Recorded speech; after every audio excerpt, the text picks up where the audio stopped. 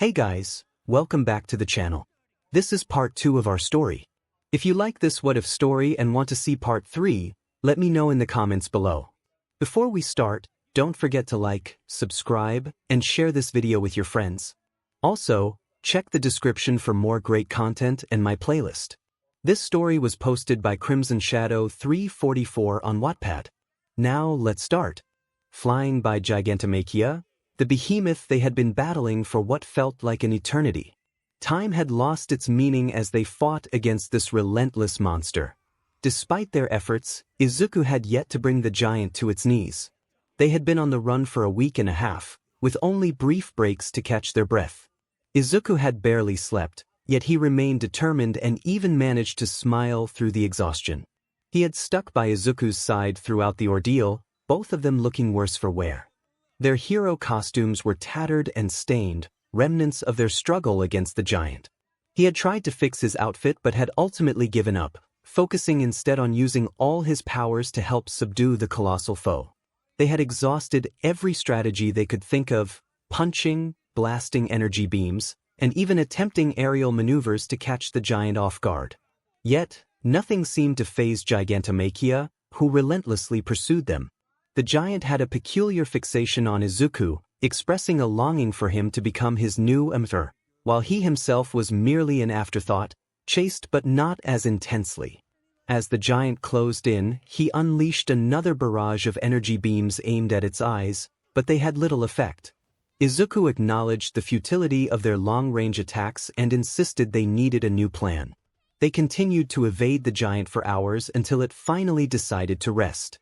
16 hours later, he found himself parched, breathless, and hungry, yet he felt more alive than ever. They had learned that long-range attacks were ineffective, and Izuku looked as if he might collapse from exhaustion. They had only a few hours to devise a new strategy, and he agreed that the giant should require more time to recover. Determined to find a solution, he used his powers to conjure energy bars and water, knowing they needed sustenance before the creature awakened. As he took a sip of the water he had created, he expressed his confusion about how they could defeat the giant. They had tried every trick in their arsenal, yet nothing had left a mark on the behemoth. Izuku revealed that he had one last trick up his sleeve, a risky trump card that could turn the tide of battle. He understood why Izuku had held back. It was a powerful quirk that came with significant risks. He pressed for an explanation, wondering why it hadn't been used sooner. Izuku explained that it could only be activated for 5 minutes, after which he would be incapacitated for a while. It was a high-stakes maneuver, and despite knowing its potential, Izuku lacked experience with it. As they discussed their options, Izuku pointed out that the giant was slowing down. Whether it was fatigue or their own increasing speed, there was a noticeable difference from when they had begun. He felt a surge of power and vitality, realizing he had improved in speed and endurance, but doubts lingered about their ability to take down the giant. Izuku reminded him that they hadn't fully tapped into their potential, encouraging him to think beyond just energy beams and shields. He could create anything non-living from the cells around him. Inspired by this, he began to consider the possibilities, realizing that he had the ability to manipulate the environment to their advantage. The realization struck that the power to create anything was within reach. If food could be conjured, then machinery could be too. It was astonishing that such an idea had never occurred before. Imagining the possibilities, the thought of creating sinkholes during the invasion to save time was a revelation. Why had this never been attempted? With this newfound understanding, the ability to create fire was tested, resulting in pink flames shooting from the hands without feeling the heat. Izuku recognized the potential, noting that there was more to this power than initially perceived. It was reminiscent of Momo's abilities, which allowed her to create anything as long as she understood its composition. While she had yet to attempt creating fire, this moment proved that the power extended beyond simple laser beams and occasional snacks. Anything could be made, as long as it wasn't alive. With this realization came a spark of genius. Gratitude was expressed towards Izuku, and a plan began to form, one that could potentially bring 𝗧𝗵𝗵𝗃𝗲 to his knees. It would require immense energy, power, and a touch of luck, and it was undeniably ambitious. Izuku mentioned words of great power from his world, words that could unite an army and ignite hope and determination in the hearts of many.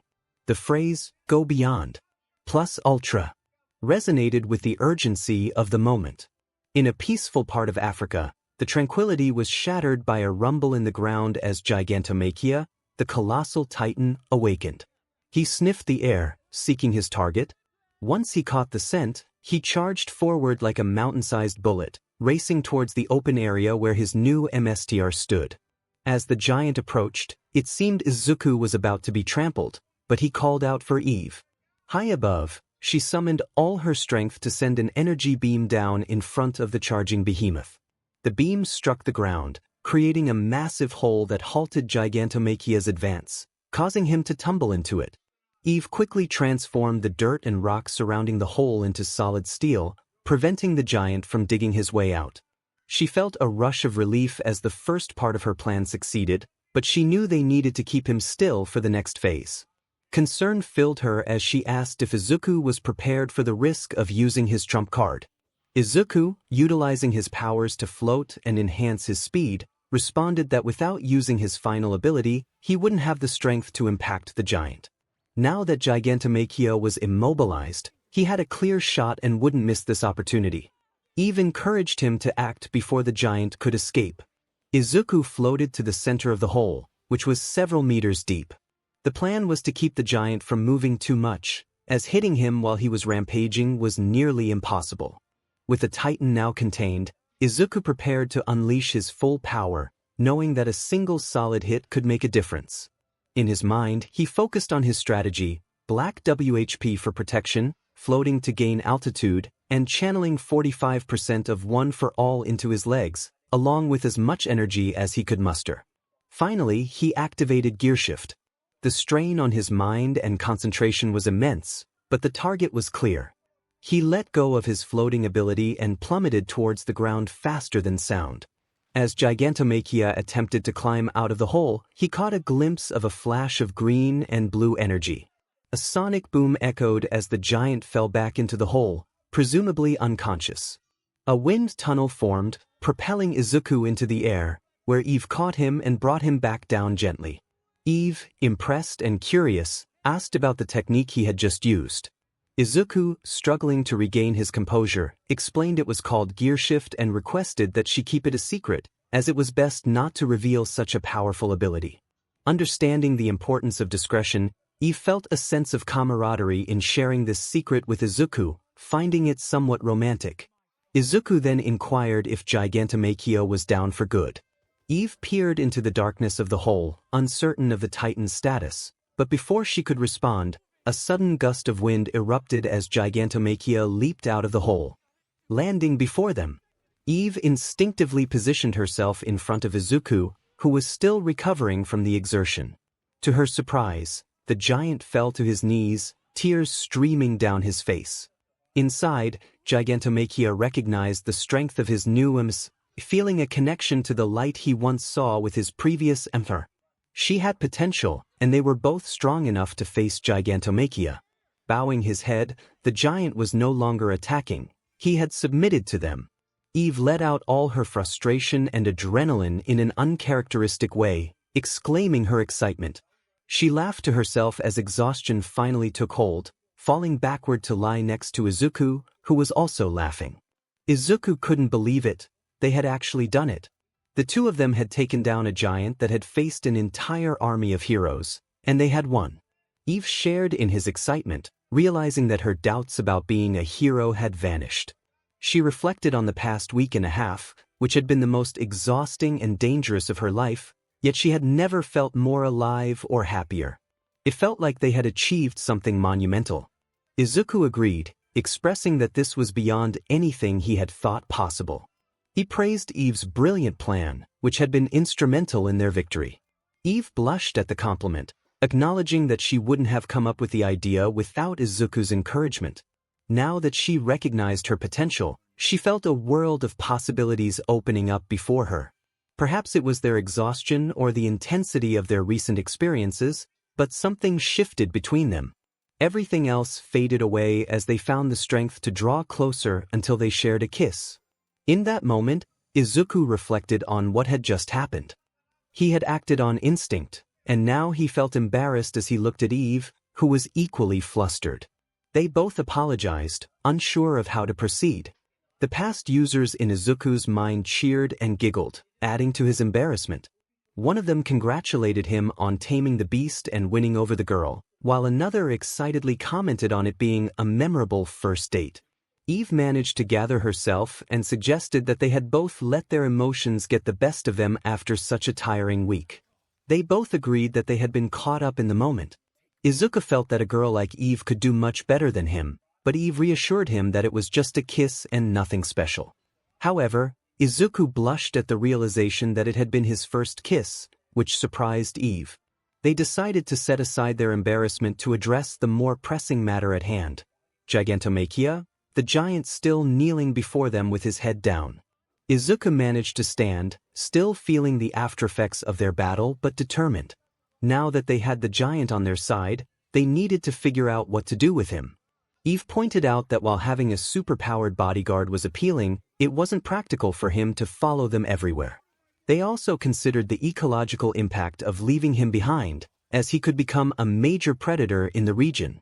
Eve wondered if they could take him with them, but Izuku decided to find out.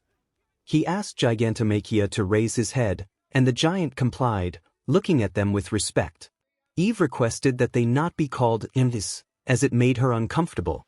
Izuku agreed, preferring to be called Deku instead. 𝗳𝗍𝗵𝗃𝗲 seemed confused but acknowledged their wishes. Izuku then inquired how small 𝗳𝗍𝗵𝗃𝗲 could shrink down, leading to a moment of confusion for the giant, who had never been asked to do that before. Frustrated, Izuku pressed on, eager to find a solution.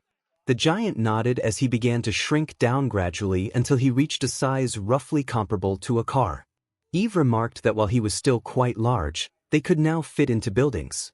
However, they faced a dilemma. There was no way for them to fly back to the United States, and their communications had been destroyed during the battle. They feared that other heroes might get involved and potentially be caught up in the conflict. Eve expressed concern about how they would return. Then a thought struck her. The League had ridden on the back of this giant to reach their location. Perhaps they could do the same.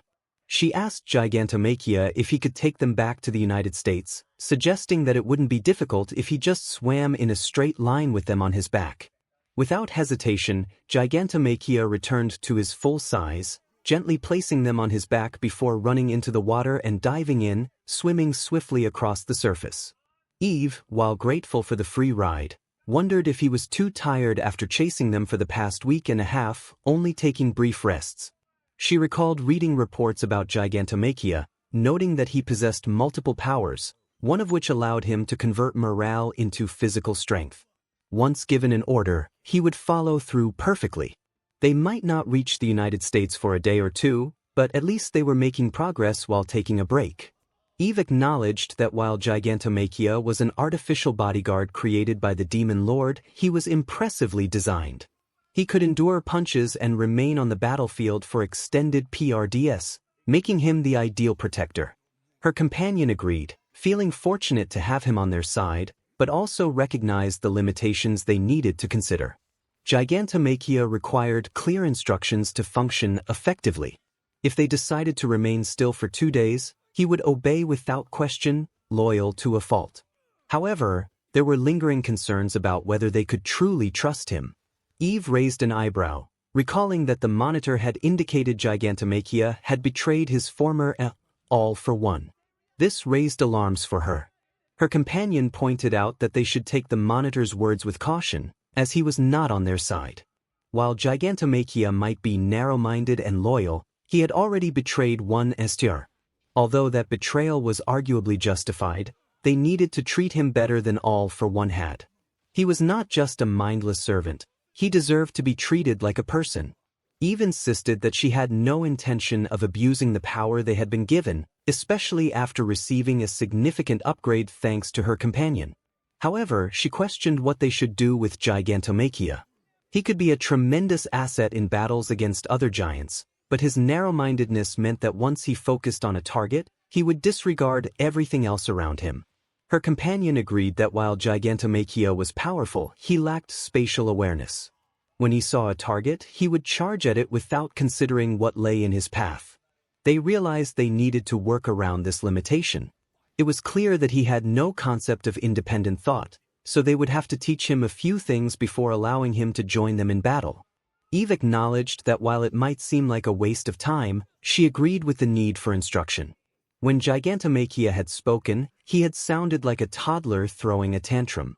Despite his ability to follow orders perfectly, his attitude was concerning, especially given his size. She wondered why a self-proclaimed demon lord would want a bodyguard like him.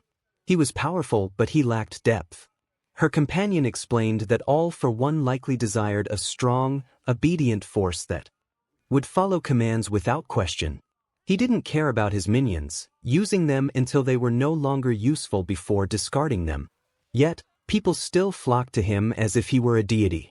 Eve reflected on this, realizing that 𝗳𝗏 was pure evil, a sociopath skilled in manipulation, akin to a used car salesman but on a villainous scale. Her companion noted that no one truly understood 𝗳𝗏's motives or the lengths he would go to achieve his goals. They were aware he had numerous plans and contingencies in place, not out of cowardice but caution.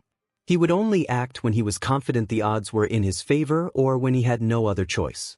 They hoped that her sudden disappearance and arrival in another world had disrupted his plans, as even he could not have predicted such an event. Eve nodded in agreement, acknowledging that teleporting to another world was something even they could not accomplish. They both fell into an awkward silence, exchanging glances before quickly looking away. They both knew what they needed to discuss, but neither had the confidence to bring it up. Past users had encouraged one of them to speak up, but it just felt impossible. After about 3 hours of being carried on the giant's back, Eve decided it was time to leave and head back to the United States on her own. The other person remained on the giant's back, partly because they wanted to avoid another awkward silence with Eve, and partly because someone needed to be there when the giant reached land. There was a lot to explain, and they could already sense it would be complicated. A few hours later, the journey back to the U.S. on the giant's back took less time than expected. It was still dark when they arrived, and they were grateful for the cover of the giant as they moved through the night. Unsure of what to do next, they decided to return to the Grayson house to let everyone know they were alive. However, it was probably best to keep their new companion away from the door. They thought to themselves that they would go into the house for a while, instructing the giant to stay outside and remain quiet. The giant nodded in agreement, still referring to them as 𝗵𝘃𝗧𝗏.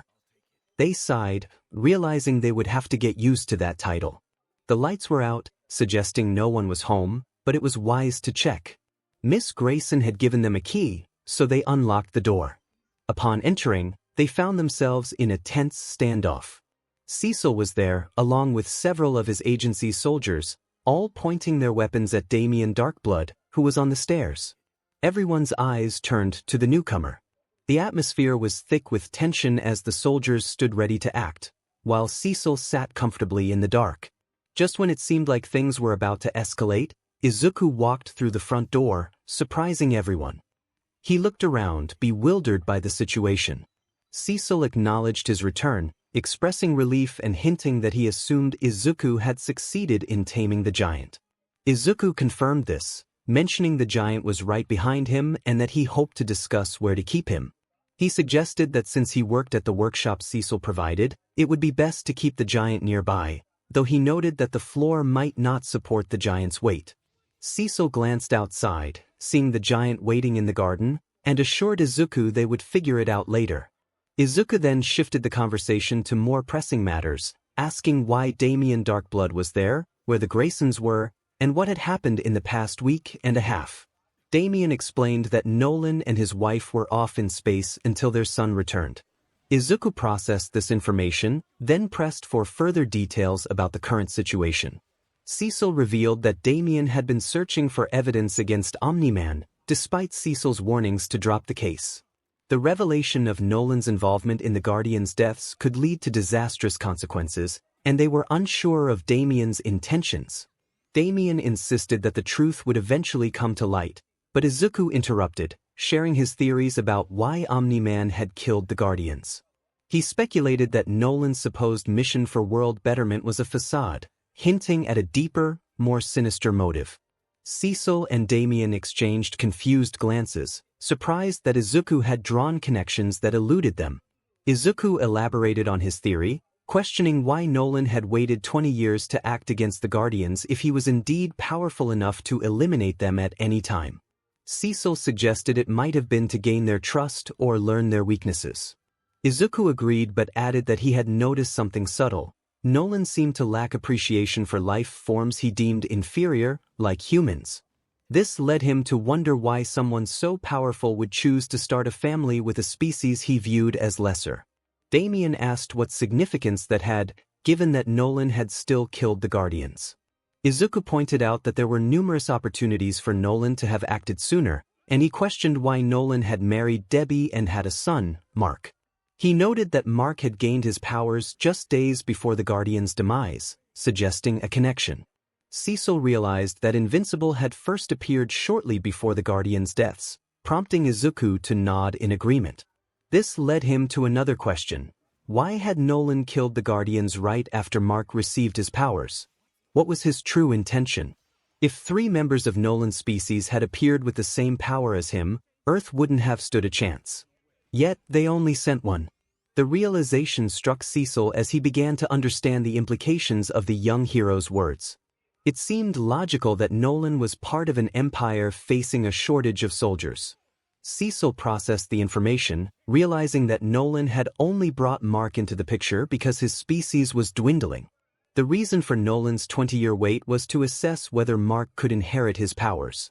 Izuku nodded, confirming 𝗧𝗏's thoughts. There was no telling how their numbers had dwindled. Perhaps they were stretched thin from conquering worlds or had faced a civil war or disease. Despite their overwhelming strength, their numbers were limited, which suggested they intended to take over Earth and transform it into something akin to a breeding ground. 𝗧𝗏 agreed, finding clarity in Izuku's deductions. Everything made sense now: why Nolan had shown up 20 years ago and why he had to play nice during that time. It was also about determining if humans could coexist with his species. The leader of the agency stood up, impressed. He praised Izuku for piecing it all together, acknowledging that while it might not provide immediate help, it gave them insight into Nolan's motives. Izuku felt a swell of pride from the recognition, but the moment was interrupted by Damien Darkblood, who had a different agenda. He congratulated Izuku but insisted on revealing a truth that could change everything. Izuku hesitated, realizing Damien's intentions. He suggested that perhaps they should hold off on revealing the truth until they had a plan to stop Nolan.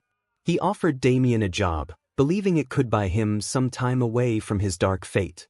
Damien seemed intrigued, recognizing the merit in Izuku's proposal. Izuku outlined his request. He needed Damien to investigate a group wearing bird plague masks, likely hiding in the underworld. He also mentioned a few individuals he wanted Damien to keep an eye on, promising that helping him could secure Damien a few more years away from his grim fate. However, Izuku insisted that Damien keep Nolan's actions a secret. Though skeptical, Damien agreed to Izuku's terms, vowing not to reveal the truth, at least for now. With that, he vanished, leaving Izuku to reflect on the whirlwind of events that had transpired over the past week and a half. 𝗧𝗏 praised Izuku for his cleverness, expressing relief that he wouldn't have to send Damien back to his dark realm. Still, he questioned whether they could truly trust a demon. Izuku believed that even a demon wouldn't want to see the world conquered, pondering the futility of escaping one hell only to enter another. 𝗧𝗏 marveled at how Izuku had pieced everything together from mere fragments of information. Izuku explained that understanding villain motives was part of their training at UA, helping them discern whether someone was being coerced into committing crimes. He admitted he never expected to apply that knowledge to an alien invader. 𝗧𝗏 raised concerns about the giant, questioning if he could be of assistance in their struggle against Nolan. Izuku contemplated the giant's strength but doubted he could stand against Nolan for long. Still, he acknowledged the giant could be a valuable ally, even if it worried him. 𝗧𝗏 noted that Izuku had gained a powerful ally, but Izuku recalled the monitor's words about a gift of great power for the upcoming battle. He sensed that something else was looming on the horizon, though he couldn't pinpoint what it was. Meanwhile, In a hidden cave, Skeptic continued typing on his computer, gaining access to the world's security systems, secrets, and the identities and locations of superheroes. Everything was falling into place. The Mad Doctor sat in his chair, expressing appreciation for Skeptic's enthusiasm but cautioning against getting too carried away. He noted that their star little ones weren't quite ready yet.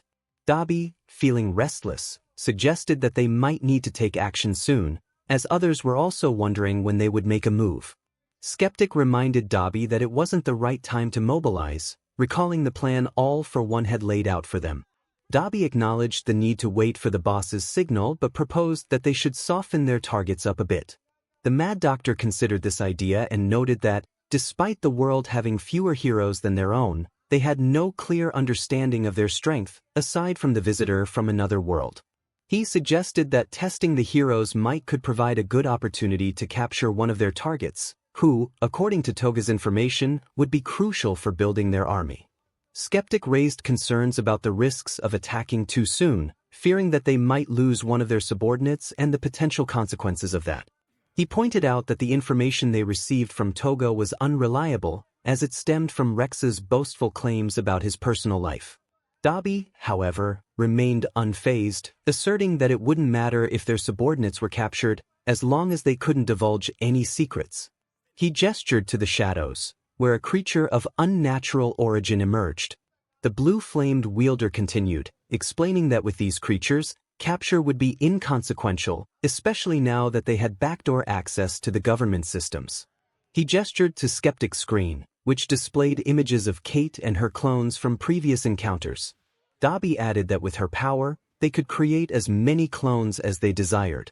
Meanwhile, Eve was in her room, experimenting with her powers and testing her limits. She had realized that the sky was the limit for her abilities and wanted to see if she could create more complex constructs. Starting with toy models of planes that could actually fly, she focused on crafting them with precision, believing it would be good practice for larger projects in the future. It had only been a day since her intense training had concluded, and Eve was making significant progress with her newfound abilities. Although she was grounded by her parents for her week-and-a-half absence and the missed school, she felt it was a fair consequence, given her lack of communication during that time. Eve often went days without contacting them, either due to missions with her team or simply wanting to avoid their constant arguments. This turbulent home life was part of why she sought an escape through heroism, a way to channel her frustrations. She had formed her team, but that sanctuary was shattered by Rex and Kate, leaving her with a new ally in Izuku. He was one of the kindest young men she had ever met, and she had developed feelings for him, but now those feelings felt complicated. Eve threw herself onto her bed, burying her face in her pillow as she recalled their kiss. It had been a spontaneous moment, born from exhaustion and the stress of their recent trials. Though it was understandable, she felt a wave of embarrassment wash over her because she truly cherished that moment.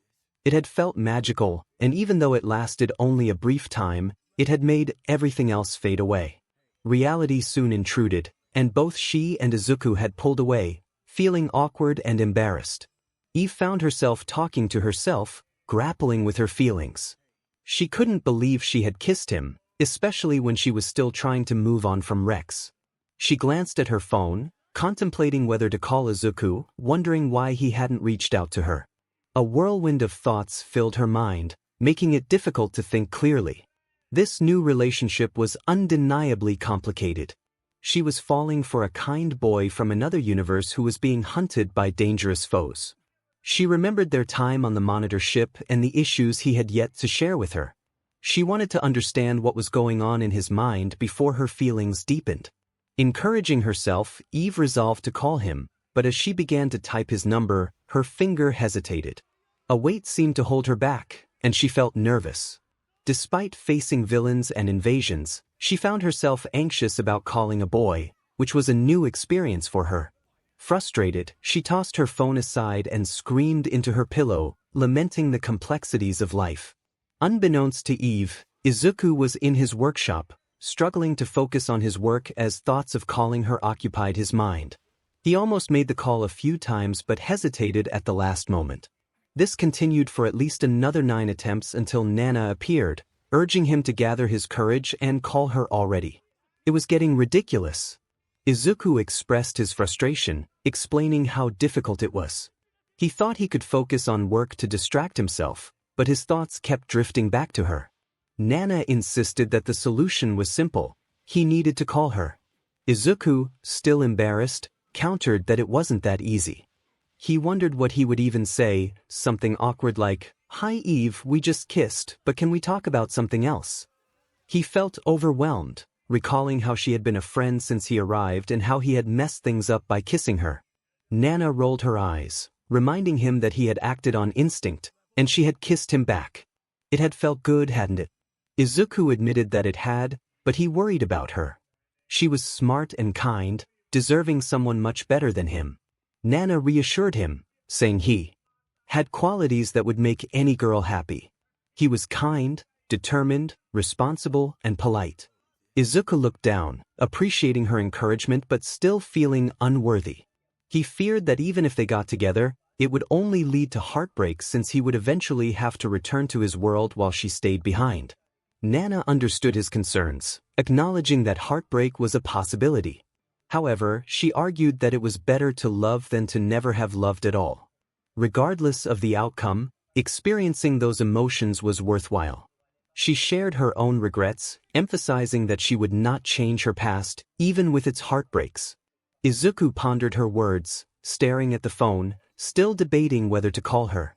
As the ghost began to fade, she urged him to call her, even if not today, because he would regret it otherwise. He looked up, realizing she was gone, and sat in silence, contemplating her advice. He wanted to reach out to Eve but hesitated, knowing how it might end. Just as he was about to enter her contact information, his phone rang. It was Mark, who had returned and seemed concerned about something in the back garden. From Mark's perspective, he knew he would be home late and had been gone for a while, but he felt he had missed a lot, especially with a giant in their back garden and his parents remaining calm about it. He felt compelled to ask what had happened. His mom explained that if he was referring to their new house guest, he should ask Izuku. She had already called him, and he had said to avoid approaching the giant. Mark's dad questioned if the giant had just been sitting there the whole time. His mom clarified that she had contacted 𝗧𝗏, who revealed that the creature was a person from Izuku's world, serving as some sort of bodyguard. Izuku entered through the front door, confirming that the giant was indeed his bodyguard now. He greeted Mark, who had missed a lot while he was away. Mark described his space adventure as dangerous yet exciting, feeling overshadowed by whatever had happened on Earth during his absence. He asked Izuku to fill him in. As they sat at the kitchen table, Izuku recounted the events of the past week and a half, including how he and Eve had managed to tame the former bodyguard of the Demon Lord. He assured Mark that the giant would not be a permanent presence. 𝗧𝗏 just needed time to create a suitable place for him near Izuku's workshop. Mark raised an eyebrow in confusion, asking when Izuku had gotten a workshop. Izuku explained that it had been set up a few days after Mark left, as 𝗧𝗏 wanted him to introduce his world's technology and information to theirs, aiming for improvements in healthcare and environmental issues. Mark's dad expressed surprise, questioning how such advancements were possible if their societies had stalled when quirks first appeared. Izuku shrugged, attributing it to determination and evolution.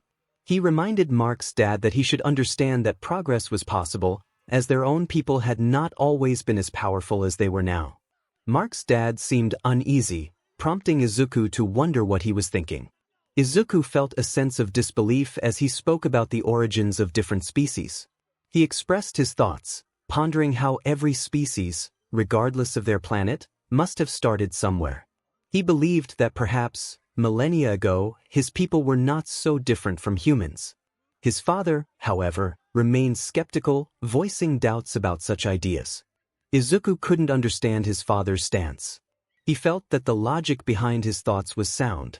He reflected on the fragility that all beings must have experienced at some point in their evolution. His mother interjected with a question about a bodyguard who was supposed to be loyal to their enemy. She wondered why he would 𝗧𝗏𝗧𝗏 and if they should be concerned. Izuku assured her that the Demon Lord had abandoned the bodyguard, which seemed to be the breaking point for him. He was now seeking a new emissary, and Izuku believed that the bodyguard was more loyal to him and Eve than to the demon lord, possibly even seeking revenge. His mother expressed disbelief at the bodyguard's multiple powers, questioning how someone with such abilities could have the mind of a child. Izuku explained that it was likely due to the overwhelming number of powers he possessed, which could severely affect both body and mind. He noted that it was a miracle the bodyguard could even speak. His mother recalled stories of others who had received powers from the demon lord, becoming mindless beings. She found it cruel and incomprehensible, questioning how anyone could be so heartless and what their ultimate goal was. Izuku shrugged, acknowledging that he didn't know the answer. He reflected on how everyone seemed to pursue their own twisted dreams, and while he didn't condone the demon lord's actions, he understood that people would go to great lengths to achieve their goals. Izuku shared his own aspirations, expressing a longing to become even greater than his father. He longed for a world where heroes had too much time on their hands, a place devoid of crime, pain, and villains, where everyone was happy and suffering was non-existent. His father dismissed this as a fantasy, but Izuku held on to his belief that such a world could one day exist, even if it wasn't in his lifetime. As he spoke, something within his mother clicked, and she found herself believing in Izuku's vision for a better world. She wanted to witness the change he could bring about, a world filled with happiness and free from crime. The narrative shifted to Nolan's perspective, reflecting on Izuku, the boy from another world who had witnessed the murder of the Guardians. Initially, Nolan had seen him as just another insignificant human, but he now recognized the determination and commitment in Izuku's eyes, likening him to the Grand Regent. Despite this, Nolan couldn't shake the feeling that Izuku was still just a human, limited in potential. He lamented the waste of Izuku's abilities, wishing he had been born one of his own kind. Nolan acknowledged Izuku's power but dismissed it as trivial, akin to being struck by a BB gun. He refrained from eliminating Izuku, knowing that 𝗧𝗍 was watching him. If Izuku were to disappear, it would raise too many questions, especially with Damien Darkblood already on his trail. Nolan was frustrated that the evidence he planted in the Guardian's base had failed to sway 𝗧𝗍. He sensed that Damien had shifted his focus elsewhere, and he suspected Izuku was somehow involved, though he dismissed the idea that Izuku could truly know or stop him. Nolan recognized Izuku's intelligence and strength, seeing potential in him as a valuable asset for the Empire. He contemplated the creature Izuku had tamed, realizing it would pose a challenge, albeit a futile one. Nolan understood that the creature followed strength, and if he could defeat Izuku and Eve, it would become obedient to him. While it might not be a significant threat to the Empire, it could serve as an effective watchdog for the people of the planet. Nolan concluded that despite Izuku's intelligence and strength, he remained insignificant compared to him. Once Mark was ready, Nolan planned to share his ambitions to bring this world into the Empire, and afterward, they would turn their sights on Izuku's world, welcoming it into the fold. Nothing would stand in their way. Mark was not some green-haired kid who thought he was tough. Being a superhero had been his lifelong dream, and now that he finally had powers, he was eager to live it out. To make things even better, he had won over the girl he had a crush on for so long, Amber, as his girlfriend. It should have been easy, but being a superhero, a high school student, and having a girlfriend felt like juggling 3 separate lives. He even had to quit his job due to a lack of time, and his boss was already documenting his pay. He thought quitting would give him more time, but it didn't. He was falling behind in his classes, getting into trouble with Amber, and he couldn't tell her the truth. He still had to keep training with his dad, which was why he was currently in the atmosphere, trying to divert a meteor from hitting Earth. It was a struggle, but he managed to pull it away from the planet. The experience was difficult, but he was relieved it was over. This made him wonder how Izuku's people dealt with asteroids since all their heroes were human. How did they handle outer space problems? He thought he should ask his dad how it felt to save a planet, or at least a small country. He was still catching his breath when he realized that the meteor he had just dealt with was relatively small. His dad chuckled, recalling a much larger meteor that had been diverted a few years ago, one the size of Texas. Mark was surprised his dad could laugh about it. Suddenly his phone buzzed. He remembered he had a date with Amber and that he was late to meet her parents. He turned to his dad, feeling the urgency of the situation. His dad reminded him that his training was not finished, but Mark insisted it was an emergency. He had promised Amber he would be there. His dad pointed out that Mark had responsibilities to the planet, which sometimes meant making sacrifices. Mark understood but wished for just a little peace, just this once. His dad finally relented, but he expressed skepticism about Izuku's dream of a world where heroes had more time to spend with their loved ones. Mark stopped flying and turned back to his dad, confused. He explained that he believed in Izuku's dream because it sounded amazing, a world where heroes had time to enjoy life. His dad argued that such a world was a fantasy, but Mark countered that wasn't what his people did. They stopped wars and protected civilizations, creating a peaceful world. His dad hesitated, acknowledging that while they were 𝗲𝗏𝗻𝗲s and different, they still had to deal with issues on their own planet. There was always another planet to help, another war to stop. Mark suggested that Izuku's ideal world wasn't one without crime, but rather a place that was relatively peaceful. He believed Izuku wasn't delusional, he just wanted to make the world a little easier and nicer every day. Mark felt compelled to leave before the conversation went any further. He knew his dad had a point.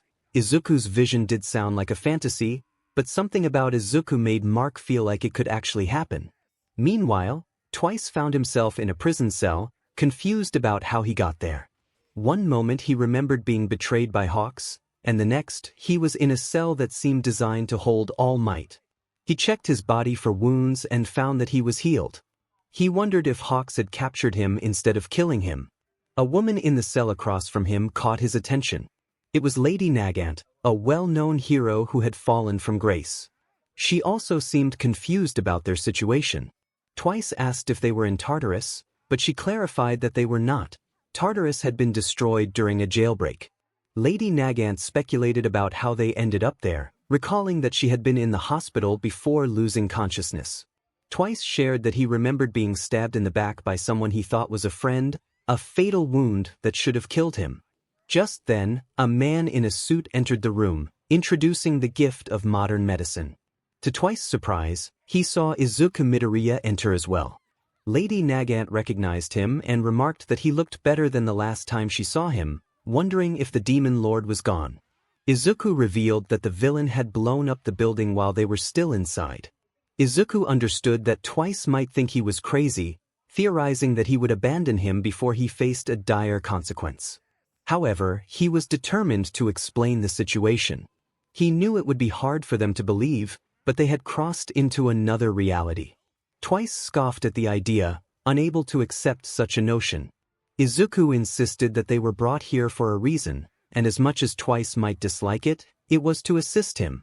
The idea seemed absurd to Twice, who had experienced enough disappointments in his life. Lady Nagant questioned the reality of their situation, wondering if they were truly in another world, part of the multiverse. Izuku offered proof, but only if they agreed to help him. He acknowledged that it was a lot to ask, especially from villains. The old man interjected, explaining that if they helped, they might be able to discuss their freedom from captivity. Lady Nagant speculated that he was a government official working with superheroes, focused on protecting the planet by any means necessary. The old man confirmed her guess. Lady Nagant expressed her reluctance, recalling her past experiences with the government and how they had not ended well. The old man admitted that he wasn't perfect either, but unlike the superhero committee from their world, he didn't hide behind excuses. He needed their help, especially since the world's greatest superheroes had been murdered by another hero who might be trying to take over. This villain could potentially kill thousands to achieve his goals. Lady Nagant suggested that they could simply arrest this hero, but Izuku explained that it wasn't that simple. He needed their help, as too many lives were at stake. Twice dismissed the idea of playing the hero, insisting he wanted nothing to do with it. Lady Nagant, while not fully on board with Twice, agreed to think about it, acknowledging that she owed Izuku that much. Izuku appreciated her willingness to consider it, reminding Twice of the consequences of inaction. He left, hoping they would reconsider their stance. Cecil observed the situation and noted that it could have gone better, but at least Lady Nagant was contemplating the idea. Izuku admitted it was a long shot to expect Twice to join him, given his loyalty to the League of Villains and the trauma he had faced. Cecil wondered if there was a way to convince Twice, but Izuku explained that Twice had no family or connections outside the League. His only motivation was his friends, leaving him feeling like an empty shell. Cecil acknowledged that Twice could have been a great asset, capable of creating duplicates of himself or even an invincible army. Izuku agreed but noted that without a change of heart, it wouldn't happen. They needed to move on, focusing on the data Izuku had gathered about their enemies' abilities and weaknesses. Izuku was unsure if his theoretical creations would work against the enemy, as he lacked the means to test them. Cecil interrupted, encouraging him not to be discouraged. Izuku was coming up with more ideas than many professionals, and he needed to keep pushing forward. As they discussed the progress on enhancing the metal material, Izuku expressed the challenges he faced in replicating Tony Stark's work from memory. Cecil reassured him, impressed by his ability to remember so much, and encouraged him to continue. If he was right about his inventions, they could be the key to defeating their formidable opponent. Speaking of which, the boy decided to return to the workshop, knowing he had more work to finish. It was his responsibility to use his talents to help the world. He headed back to complete Tony Stark's tasks, understanding that failure could lead to dire consequences under the oppressive rule of Omni-Men. Meanwhile, at the Wilson household, Eve had finally revealed to her parents that she had ended her relationship with Rex after discovering his betrayal with her teammate and friend, Kate. Instead of the support and care she had hoped for, she faced the opposite reaction. Eve sat on the sofa, expressing her frustration about the need to inform them of her breakup. Her father responded sternly, stating that the only reason he allowed her to be a superhero was because Rex was there to protect her. Eve retorted that she could take care of herself. Her father's anger intensified as he questioned her week-and-a-half disappearance without any communication, missing school and worrying her parents. Eve clenched her teeth, insisting that it was something important that they wouldn't understand. Her mother placed a calming hand on her husband's shoulder, explaining that they had liked Rex and felt secure with him around. When Eve apologized for her absence, she emphasized that she couldn't ignore what was happening and refused to be sidelined. Her mother acknowledged Eve's apology but pointed out that she was no longer part of a team. Frustrated, Eve clarified that Rex had cheated on her, and while the team had broken up, she felt uncertain about her current status. When her mother inquired further, Eve crossed her arms, revealing that she believed she was part of someone else's team, though things were awkward between them. Her father interjected, suggesting that this new teammate was the reason for her absence. Eve quickly defended her friend, stating that it was not his fault. In fact, he had encouraged her to leave, but she chose to stay to support him through his struggles. Her father dismissed her feelings, insisting he did not like this new person and urged her to reconcile with Rex. Eve was taken aback by her father's suggestion, feeling tears welling in her eyes as she turned away. Her father attempted to console her, reminding her that she was still a young woman and couldn't handle everything alone. He muttered under his breath, expressing that she shouldn't be doing this at all. This ignited her anger, and she wiped her tears away, asserting that she could do anything she wanted. She stood up, snapping her fingers as the room shifted to a pink hue, stretching in a way that startled her parents. She declared her ability to change objects on a molecular level, and though she was still furious, she revealed her uncertainty about wanting to be a superhero anymore. However, her new friend encouraged her to keep trying and helped her realize the potential of her powers. Her father insisted that she should stop, disregarding what her friend had taught her. He questioned her motivations, deeming it dangerous and insisting she was just a girl. Eve had enough of the conversation and declared that she was done with her family. In a moment of frustration, she created a door in the wall and flew through it, leaving her parents behind as they called out for her. Feeling overwhelmed by her life, Rex's betrayal, her parents' disapproval, and the awkwardness between her and Izuku, Eve sought to make things right. She headed toward his workshop, determined to talk to him and dispel the awkwardness, as he was the only bright spot in her life. Eve thought to herself that Izuku was likely at his workshop, her former base. She needed to discuss what had happened in Africa before it became too uncomfortable. Upon arriving, she found him still engrossed in his project. Izuku noticed her presence and her distress, greeting her with concern. Eve brushed off the topic, stating it was nothing important, just her parents. He offered to talk to them, which she found amusing yet sweet. She declined, questioning what he would say if he did. He shrugged, admitting he wasn't sure but mentioned how his godmother could be intimidating. Eve chuckled, surprised to learn about his godmother, and Izuku explained the family dynamics, revealing that he had an uncle who had fallen out with his mother long before he was born. Mum never talked about it, but what Izuku knew was that it was pretty bad, so bad that neither he nor his mother attended the funeral. It wasn't for a lack of trying. In his will, one of his dying wishes was that she wasn't allowed to pay her respects. It was a grudge taken to the grave, and Izuku had no idea what the falling out was about. All he knew was that it had something to do with his grandparents, but his mother preferred not to discuss it, and he didn't push her. This made Izuku wonder about his own relationship with his mother.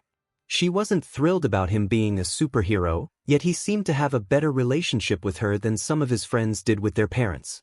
He decided to ask, sitting down at the table across from his friend as he continued to work.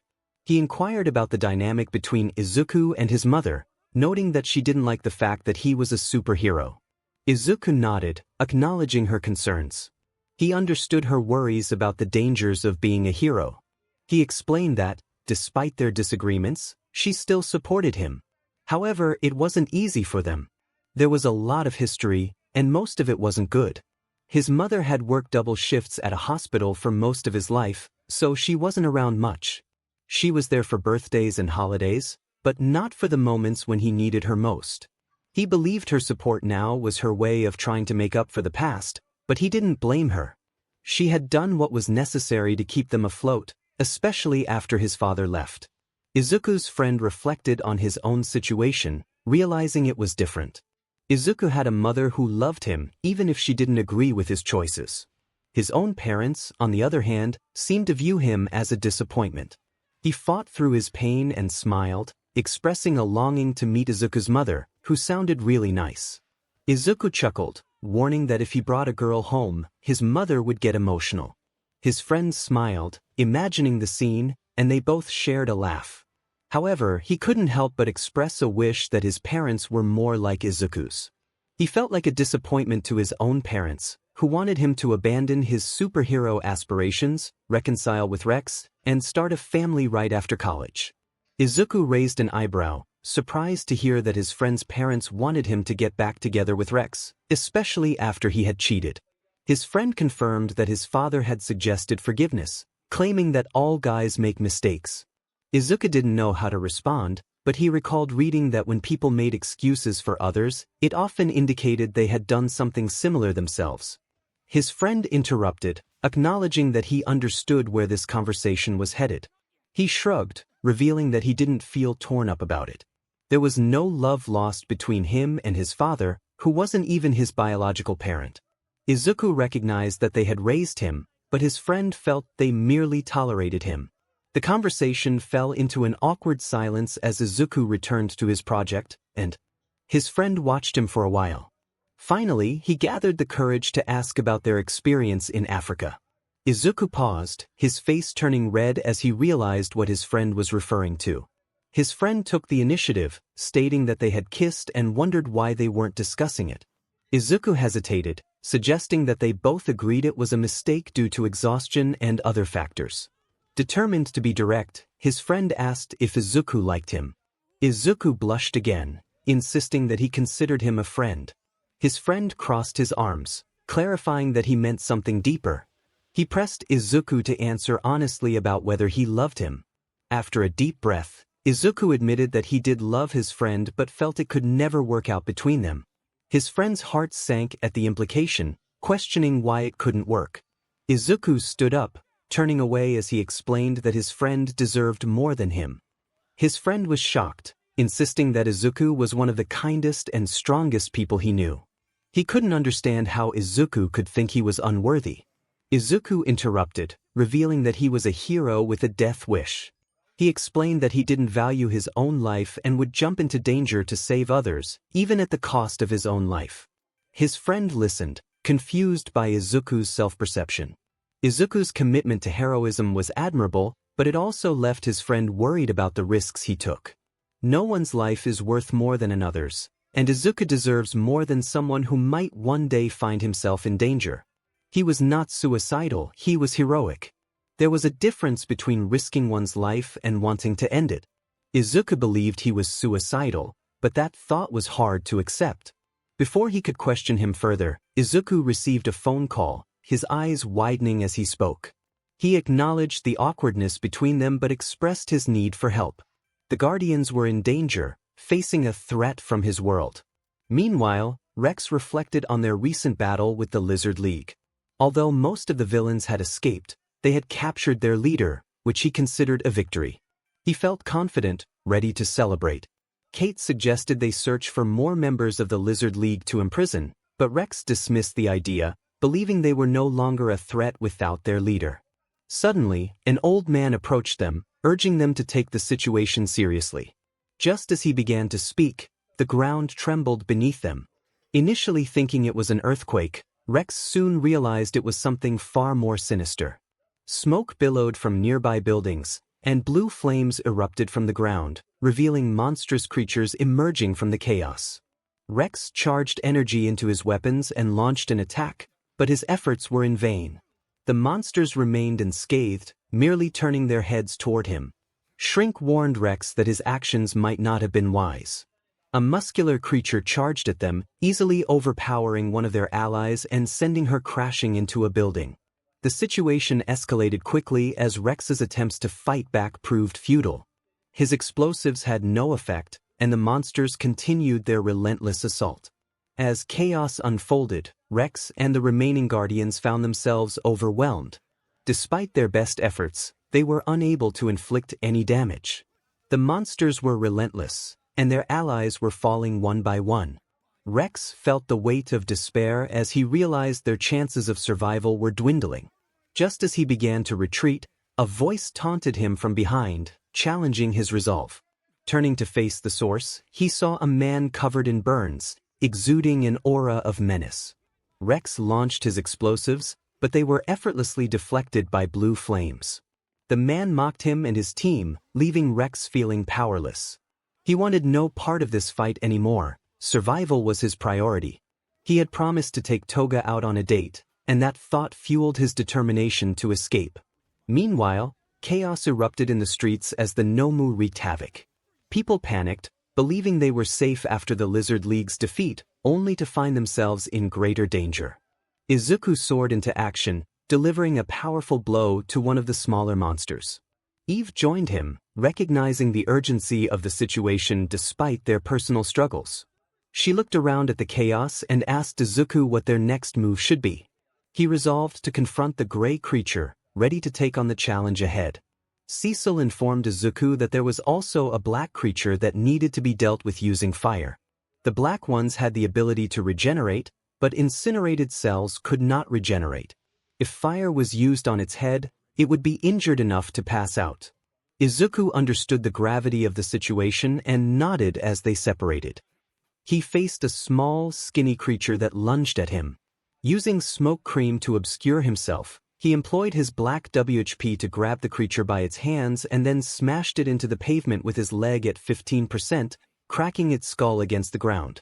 Eve moved toward the source of the chaos, where blue flames illuminated the scene. There, she witnessed the giant muscular Nomo battling what remained of the Guardians of the Globe. The few who were still standing appeared to be in dire condition. Sam's suit was nearly destroyed, a pile of defeated clones lay scattered, and a robot was missing both arms. Rex was nowhere to be seen.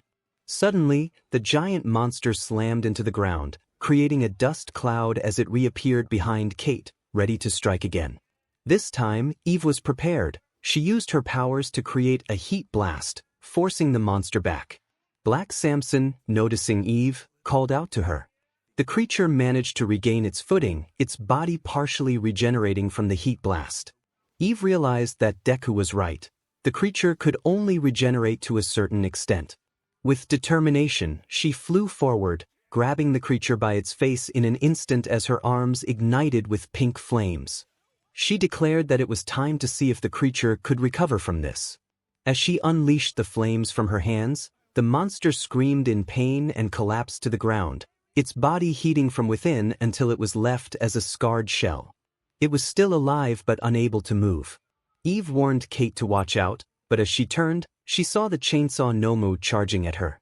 She prepared to fight, but a green bullet shot down from the sky, crushing the creature's head before it could advance. Deku had dealt with the threat swiftly and remarked that it hadn't taken as long as he expected. Eve acknowledged that Deku had experience fighting these creatures, expressing her surprise that they were considered low to mid-level threats, especially since they had managed to take down the Guardians. Izuku shared his concern that these creatures did not think for themselves and needed orders to attack, which made him wonder about the true mastermind behind them. 𝗬𝗍𝗶's voice echoed from a rooftop, revealing himself as the one in charge. He greeted Deku, noting that it had been a while since they last met. Deku clenched his teeth, realizing 𝗬𝗍𝗶 was the source of the blue flames. 𝗬𝗍𝗶 laughed, admitting he hadn't been subtle about his intentions. He had been observing how the Guardians handled threats similar to those their world had faced and was unimpressed. He criticized the heroes, suggesting they were unfit for their roles, especially since one had fled. During the fight, Eve rolled her eyes, recognizing who had run away, and challenged 𝗬𝗍𝗶 to come down and face them. 𝗬𝗍𝗶 declined, stating he had no time or patience for a confrontation, as they had already achieved their goal. He warned Izuku that their next meeting would be a real party. As he spoke, black sludge began to engulf him, and Izuku rushed forward to intercept him, but it was too late. 𝗬𝗶𝗶 had already teleported away. Izuku expressed his frustration at 𝗬𝗶𝗶's escape, while Eve confirmed that he was a member of the League of Villains. She questioned 𝗬𝗶𝗶's motives for attacking, wondering if he was merely testing the new Guardians. Izuku speculated that 𝗬𝗶𝗶 had mentioned needing something, prompting him to ask Kate how many clones she had created. Confused, Kate estimated that about 80 had perished. Izuku pointed out that only 20 were accounted for, which startled Kate as she realized that 60 of her clones were missing. Eve speculated that they had been targeted to collect the remains of her duplicates, leaving Izuku determined to uncover the truth. From Mark's perspective, he felt uncertain about his situation with Titan, a former criminal he had stopped from robbing a bank months earlier. Titan had reached out for help to stop his boss, Machine Head, and had shown Mark the devastation caused to his community. Mark grappled with whether he could trust Titan, recalling Izuku's stories about being open to any scenario. He worried that Titan might be using him to eliminate his boss and take his place. During dinner, Mark discussed his concerns with his parents. His father firmly disagreed, warning him that Titan would only use him and that helping him could lead to a painful lesson. Mark acknowledged the possibility but felt compelled to help after witnessing the suffering in Titan's community. His father insisted that this was beneath Mark and advised him to leave it to the police. Just then, Izuku entered, smelling of smoke. He apologized for being late and revealed that he had encountered members of the Paranormal Liberation Front in this dimension. They had just made their first move. The entire army of supervillains had arrived, turning his world upside down. The sheer number was overwhelming. He shrugged as he sat down at the table, admitting he didn't know the full extent of their presence, but he was certain at least 2 of the top lieutenants were there, 𝗬𝗍𝗶 and possibly Mr. 𝗵𝗃𝗄. They had attacked the Guardians earlier, nearly wiping them out with their 𝗵𝗃𝗄. Fortunately, everyone was still alive, but that didn't change the fact that the villains had achieved their goal. His mother asked what that goal was. He replied that they were after Kate's corpses. He wasn't entirely sure what they planned to do with them, but he had a strong suspicion they aimed to create more undead soldiers. He recalled the abominations he had described before, the 𝗵𝗃 undead corpses with powers. If he had to guess, their attack on the Guardians was solely to collect those corpses, an easy way to gather more bodies for their monstrous creations. 𝗬𝗶𝗶 had caused a distraction with flames and 𝗵𝗃 while Mr. 𝗵𝗃𝗄 handled the cleanup, taking as many corpses as possible. That explained the smell of smoke. He had teleported away, and he hadn't been able to track them down. He had to manage the fires, and there were people in those buildings. Even so, some lives had been lost, and the villains had escaped. His mother reassured him not to dwell on it, reminding him that he had stopped those monsters and saved many lives. He acknowledged her words but felt guilty that his world's problems were affecting others. He didn't want to deal with that burden. Changing the subject, he asked about Mark and how his training was progressing. Mark nodded, admitting that it was going well, and then posed a question about whether he would help a villain or someone he believed to be a villain. Izuku answered without hesitation that he would. Mark, along with his parents, was surprised by the quick response. Izuku explained that this wasn't the first time he had done so, recalling instances with small-time villains like gentle criminal and a pickpocket named Rudy. He emphasized the importance of giving those wanting to escape a life of crime a chance. His father cautioned that while Izuku's aspiration was noble, the person in question was clearly manipulating Mark. Helping him would lead to a painful lesson, and Mark needed to consider the bigger picture. Izuku countered that this was exactly the mindset that had led to problems in his world, where people thought some issues were beneath them, leaving it to the police and heroes. He shared the story of Tamura Shigaraki, who had once been a normal kid aspiring to be a hero. After losing control of his powers and tragically killing his family, he had run away. Many had seen him but chose to ignore him, believing someone else would solve the problem. If just one person had stopped to help, perhaps things would have turned out differently.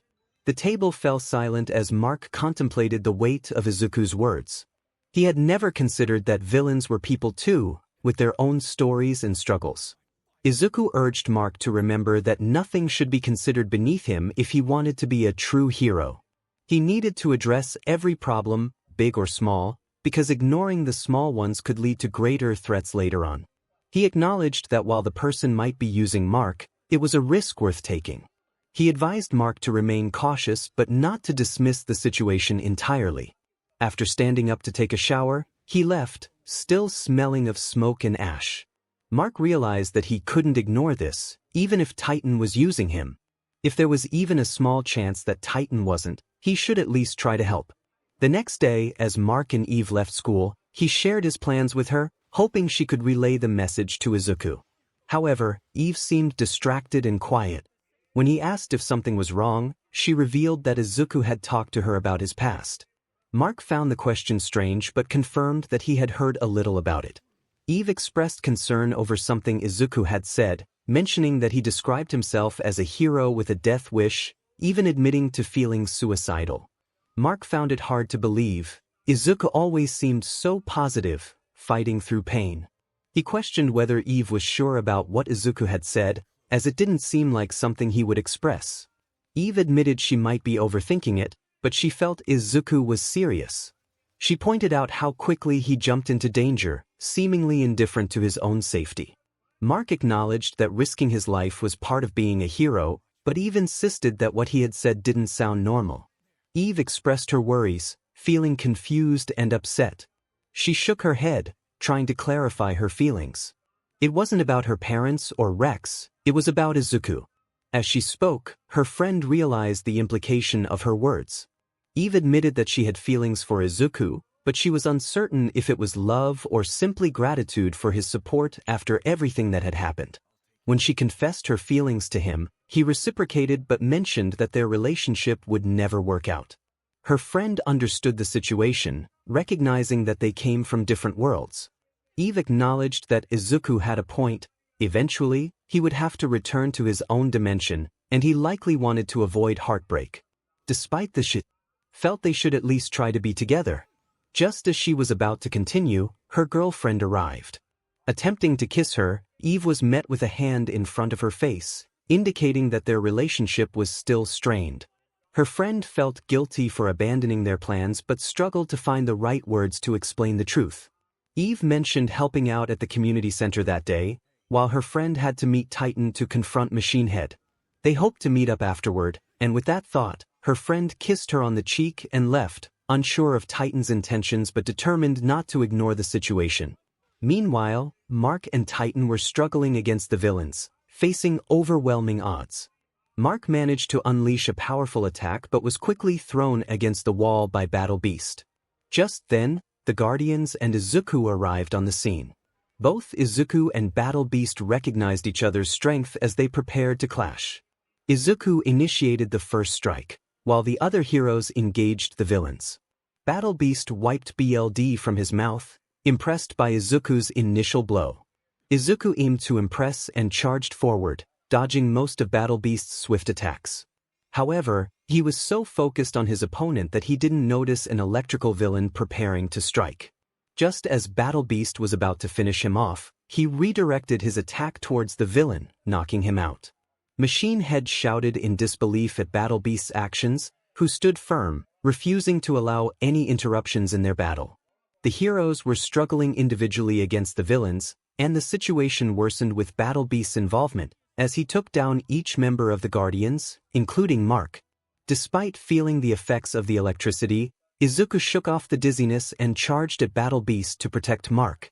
In what seemed like his last moment, Mark warned Izuku that defeating Battle Beast would be nearly impossible. But Izuku, despite his injuries, smiled, determined to fight. He reassured Mark that they had to defeat their opponent together. Mark, in pain, pleaded with Izuku to reconsider, but it was too late. Izuku raced forward, using his air cannon fingertips to clear a path through the other villains. He gathered all his energy and delivered a powerful punch that Battle Beast couldn't evade, sending him crashing through the penthouse and onto the pavement below, slightly cushioning Battle Beast's fall. Rather than being discouraged, Battle Beast felt exhilarated, eager for a worthy opponent, proclaiming that their battle would be legendary.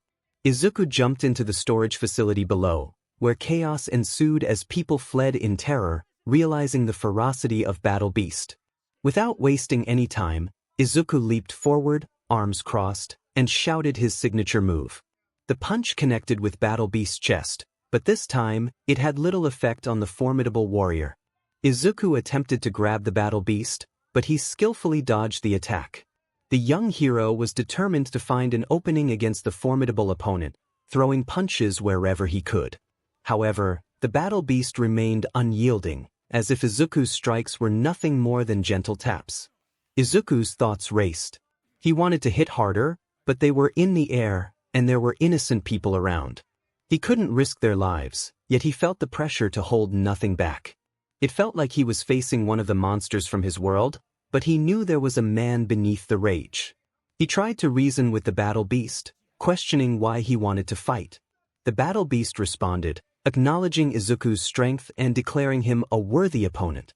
He vowed that no matter the outcome, he would remember Izuku. Izuku, determined, replied that he had no intention of losing. The beast charged forward, and although Izuku managed to dodge, he still felt the sting of the Battle Beast's attack. He fell to the ground, clutching his shoulder to stop the bleeding.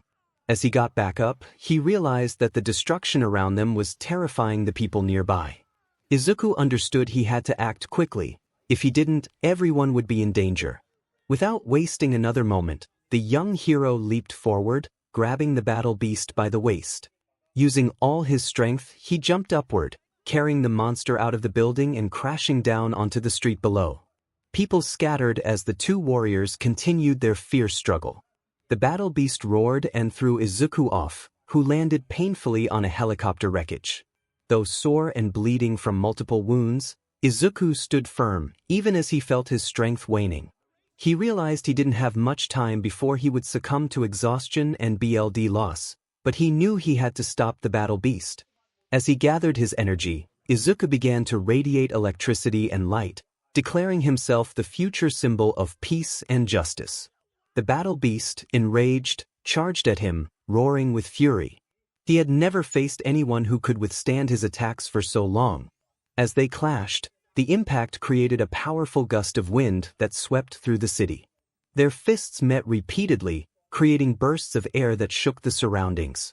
It appeared as though they were fighting without strategy, but Izuku was carefully calculating each punch. The Battle Beast acknowledged Izuku's skill, but insisted it would take more to defeat him. Izuku, wiping BLD from his eyes, responded that he knew the Battle Beast was strong but believed every creature had its limits.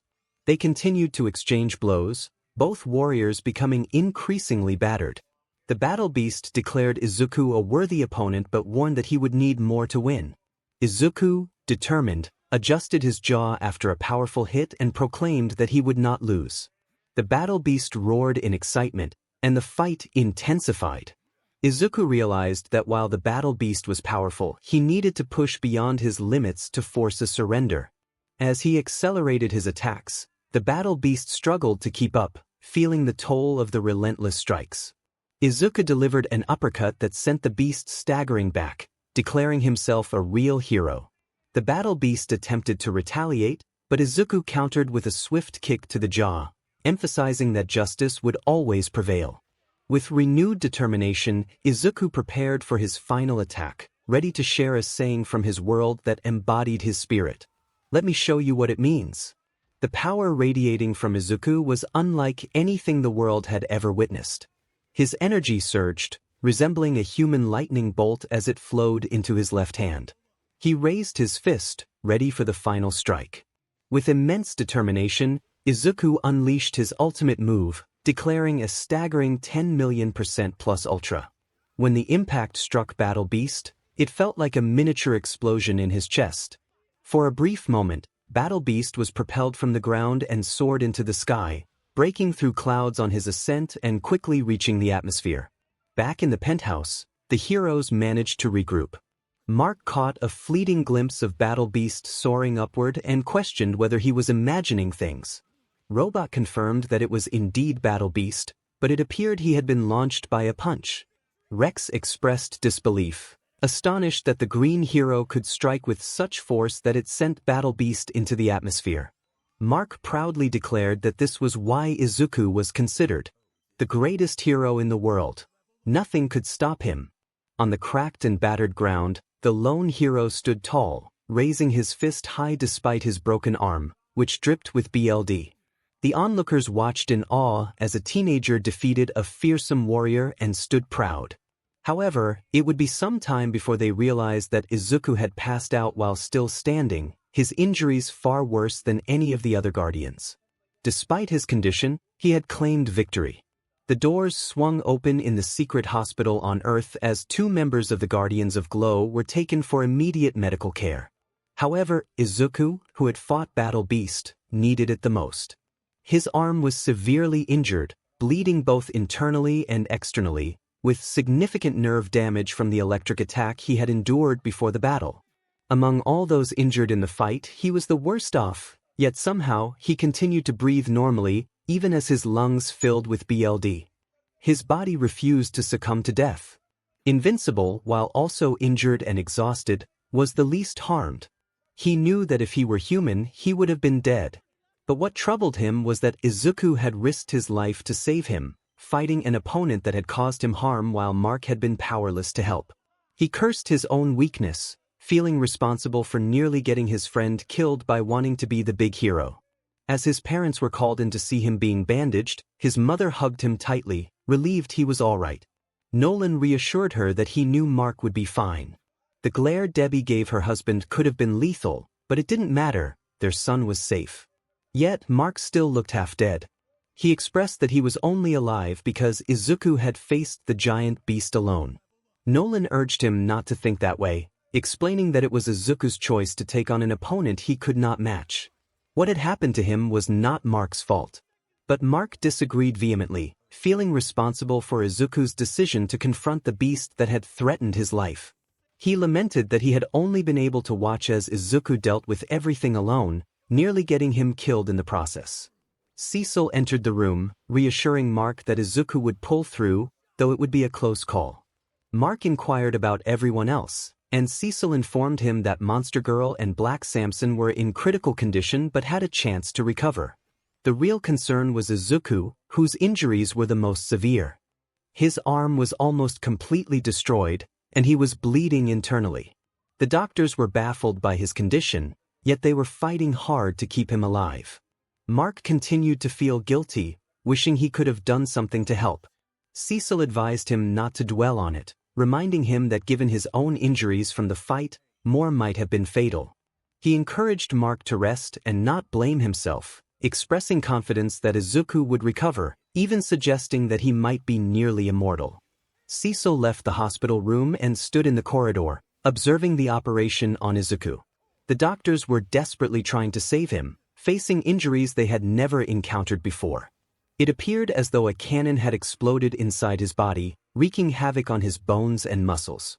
It seemed they might have to amputate his arm. 𝗬𝗲 sighed, questioning why Izuku had to be so heroic. Nolan approached him, arguing that it was more foolish than heroic. He wondered what Izuku had been thinking, taking on such a formidable opponent alone.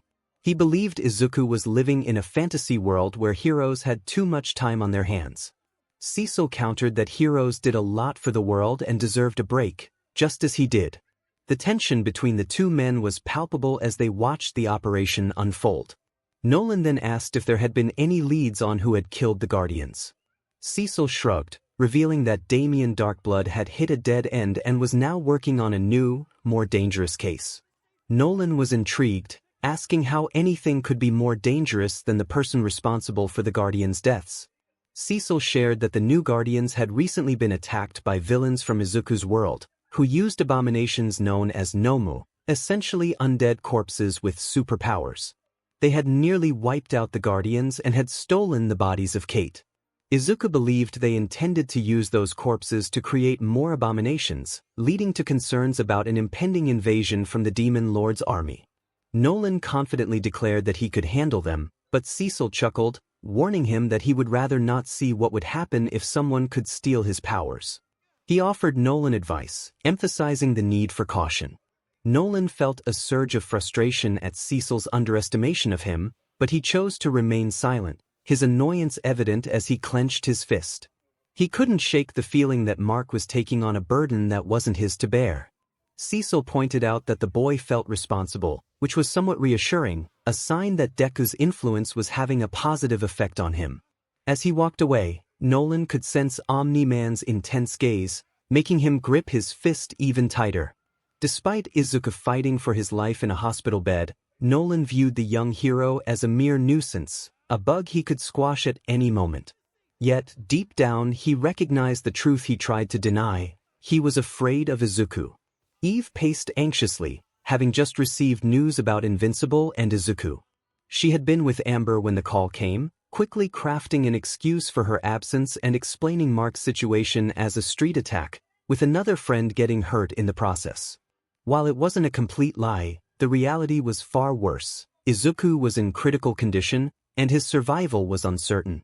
It was a miracle he was still alive, but it would take more than luck to pull him through. Eve pleaded for Izuku to keep fighting, her heart heavy with worry. 𝗬𝗲 noticed her distress and suggested she go home, stating there was little she could do for him there. But Eve was resolute. She refused to leave until she knew he would be all right, insisting he would do the same for her. 𝗬𝗲 understood her determination but urged her to rest instead of pacing. Eve remained steadfast, proposing they contact the Monitor for help, recalling how he had healed Izuku once before. Just then, the Monitor appeared between them, surprising both. He acknowledged Eve's idea, revealing he had already planned to assist Izuku upon his arrival at the hospital. 𝗬𝗲 expressed disbelief, questioning whether this was a genuine offer or some sort of challenge to test Izuku's resilience.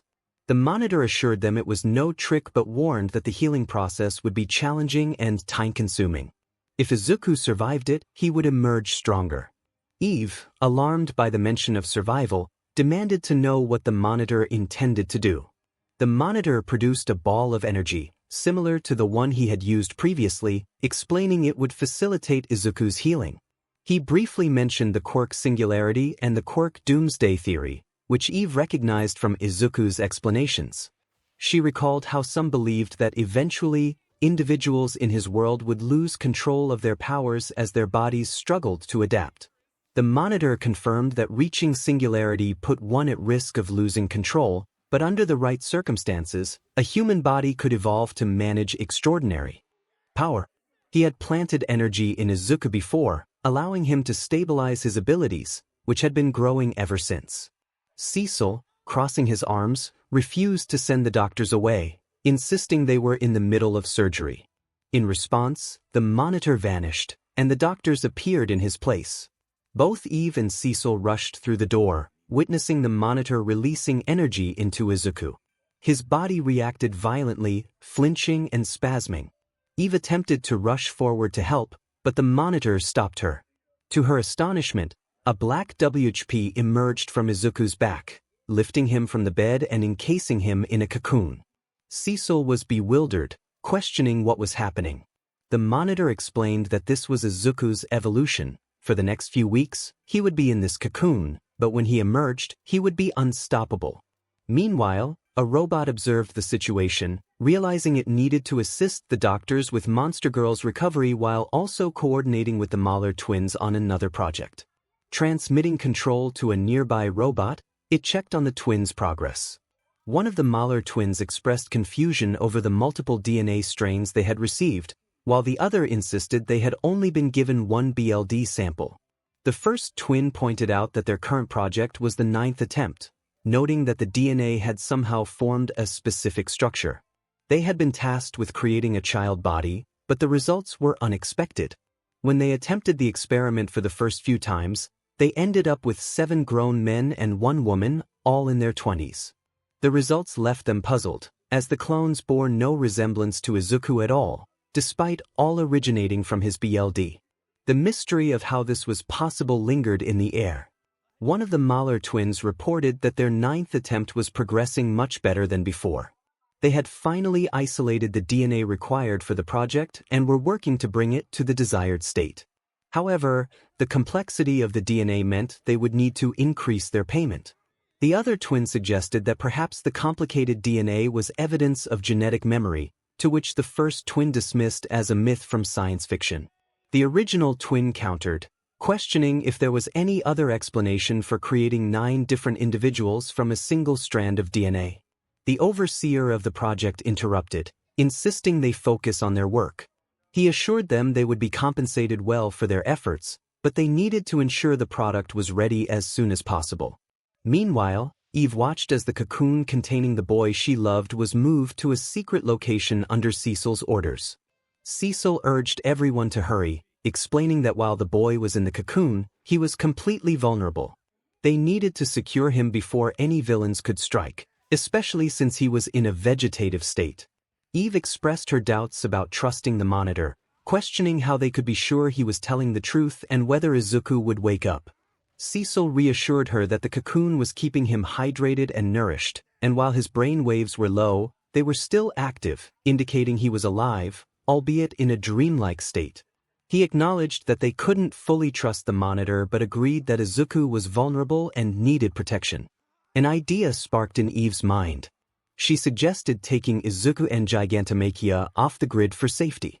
𝗧𝗏 was taken aback by the suggestion, questioning how that would help. Eve argued that with an artificial bodyguard and her best friend, they could evade the villains who had the ability to teleport. She pointed out that these villains were experienced and likely knew how to track them, making it essential to go completely off the radar. 𝗧𝗏 recognized the logic in her plan, despite his reservations. The villains who attacked the Guardians were formidable, and he had to consider the threat posed by Omni-Man. Reluctantly, he agreed to let Eve take Izuku and 𝗧𝗵𝗃𝗃, emphasizing the need for caution and the risks of no communication. Eve nodded, preparing to leave the room and head home to pack. She knew her parents would oppose her decision, but she was determined to help her friend, who was in a vulnerable state. Meanwhile, Mark, feeling guilty about Izuku's situation, understood that he couldn't pause his life either. Mark needed to mend his relationship with his girlfriend Amber, so they decided to go on a university scouting trip together with William to reignite the spark between them. Little did Mark know he was in for an eye-opening experience regarding college. Meanwhile, at the Wilson residence, Eve packed as much as she could despite her parents' protests. Her mother tried to convince her to stay, expressing her confusion about Eve's decision to leave. Eve insisted that she needed to help a friend and would only be gone for a couple of weeks. Her mother remained concerned about Eve's education and future. Eve reassured her that she had enough credits to pass the semester and would figure out the college situation later. Eve's father, furious, stormed toward her, but she used her powers to reinforce the door, preventing him from entering. Her mother raised an eyebrow, noting that the back door was still available. The father, regaining his composure, insisted that he wouldn't allow Eve to go on a reckless mission. He believed she should focus on her life and not engage in superhero antics, arguing that it could lead to danger. Eve, feeling hurt yet determined, defended her choice. She explained that the boy in question had saved her life multiple times and was someone she deeply cared about. She refused to let him get hurt, regardless of her parents' opinions. Her father remained adamant, declaring that she would not go. Just then, the ground shook, and Eve smiled, knowing her ride had arrived. 𝗧𝗵𝗲 appeared, carrying a cocoon on his back. Eve approached the giant, reassuring her parents that he was there to help her. She explained to 𝗧𝗵𝗲 that they needed to take Izuku far away to keep him safe until he recovered, and they had to do it quietly. 𝗧𝗵𝗲 agreed, and Eve climbed onto the giant's back, using her powers to manage her luggage. She informed him that they had a clear route to the water, where they would swim to another continent. However, she planned to make it look like they were going far away to mislead anyone who might be tracking them. Once they reached the ocean, 𝗧𝗵𝗲 began to swim, growing larger in size. Eve had no intention of traveling far, she just wanted to create a diversion. After spending some time at sea, they relocated to a forest near the shoreline. Once on land, Eve set up a small treehouse base and a wooden shed for 𝗧𝗵𝗲 to rest while they waited for Izuku to wake up. She placed the cocoon, holding the boy she loved, in the safest spot of the treehouse, reassuring him that he was safe and that they would protect him. Though there was no response, Eve noticed a slight twitch in Izuku's body, indicating he was still alive. She wondered what he might be dreaming about. In Izuku's mind, he found himself in a distorted world, confused and searching for answers. Meanwhile, a mysterious figure observed from afar, noting that events had unfolded sooner than anticipated. The champion was not yet ready, but the time for intervention had passed. It was now up to him, and the figure understood the perceptions others had of them, knowing there was a purpose behind every test and action taken. He is the only hope the multiverse has against the unseen enemy. As the dark presence loomed, it became evident that their champion was in trouble. The Dark One taunted, suggesting that help should be given, as had been done before. However, the response was resolute. The champion no longer needed assistance and would be ready when the time was right. The unseen enemy would soon be defeated, unable to thwart the Dark One's plans. Though the enemy had lasted longer than expected, the truth remained. The champion stood little chance against the Dark One's impending onslaught. The soldiers of darkness were eager for battle, and it seemed their moment was approaching faster than anticipated. The Dark One dismissed the underestimation of the champion, asserting that he would overcome the nightmares and thwart the insidious scheme. The unseen enemy retorted, claiming that their champions were deluded, placing faith in a false savior. The Dark One countered, reminding that they had acted similarly, suggesting that the intent to protect the multiverse did not elevate them above the darkness. The unseen enemy insisted that the Dark One's plan would lead to the destruction of the multiverse itself, questioning how that could equalize everyone. The Dark One explained that bringing everyone to their level would force all to experience the same fate, devoid of happy endings. They warned to cherish the peaceful times, for soon, their horsemen of the apocalypse would rise and bring ruin to the champion and the multiverse. With the Dark One's presence fading from the ship, preparations were essential. The champion had been equipped with everything needed, now it was up to him. Izuku was urged to survive, as the fate of not only his world but all life in the multiverse depended on his success. He must prevent the darkness from spreading, or it would not be long before all were consumed by the depths of the dark multiverse. 𝗧𝗵𝗲, in a moment of frustration, lamented the timing of Nolan's actions. With Nolan entering the final stages of his plan and Debbie uncovering the truth, chaos was imminent. Nolan was presumed to be searching for Mark, and uncertainty loomed over their next steps. Debbie revealed the shocking news that Nolan had killed the Guardians.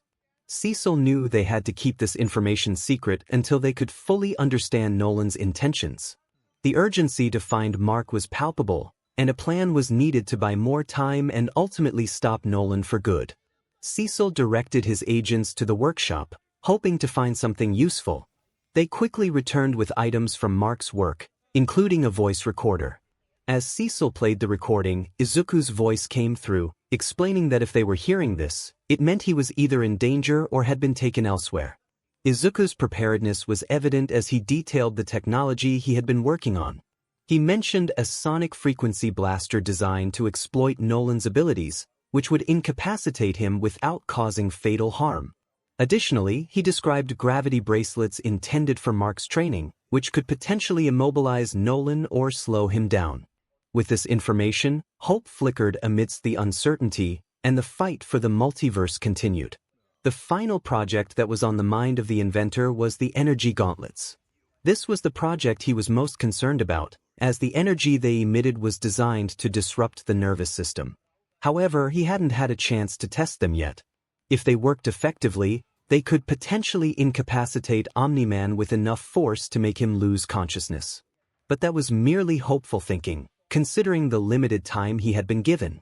Assuming he was still alive and in this world, he had one last trump card, but only he could use it, so there was no point in discussing it.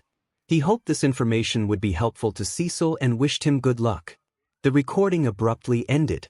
The observer examined the weapons the young inventor had created and found them impressive. It was more than sufficient for their needs. They asked how many of these weapons were available. The agent responded that they had 2 sonic blasters, 5 gravity bracelets, and only 1 set of energy gauntlets.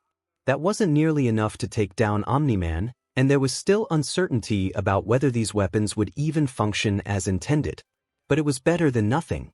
The observer instructed that 1 energy blaster and 1 gravity bracelet should be taken to the scientist to be duplicated, emphasizing the importance of an exact copy.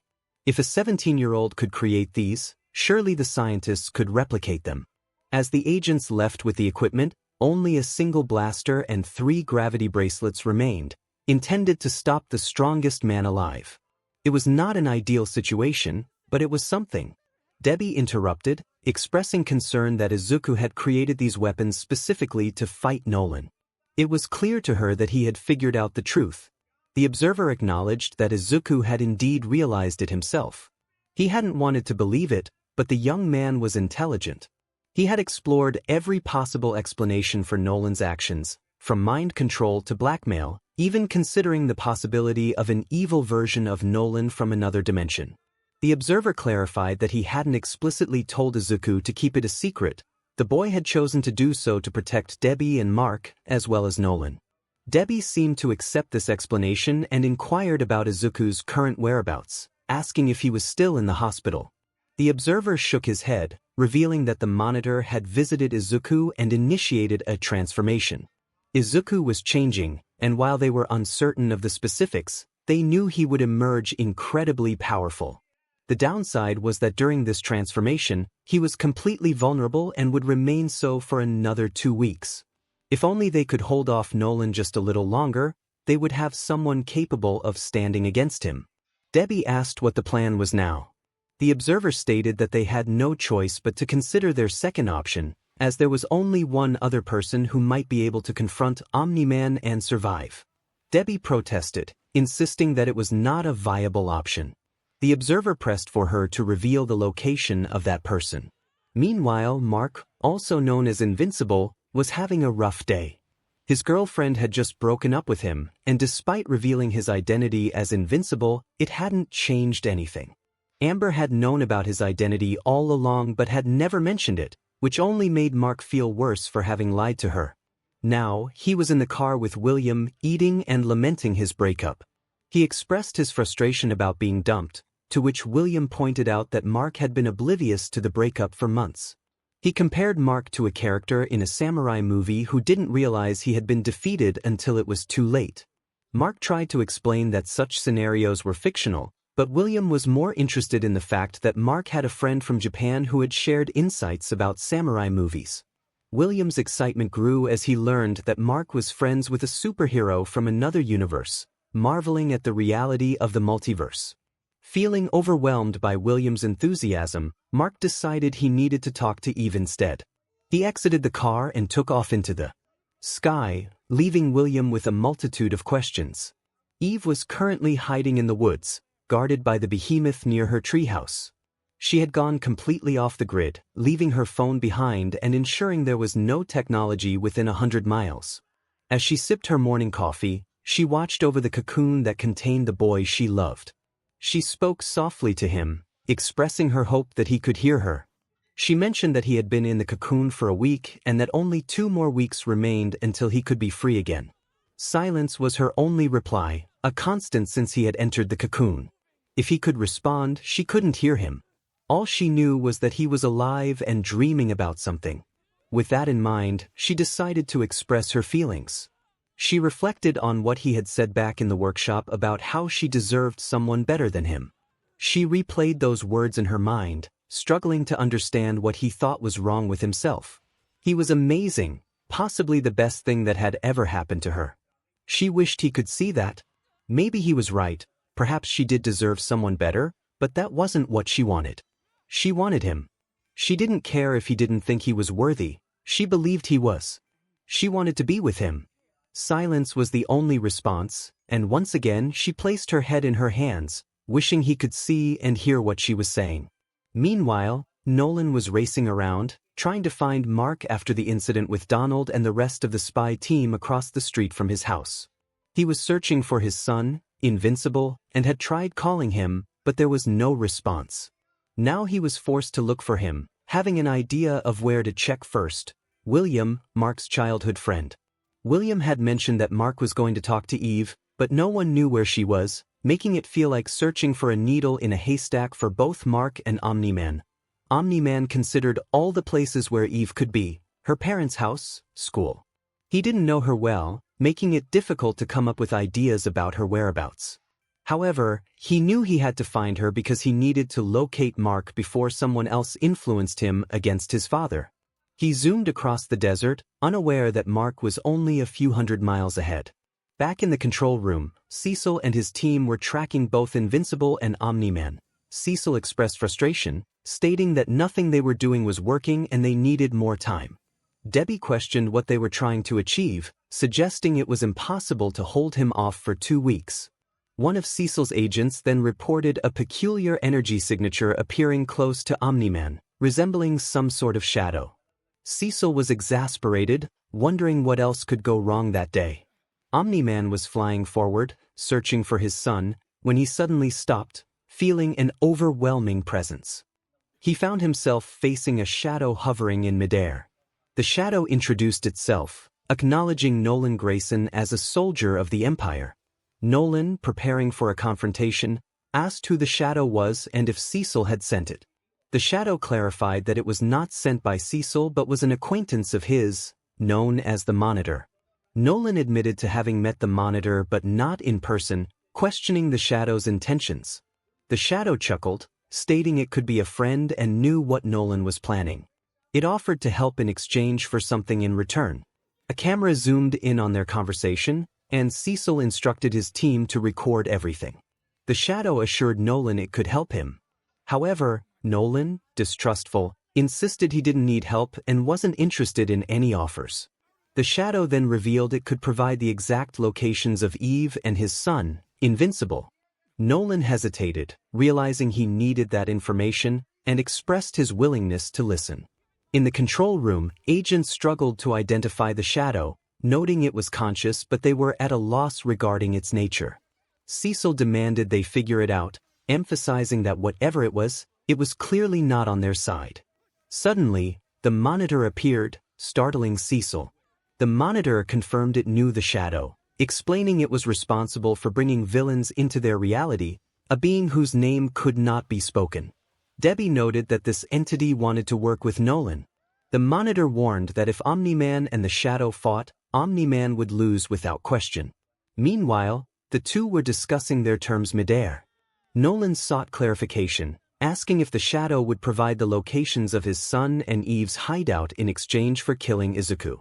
The shadow confirmed this would be no problem for Nolan, especially since Izuku was vulnerable. It cautioned that if Nolan waited too long, Izuku would become a formidable opponent. Nolan, unfazed, claimed that even if Izuku woke up, he wouldn't stand a chance against him. The shadow rolled its non-existent eyes, insisting it would only give Nolan his son's location if he fulfilled his end of the agreement, regardless of the order.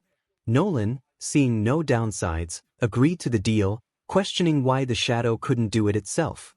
The shadow began to fade, explaining that it had rules to follow, wishing Nolan luck as it disappeared, leaving behind a sheet of paper with coordinates.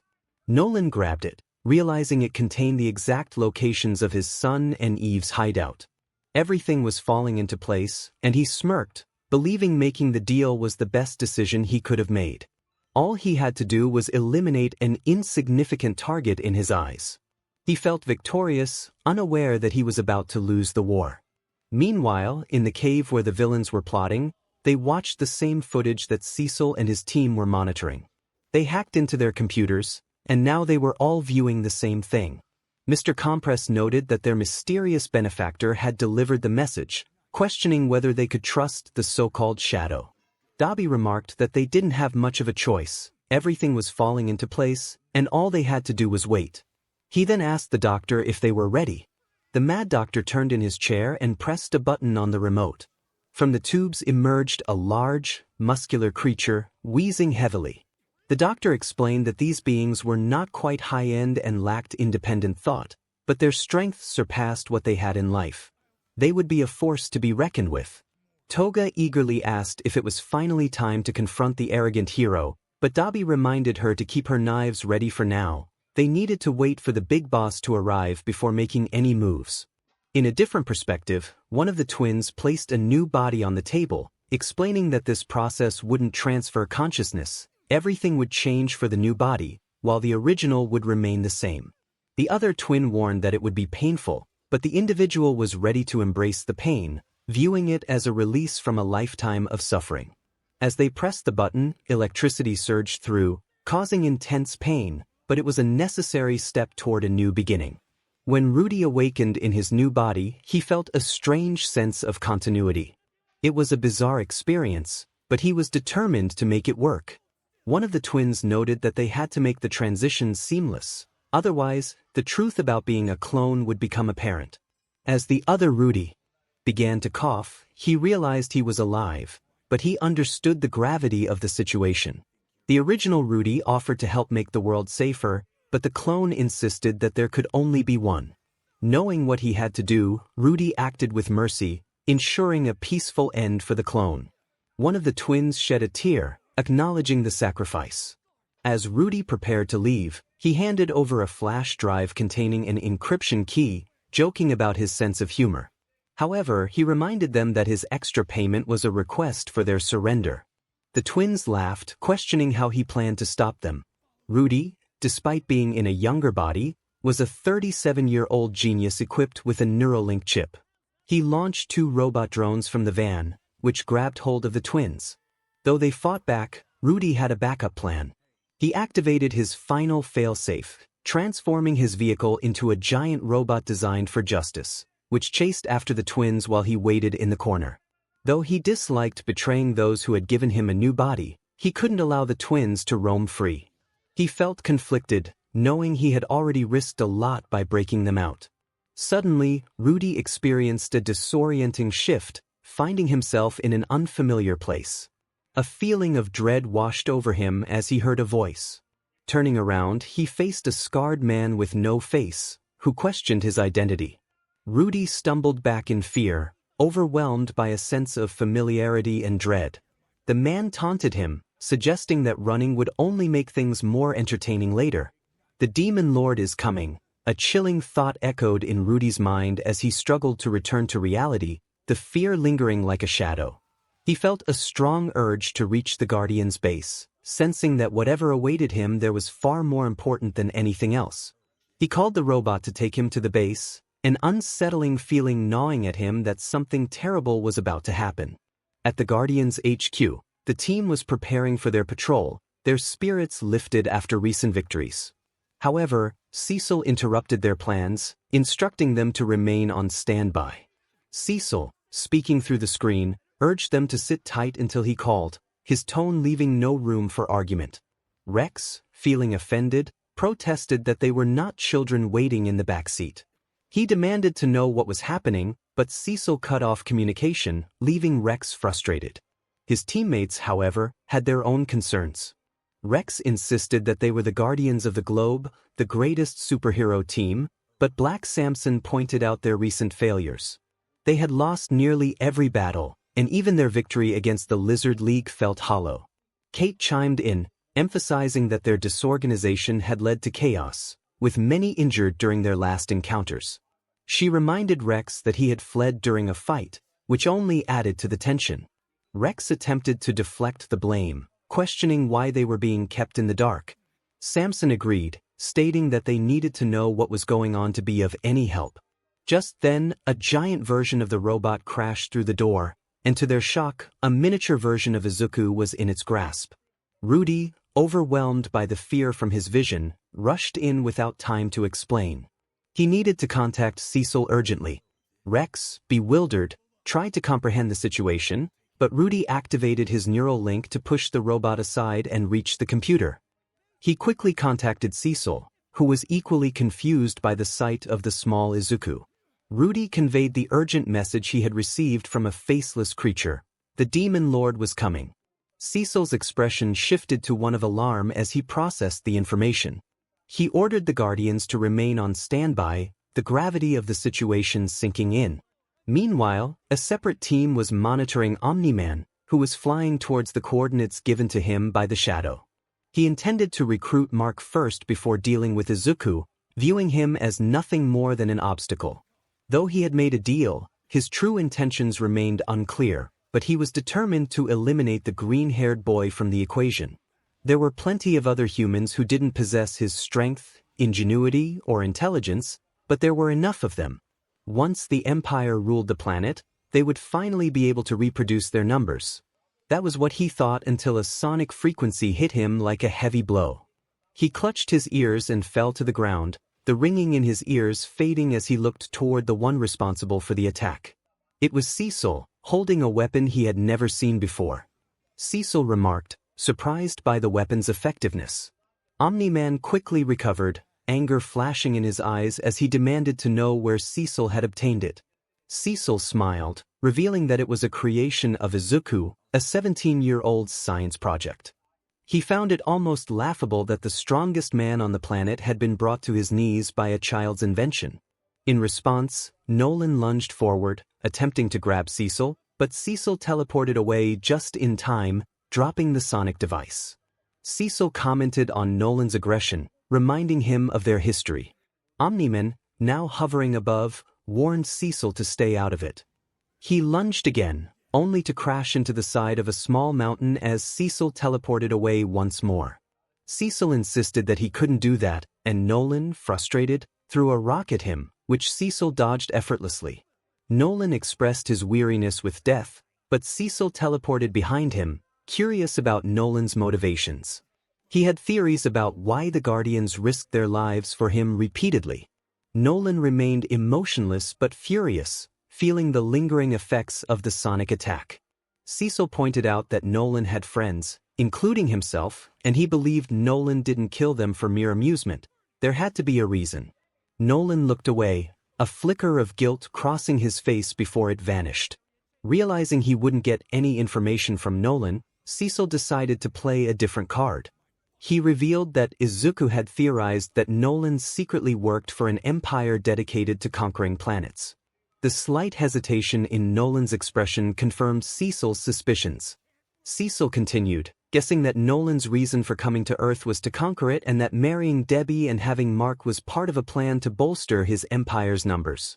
For the first time since Nolan revealed his true colors, he was taken aback by 𝗧𝗏's insight. 𝗧𝗏 explained that while he didn't have all the answers, Izuku had figured out much about Nolan's intentions. He suggested that Nolan didn't want to kill everyone, as he needed humanity for his plans. Nolan, gritting his teeth in frustration, felt the weight of Izuku's influence. 𝗧𝗏 laughed, confident in his belief that Izuku was honest and not a conqueror.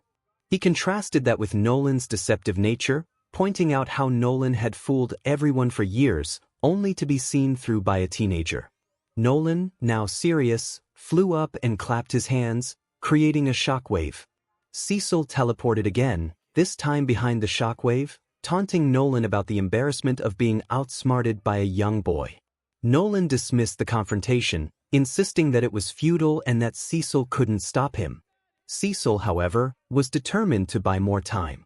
He teleported away as Nolan charged at him, reappearing in the monitoring room, his tie now torn. On the screen, pods descended from the sky around Omni-Man, releasing monstrous creations that were a mix of the dead and technology. The creatures lunged at Omni-Man, managing to inflict some damage. Debbie watched in horror, questioning what those things were. Cecil, removing what remained of his tie, explained that they were dead soldiers serving once more, thanks to 𝗧𝗵𝗲, who sat at the table, battered and mumbling his gratitude. Cecil, disgusted, told Sinclair to be quiet. The monitor in the room observed the creations, noting how they held Omni-Man back momentarily until he tore through them with fierce determination. Cecil cursed their dwindling numbers of creations, and the monitor stepped forward, offering assistance. Cecil questioned the monitor's motives, recalling the cosmic rules that had been broken and how they had influenced the world's fate. Therefore, the monitor explained that he had the ability to influence the situation to restore balance, but there were limitations to his powers. Debbie asked what exactly he could do. The monitor replied that he could teleport in front of Mark, but he could not bring him back or disclose what was happening. Cecil, feeling frustrated, questioned the monitor's usefulness and whether he could wake Izuku or speed up the process. The monitor shook his head, stating that he could only show Mark what he was meant to be if Deku had not interfered with his life. Debbie, slightly concerned, inquired about the implications of this. The monitor elaborated that since Deku arrived in their world, he had significantly altered its destiny and possibilities, both positively and negatively. He could show Mark what he could have become and what he still could be if he chose to side with his father, but the ultimate decision rested with Mark. The monitor could only provide an incentive for him to refuse, warning that if he went beyond the rules, it would not only endanger himself but also the entire world. After a moment of contemplation, Cecil decided to proceed, urging the monitor to do whatever he could. The monitor nodded and vanished, leaving the fate of the world hanging on his next action. From Mark's perspective, he was unable to find Eve. Despite trying to call her and searching everywhere, she remained unreachable.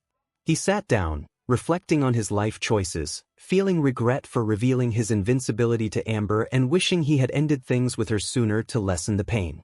He pondered how Izuku managed to face his challenges, battling an evil dictator and saving the day with a smile, despite the burdens he carried. Suddenly, the monitor's voice broke through his thoughts, announcing that he had found Mark. Mark turned to see the monitor beside him, realizing there was no point in hiding his identity since the monitor, an all-seeing being, likely knew it already. The monitor commented on the beauty of the view, which confused Mark. He questioned the monitor's sudden appearance and intentions, suspecting a test similar to what had been done with Deku. The monitor clarified that he was aware of Mark's personal struggles and felt compelled to speak with him directly. Mark felt uneasy receiving advice from a being he considered a stalker of the multiverse. He asked if the monitor had experienced any failed relationships. The monitor admitted he had not had any romantic relationships in his existence, which only deepened Mark's discomfort. The monitor reassured him that he had witnessed many love stories, including Mark's own. Mark's eyes widened at the implication that other versions of him might have been with Amber. The monitor clarified that none of those versions ended up with her, but Mark could be the one to defy destiny. Mark felt discouraged by this, questioning who he would end up with if not Amber. The monitor suggested that in a typical story, he would end up with Adam Eve. Mark acknowledged Eve's qualities but admitted he did not see her that way, having always thought she would end up with Izuku, who was from another world. The monitor explained that when he brought Izuku into their reality, he drastically changed destiny just by being there. While Izuku influenced the fate of the planet and others, Mark's destiny remained uncertain, as he had a choice to make. The monitor could not dictate his decision but wanted to show him something important. He revealed that in other realities, Mark was not seen as heroic. Mark raised an eyebrow, questioning if he was viewed as a villain in other dimensions. The monitor confirmed this, prompting Mark to reflect on his initial desires when he first gained his powers, particularly his thoughts about revenge against his bully. Mark recalled wanting to retaliate but remembered Izuku's past and how he overcame his struggles, which inspired Mark to reconsider his own feelings. Mark realized that his perspective had shifted after speaking with Izuku. If the other version of himself hadn't had Izuku to confide in, he might have made a much darker choice. Everything was becoming clearer now. His decisions, his ideas, and his longing for a world where heroes had too much time on their hands stemmed from his interactions with Izuku. He felt a wave of hesitation wash over him as he considered the monitor's words. The monitor claimed to see all realities, past, present, and future. Mark wondered what would have happened if Izuku hadn't been brought into this reality. What would he have become? The monitor offered to show him a glimpse of the life he could have led without Izuku's influence, but warned him that it wouldn't be a pleasant sight. Mark steeled himself, knowing he needed to see it to understand his path. As the monitor projected the vision into his mind, Mark was met with a haunting image of his potential future. The vision left him trembling, tears welling in his eyes. He couldn't fathom becoming that version of himself. The monitor reminded him that this was what he was meant to be without Izuku's interference. Mark owed much to Izuku for the man he had become, but the possibility of becoming what he had just seen still lingered. Haunted by the images of his darker self, Mark questioned how he could avoid that fate. The monitor pointed into the distance, emphasizing that the choice was his to make. He would face a decision that could alter the very foundation of his life, and it was up to him to choose the side he would take. The monitor wouldn't dictate what was right or wrong. That burden lay solely on Mark's shoulders. Feeling the weight of the moment, Mark prepared to fly, still shaken by the revelation. He sought clarity, asking if he would have turned evil without Izuku. The monitor clarified that there was another good version of him in the multiverse, one that existed without Izuku. Ultimately, it was Mark's choice who he wanted to be, and he had the support of someone who would stand by him through challenges. As he readied himself to take flight, Mark felt a surge of gratitude. He wanted to thank the monitor for bringing Izuku into their reality and for giving him a true friend. The monitor dismissed his thanks, urging him to face his destiny, as the fate of the world rested on his decision. Mark soared into the sky, uncertain of what awaited him, but resolute in his determination not to become the darker version he had seen. If there was only one other good variation of him, he would strive to embody that. He would break free from fate's grasp and become a hero, following Izuku's lead. Meanwhile, Invincible was racing to meet his father, completely unaware of the impending confrontation. The monitor had returned, much to 𝗳𝗏 and Debbie's dismay, as they expressed their frustration over Mark heading straight for his father. The monitor explained that he could not interfere with free will. The choice was Mark's alone. However, he had stacked the odds in their favor and suggested unleashing a creature they had prepared, but timing was crucial. 𝗳𝗏 reluctantly agreed, knowing he had little choice but to follow through with the plan. Back with Nolan, he was racing toward his son when a massive creature suddenly teleported in front of him. It was larger and more formidable than before, but Nolan was determined to defeat it again. 𝗳𝗏 informed Nolan that they had enhanced the creature, removing its pain center and fueling its rage against him. As the communication cut off, the battle between Nolan and the creature began, leaving Debbie in a state of anxiety, unsure of whom to support. 𝗳𝗏, however, remained focused on the monitor, who observed the unfolding fight with an unsettling calmness. The stage was set for a confrontation that would determine the fate of many. All that was left was to wait and see how the situation would unfold. Assuming everything followed its usual course in these realities, they just needed to hold on a little longer until the moment of truth revealed itself. Only then would they discover who Mark Grayson truly was, whether he was destined to be a hero or if he would follow his father into darkness. The fight continued, and news helicopters arrived to report on the unfolding situation, unaware that they should have been rooting for the creature rather than their so-called hero. Mark arrived, feeling invincible but uncertain about why his father was battling the creature. It was clear that Nolan needed help, so Mark charged in, unaware that a decision was about to change the course of his life. Debbie, watching from the base, asked about Mark's impending choice, curious about what it meant and when he would have to make it. The monitor responded that it wouldn't be long now. The final piece was being put into place, and it would soon be up to Mark to choose which path to take at this critical crossroads. No one in the base understood what the monitor was referring to. They were too engrossed in the fight. Little did they know that the monitor was correct, and a new piece was about to enter the board, one who was completely unaware of the events of the past 6 months. All he knew was that he needed to confront Omni-Man. Mark was speechless, struggling to comprehend what he had just witnessed. His father, Nolan, was covered in BLD, his eyes reflecting the pressure he had endured. He looked at Mark and said they needed to talk. Misreading the situation, Invincible tackled his father, trying to subdue him. Nolan urged Mark to stop, but Mark, unwilling to believe that his father could be a murderer, insisted that someone was controlling him and demanded to know how to stop them. Nolan shook his son off and reiterated that it was truly him, no one else. He looked at his BLD-stained hands and realized this was not the best moment to reveal his true purpose.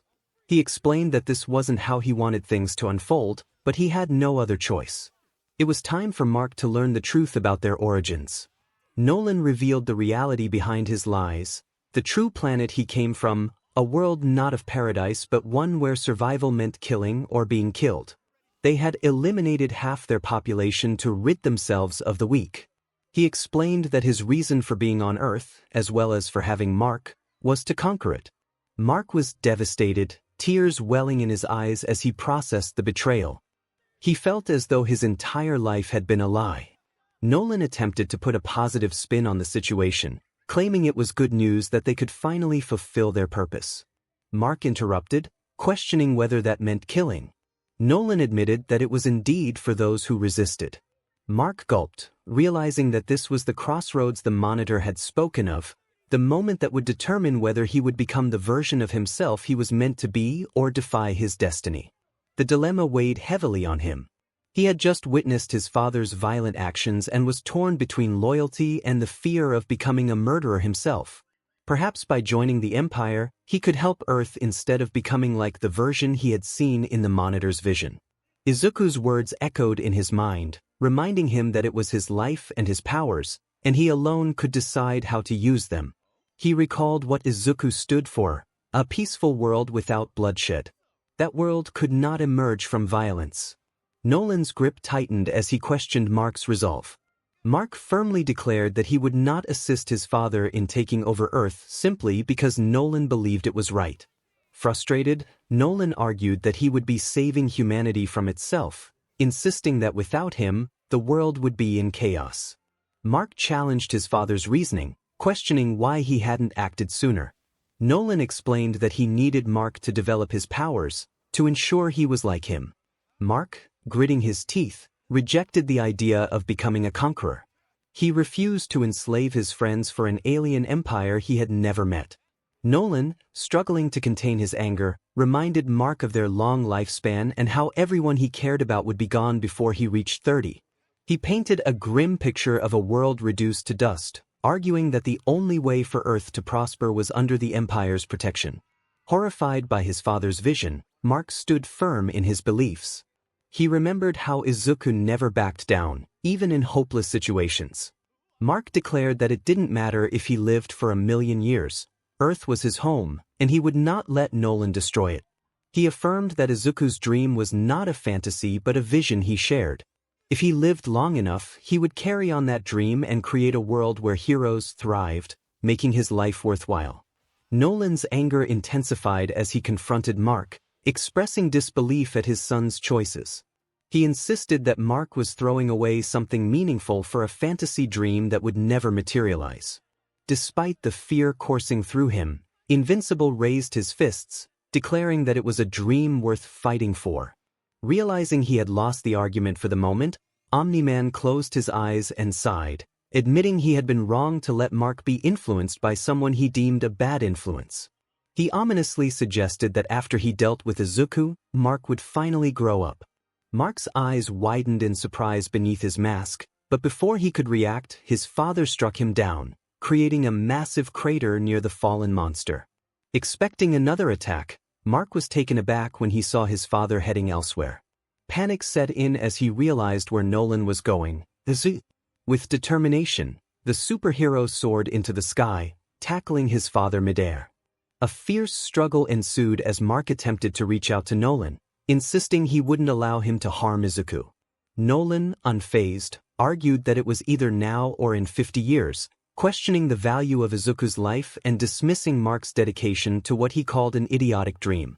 He struck Mark away, sending him flying through the air. Back in the control room, Debbie watched in horror as Nolan revealed his intentions to harm a child, her heart breaking at the sight of her son and husband in conflict. The monitor indicated that Mark had made his choice, defying his fate and opting to follow Izuku instead of his father. 𝗧𝗏, however, recognized a new problem. Nolan was likely headed straight for Izuku and Eve, and they had no way to contact them. The monitor suggested a solution, which confused 𝗧𝗏 and the others until Debbie recalled the radio 𝗧𝗵𝗃𝗄𝗃 wore around his neck. With newfound hope, 𝗧𝗏 ordered everyone to search through every radio frequency available to alert Eve and ensure her and Izuku's safety. Eve had been spending the past week in the treehouse with 𝗧𝗵𝗃𝗄𝗃 and an unconscious Izuku, keeping a low profile without any technology that could lead enemies to their location. She had been teaching 𝗧𝗵𝗃𝗄𝗃 how to spell and count, though it proved to be a challenge. Just as she was about to start again, static erupted from the radio, followed by a message that sounded like 𝗧𝗏's voice warning her to run as Omni-Man had gone rogue and was coming to kill Izuku. Realizing the urgency, Eve instructed 𝗧𝗵𝗃𝗄𝗃 to grab Izuku's cocoon so they could leave immediately. Without time to pack, she climbed onto 𝗧𝗵𝗃𝗄𝗃's back as he charged through the forest, prioritizing their escape. They covered a significant distance quickly, but suddenly a sonic boom echoed, and something struck 𝗧𝗵𝗃𝗄𝗃's head, causing Eve to flip forward. Using her powers, she caught Izuku's cocoon as they fell. As she turned, she saw Omni-Man standing over 𝗧𝗵𝗃𝗄𝗃, who was still breathing but appeared unconscious. Omni-Man, with a chilling demeanor, informed Eve that 𝗧𝗵𝗃𝗄𝗃 could be useful later. He then offered her a sinister choice: step aside and live. Unwilling to let him harm her friend, Eve defiantly refused. Omni-Man, rolling his eyes, prepared for a fight. Before she could react, he seized her by the throat with alarming speed. Mark rushed in, calling out for Eve, but Omni-Man caught him as well, leaving both struggling for air. Eve attempted to use her energy powers against him, but they merely bounced off. With a menacing tone, Omni-Man declared that if they wanted to die for an insignificant superhero, they could watch him perish. He hurled them aside, and Mark managed to catch Eve, shielding her from the impact as they crashed into the trees. Even from a distance, Eve could see Omni-Man approaching the cocoon. He punched through it effortlessly, seizing Izuku by the throat. Tears filled Eve's eyes as she lunged forward with all her strength, Mark right behind her. But Omni-Man easily brushed them aside, sending them crashing into more trees, the pain intensifying with each blow. Mark felt a surge of anger as he tackled his father into the mountainside, landing punch after punch on the man he once called Dad. Tears streamed down his face, fueled not just by the fight but by the grief of losing a close friend. This was not the father he knew, this was the man who had taken Izuku's life. In that moment, Mark's resolve hardened. He was determined to avenge his friend. With each blow, he shouted accusations, demanding to know how his father could commit such an atrocity. The weight of his emotions drove him to fight harder, but Omni-Man, unfazed, caught one of Mark's punches and twisted his arm, lifting him effortlessly. As Mark struggled, his father taunted him, questioning whether the loss of Izuku had shaken him. The battle raged on, filled with the intensity of their conflicting emotions. Mark's heart raced as he fought against the overwhelming power of his father, determined to stand up for what was right, even in the face of despair. Meanwhile, Izuku found himself in a strange, ethereal place, feeling a slight pain in his neck. He was disoriented, unsure of how long he had been there or where there even was. Surrounding him were past users, lost and confused, some of whom he recognized but could not place.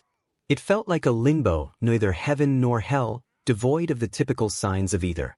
As he tried to make sense of his surroundings, he heard a familiar voice, filled with sorrow. It was Eve, pleading for him not to leave her alone. Her distress ignited a spark of urgency within him. He needed to escape this place, but how? Nana appeared before him, suggesting they head toward a newly formed bridge that led to a familiar presence, All Might.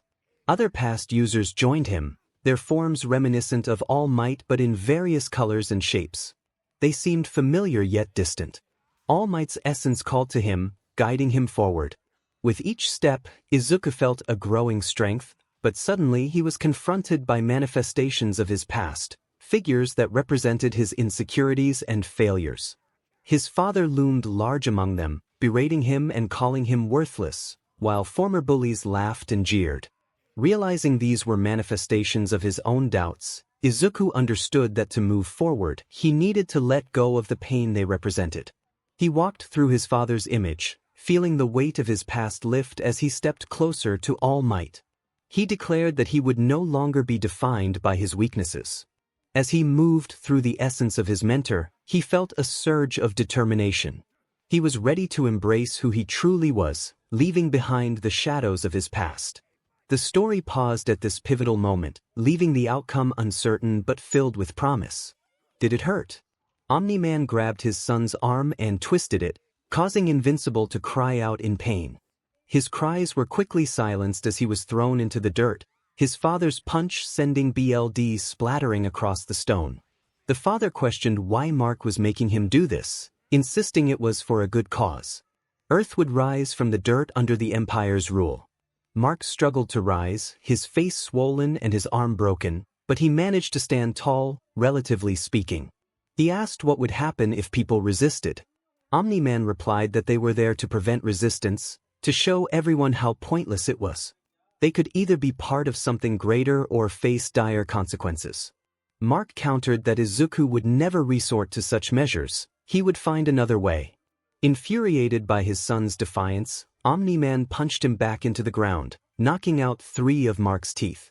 He declared that if Mark wanted to die for an idiotic dream, he could wait another 17 years. Another punch landed, shattering Mark's jaw and dislocating it. Omni-Man continued to strike his son repeatedly, each blow powerful enough to shake the very ground beneath them. Memories of their time together flashed in his mind. He didn't want to hurt Mark, but he believed he had to make him see the truth, that the end justified the means. Finally, thinking Mark would understand, Omni-Man paused and expressed his frustration. He lamented the wasted time and urged Mark to consider the consequences of his fight. He warned that Mark would outlive every fragile life on the planet, witnessing everything he cared about crumble to dust. Was it really worth it? Mark struggled to respond, saying he thought he would have his father, but perhaps he was wrong. He insisted he would hold on to his ideals and purpose, even if it wasn't his own. He vowed to carry on Izuku's dream until the universe was at peace, without bloodshed. Nolan looked at his son, expressing regret that Mark felt that way. He had hoped Mark could be useful to the Empire, but if he was so set in his dream world, Nolan had no choice but to consider making another son. Mark felt tears welling up at his father's words as he raised his fist, ready to fight back. He pleaded for help, desperate for a hero. Nolan, unimpressed by Mark's pleas, told him that no one was coming. Mark let a single tear fall as he closed his swollen eyes, waiting for the final blow. But it never came. Instead, he heard a sudden clap. When he opened his eyes, he saw Izuku standing there in ragged clothing, alive and holding back his father's fist with one hand, surprising both him and Nolan. Izuku had come to answer Mark's call for help. He acknowledged Mark's struggle and assured him that he would take care of the rest. Still in shock, Nolan couldn't react in time as Izuku delivered a powerful punch to his face, sending him flying back. Nolan quickly recovered, rubbing his jaw and realizing he had lost a tooth from a blow delivered by a 17-year-old. Mark smiled through his swollen face, relieved to see Izuku alive. Izuku knelt beside his injured friend, telling him not to apologize, as he had done nothing wrong. It was Omni-Man who was to blame. Mark had bought Izuku enough time to arrive, and he had saved him. Mark began to tear up, expressing his gratitude. Izuku assessed Mark's injuries, noting they were severe but not life-threatening. He instructed Mark to stay put, assuring him that Eva would arrive soon to help. With that, Mark fell unconscious, a smile on his face, knowing his friend would finish the fight. Izuku turned his attention to the already beaten Omni-Man, who was furious that the immortal had returned. Nolan had thought he had snapped Izuku's neck, yet here he stood, alive and seemingly stronger.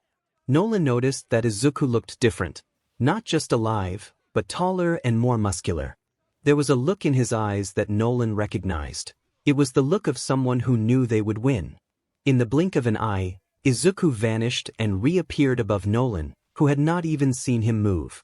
Izuku unleashed one of his special moves, calling it Manchester Smash. Reacting quickly, Nolan caught the kick, but was surprised when Izuku twisted his leg, breaking free without showing any sign of pain. This shocked Nolan even more when Izuku delivered a powerful kick to his face, launching him into the ground, creating a cloud of dust from the impact. Nolan got up, feeling disoriented. The kick had taken a toll on him, and blood was oozing from his mouth. He suspected he might have a concussion, as he struggled to comprehend what he was seeing. When he glanced back at his opponent, who was now on the ground just 6 feet away, he was shocked to see his leg miraculously heal in a disturbing manner. Izuku remained unfazed by the situation, commenting on Nolan's surprise. He acknowledged that he had acquired some new abilities. Nolan, gritting his teeth, demanded to know how Izuku had survived. He was convinced he had snapped his neck, certain that Izuku should be dead or at the very least paralyzed. The young hero stood still for a moment, recalling what had happened after he awakened from his long sleep. In a flashback, Samantha Eve Wilson was seen crying, an unusual sight for her. The boy she loved lay dead on the floor, and she felt powerless to protect him. However, the story was not over. Suddenly, Izuku gasped for air as he sat up, breathing heavily. Eve, surprised, realized he was alive. Izuku took deep breaths, cracking his neck to relieve some discomfort, and confirmed that he believed he was indeed alive. Eve, overwhelmed with emotion, hugged him tightly, expressing her gratitude for his return. Izuku, slightly blushing and unsure how to respond, reassured her that everything was okay now.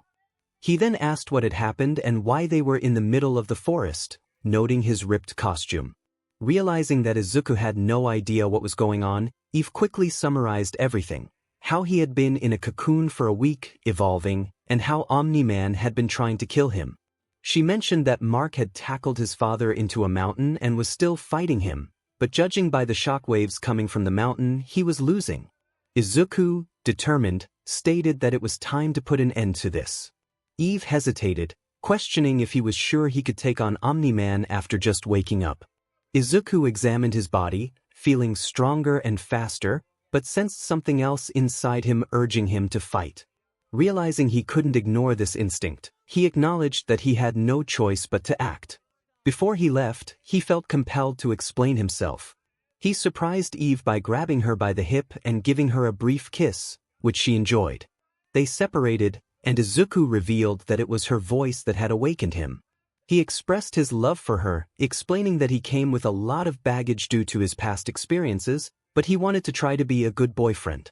Eve smiled, assuring him that she wanted to be together and was willing to work through whatever had happened to him. She asked if it was okay for her to expect to know everything one day. Izuku agreed, thanking her for her understanding. With a final encouragement from Eve to go save the world, he nodded and leaped into the air, creating a small crater as he flew toward the source of the shockwaves, smiling slightly as he blushed. In the air, Nana appeared beside him, teasing him about his romantic side. Izuku rolled his eyes, not wanting to engage in that conversation. Back in the present, Nolan yelled in frustration, demanding to know how Izuku had survived. Izuku, unsure how to respond, simply mentioned the power of love. Nolan, incredulous, insisted that such things only happened in stories, not real life.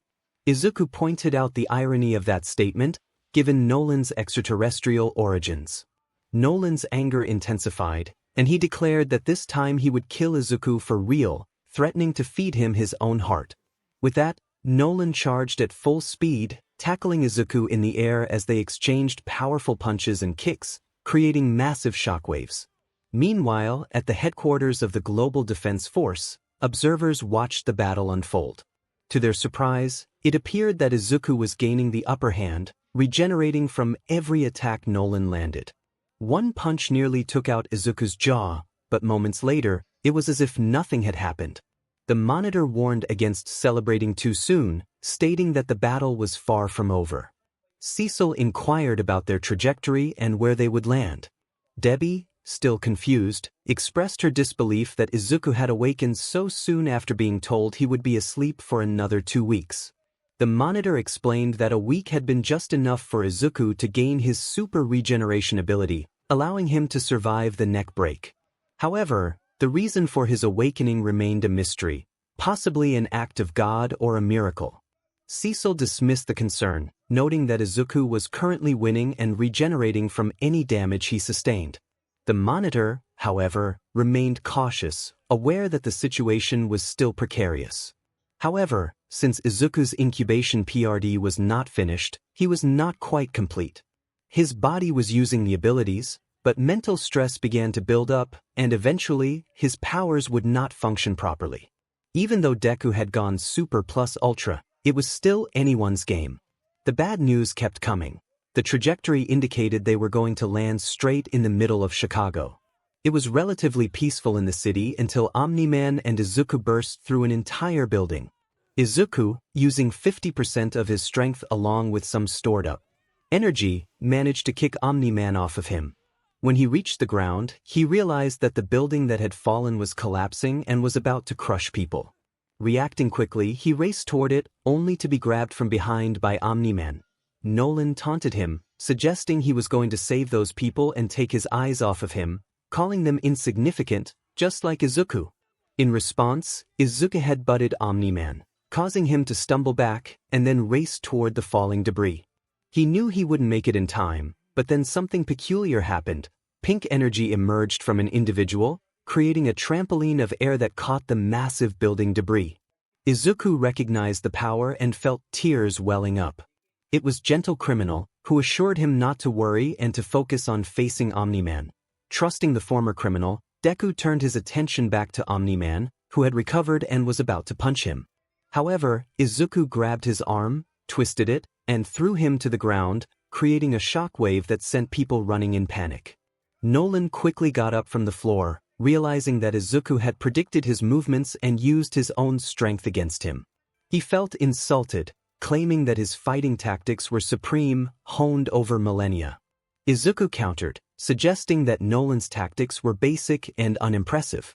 Nolan was incredulous, insisting that he had conquered countless worlds with those tactics. Deku pointed out that Nolan had only fought those weaker than him, making him a bully rather than a true warrior.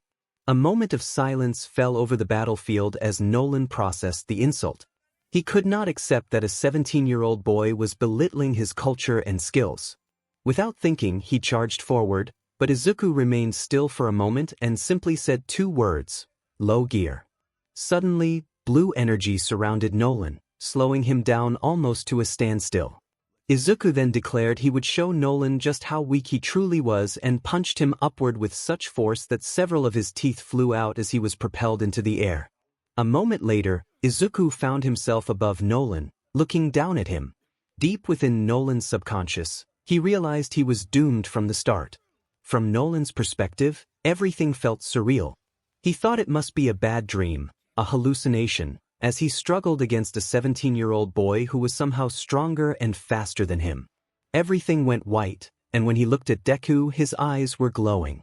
Out of the corner of his eye, he noticed 2 figures he did not recognize. One had white hair and declared it was over for Nolan, stating he would pay for what he did to the Guardians. The other, with orange hair, mentioned that there were guests who wanted to say hello. Shadows appeared behind the 2 strangers, and Nolan felt a chill run down his spine. It was impossible, he had killed them all. The first figure, War Woman, stated it had been a long time.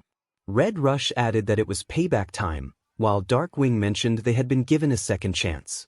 Green Ghost remarked that karma was a powerful force, and Aquarius ominously declared that Nolan would drown in the deepest ocean of his BLD Martian Man, usually against revenge, stated he would make an exception this time. Nolan was in disbelief, unable to comprehend how they were there. Even the Immortal appeared, but no, he was still alive, wasn't he? Izuku felt a rush of adrenaline as he faced his opponent. The impact of a powerful punch had knocked him to the ground, leaving him gasping for breath. He could see shadows of figures surrounding him, more than before, and many were unfamiliar. Confusion filled his mind as he questioned the reality of the situation. He heard Izuku's voice, revealing that he was just as bewildered. The guardians were angry and ready to assist him in taking down Omni-Man. Izuku taunted his opponent, suggesting that perhaps he should hydrate, as he appeared to be struggling. Suddenly, water erupted from Omni-Man's hands, reminiscent of Aquarius's powers. This was unexpected. He had the Guardian's abilities. Yet, Izuku was determined, recalling how he had defeated the Guardians before and could do so again. In a flash, Omni-Man vanished, and Izuku felt a sharp pain at the back of his head, propelling him forward. The speed of the attack was astonishing, and he realized that Red Rush must have combined his powers with those of the Guardians. This was against the rules, and Izuku refused to let him win. From Izuku's perspective, he noted that Omni-Man, the most formidable being on the planet, was losing control. It seemed he was frustrated by the need to confront the Guardians once more. Izuku pondered how the spirits and powers of the Guardians had merged with him, suspecting the Monitor's involvement but feeling grateful for the boost in strength and resilience. He was ready to unleash his full potential. War Woman urged everyone to stay focused, observing that Omni-Man was slipping. The six agreed, recognizing the danger of a cornered beast. Izuku seized the moment to taunt Omni-Man, suggesting that he was not accustomed to being challenged. The anger in Nolan's eyes intensified as he demanded to know how Izuku had managed to hinder him. Izuku smiled, explaining that he possessed an ability called Gear Shift, which allowed him to manipulate the speed of objects. Initially, it worked on small items, but it had evolved to affect larger targets. He had attempted to slow down Omni-Man, and although it took longer than expected, he had the advantage of time. Nolan's expression shifted as he realized the implications of Izuku's words. He accused Izuku of never trusting him from the start. Izuku countered, pointing out that Nolan had given him little reason to trust him. Despite Nolan's attempts to deceive others for years, Izuku's instincts had warned him of the danger. Nolan, trying to regain composure, offered Izuku a chance to join the Empire, claiming he could be a valuable asset. Izuku interrupted, sending a gust of wind towards Nolan, silencing him. Nolan insisted that Izuku was throwing away an incredible opportunity, emphasizing the Empire's potential to bring peace and stability. Izuku reflected on his family's motto, which emphasized the importance of living a life that makes a difference, no matter how small. His mother had dedicated her life to saving others, and his ancestors had fought for justice. This legacy meant more to him than serving a dictator. Nolan struggled to comprehend Izuku's perspective, questioning why he would choose a life of mediocrity over a greater purpose. Izuku shrugged, asserting that his life was meaningful because he was helping others. He believed that Nolan's life, despite his conquests, lacked true significance. Nolan protested, claiming his accomplishments for the Empire were unparalleled, but Izuku remained unconvinced. He saw through the facade of grandeur and recognized the emptiness behind Nolan's ambitions. The battle was not just physical, it was a clash of ideologies, and Izuku was determined to fight for what truly mattered. Or rather, there was a fear of realizing just how small they truly were. It was a reality check for everyone in the Empire. They were all just specks of dust in the grand scheme of things. It didn't matter if one lived for 1,000,000 years or 10,000, eventually, everyone would meet their end. That was the fate of all creatures, and empires would fall and be forgotten over time. Perhaps the narrator wouldn't be the one to stop them, but eventually, someone would, and the empire would slowly fade into obscurity. They might be a long-lasting race, but they were not immortal, and no one could outlive time. In the grand scheme of things, it seemed that their lives held little meaning. Nolan, filled with fury, smashed the narrator through the ceiling into the subway. He grabbed the back of the narrator's head and lifted them up just as a train approached. Nolan expressed that his life had no purpose, insisting that he mattered, unlike the insignificant beings around him. The train was barreling toward them, and it seemed there was no way to escape in time. However, the narrator used their powers to become intangible, allowing the train to pass right through them. Once it was clear, they used a black WHP emerging from their back to pull Nolan back and launch themselves into the sky. As they ascended, the narrator unleashed a flurry of punches at Nolan, creating shockwaves that shattered bits of glass along the way. The green ghost appeared beside them, reminding the narrator that they could make others intangible as well. Nolan seemed to be slipping, and the narrator noted that this was information he should already know. Nolan retaliated with a punch that felt like it could crack bones, but the narrator quickly regenerated, thanks to their enhanced healing abilities. Realizing that they needed to attack with all their power, the narrator prepared for a decisive blow. Nolan lunged at them, but the narrator used smoke to obscure themselves and combined their stored energy with a black chain to hold Nolan in place. With their abilities amplified by gear shift, they looked down at Nolan with glowing eyes, determined to end the invasion. Nolan, appearing genuinely frightened this time, declared that they were all insignificant pests. The narrator, fueled by determination, poured every ounce of energy into their punch, declaring that it was over for Nolan. Despite Nolan's refusal to back down, insisting that the narrator was just an insignificant human, those words no longer haunted the narrator. They would not allow Nolan to harm anyone else. With each punch, the narrator grew stronger while Nolan weakened. The black chain held him in place, and the narrator pushed through Nolan's defenses, breaking his arm and sending him crashing to the ground. A dust cloud formed as they landed, creating a massive crater. Below, Nolan lay unconscious, beaten and bruised. The battle seemed to be over, and the narrator believed they had won. However, a familiar voice interrupted the moment, declaring that the victory would be short-lived. The narrator recognized it immediately. It was all for one. Eve had a lot on her mind, particularly about her new boyfriend and the chaos that had unfolded with her friend's father. But her primary focus was on helping Invincible, whose injuries were severe. She used her powers to create medical equipment and bandages for him. Eventually, Mark regained consciousness, though he struggled to move. He asked if it was over. Eve, unsure but hopeful, reassured him that they had won. Deku had defeated his father, giving Mark just enough time to recover. Mark wrestled with his emotions, torn between joy and sorrow. He expressed his happiness that Deku was alive, lamenting that he should have seen through his father's facade. Eve applied first aid, reminding him that he couldn't have known. Mark recalled his father's tales of paradise and how they helped people across the universe, feeling the weight of the truth settling in. When Izuku shared that his world had 80% of the population with some sort of uncanny ability, Mark initially thought their world must be similar. However, he soon realized how mistaken he was. Izuku explained how disruptive such powers could be, how a small group of troublemakers could wreak havoc if they chose to.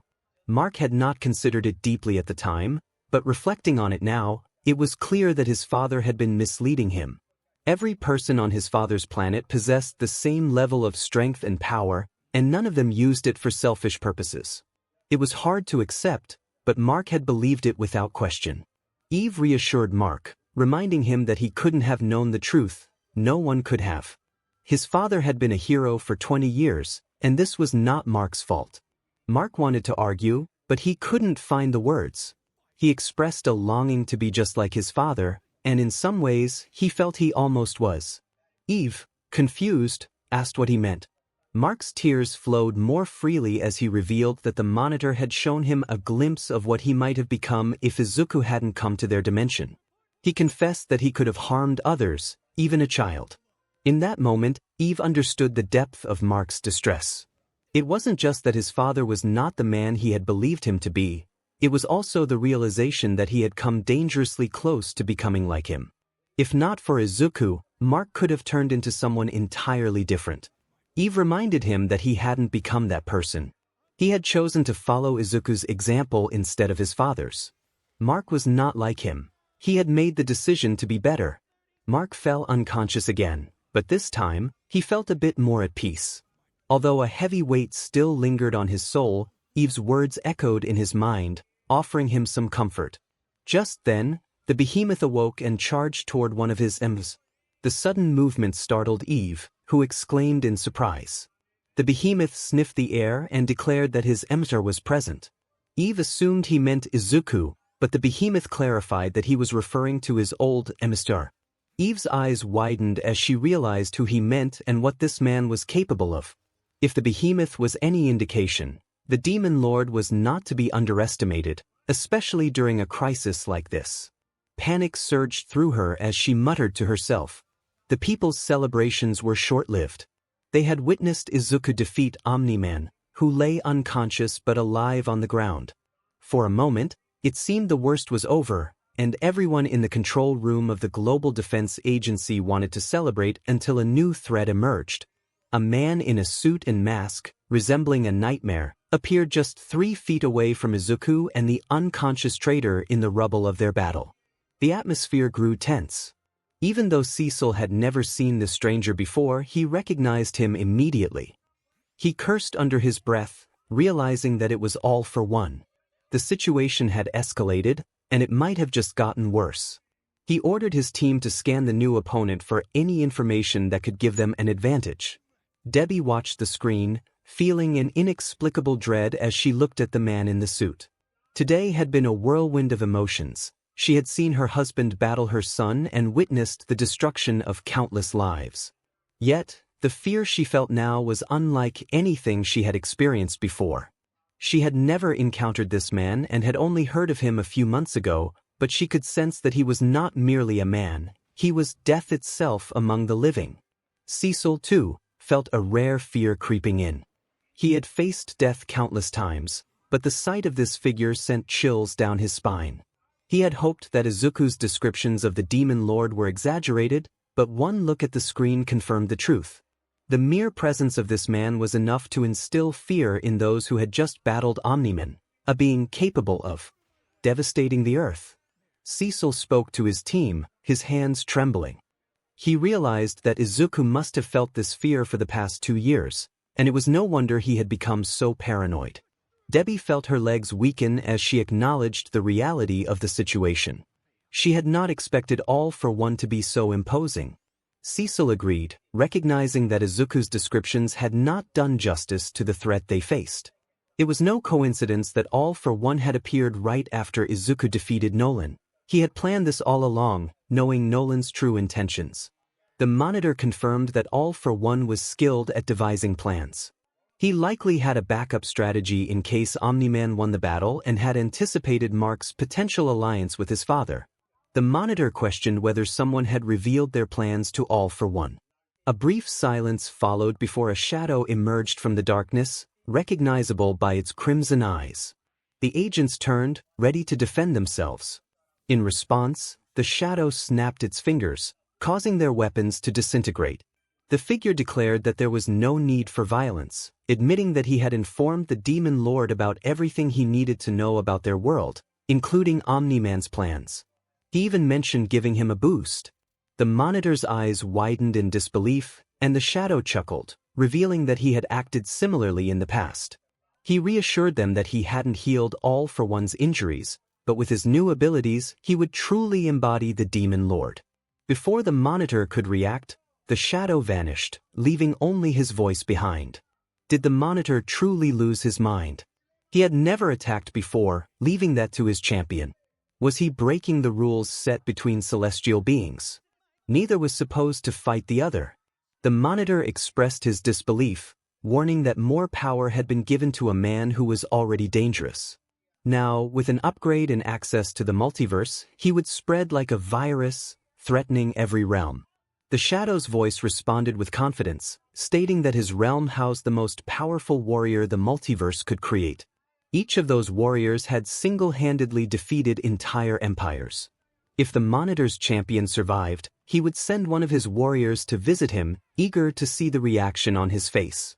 As the Monitor began to fade, he warned that the Shadow underestimated his champion and had failed before. The Shadow's voice grew quieter, hinting at the darkness to come, before disappearing completely. Everyone in the base was left in confusion.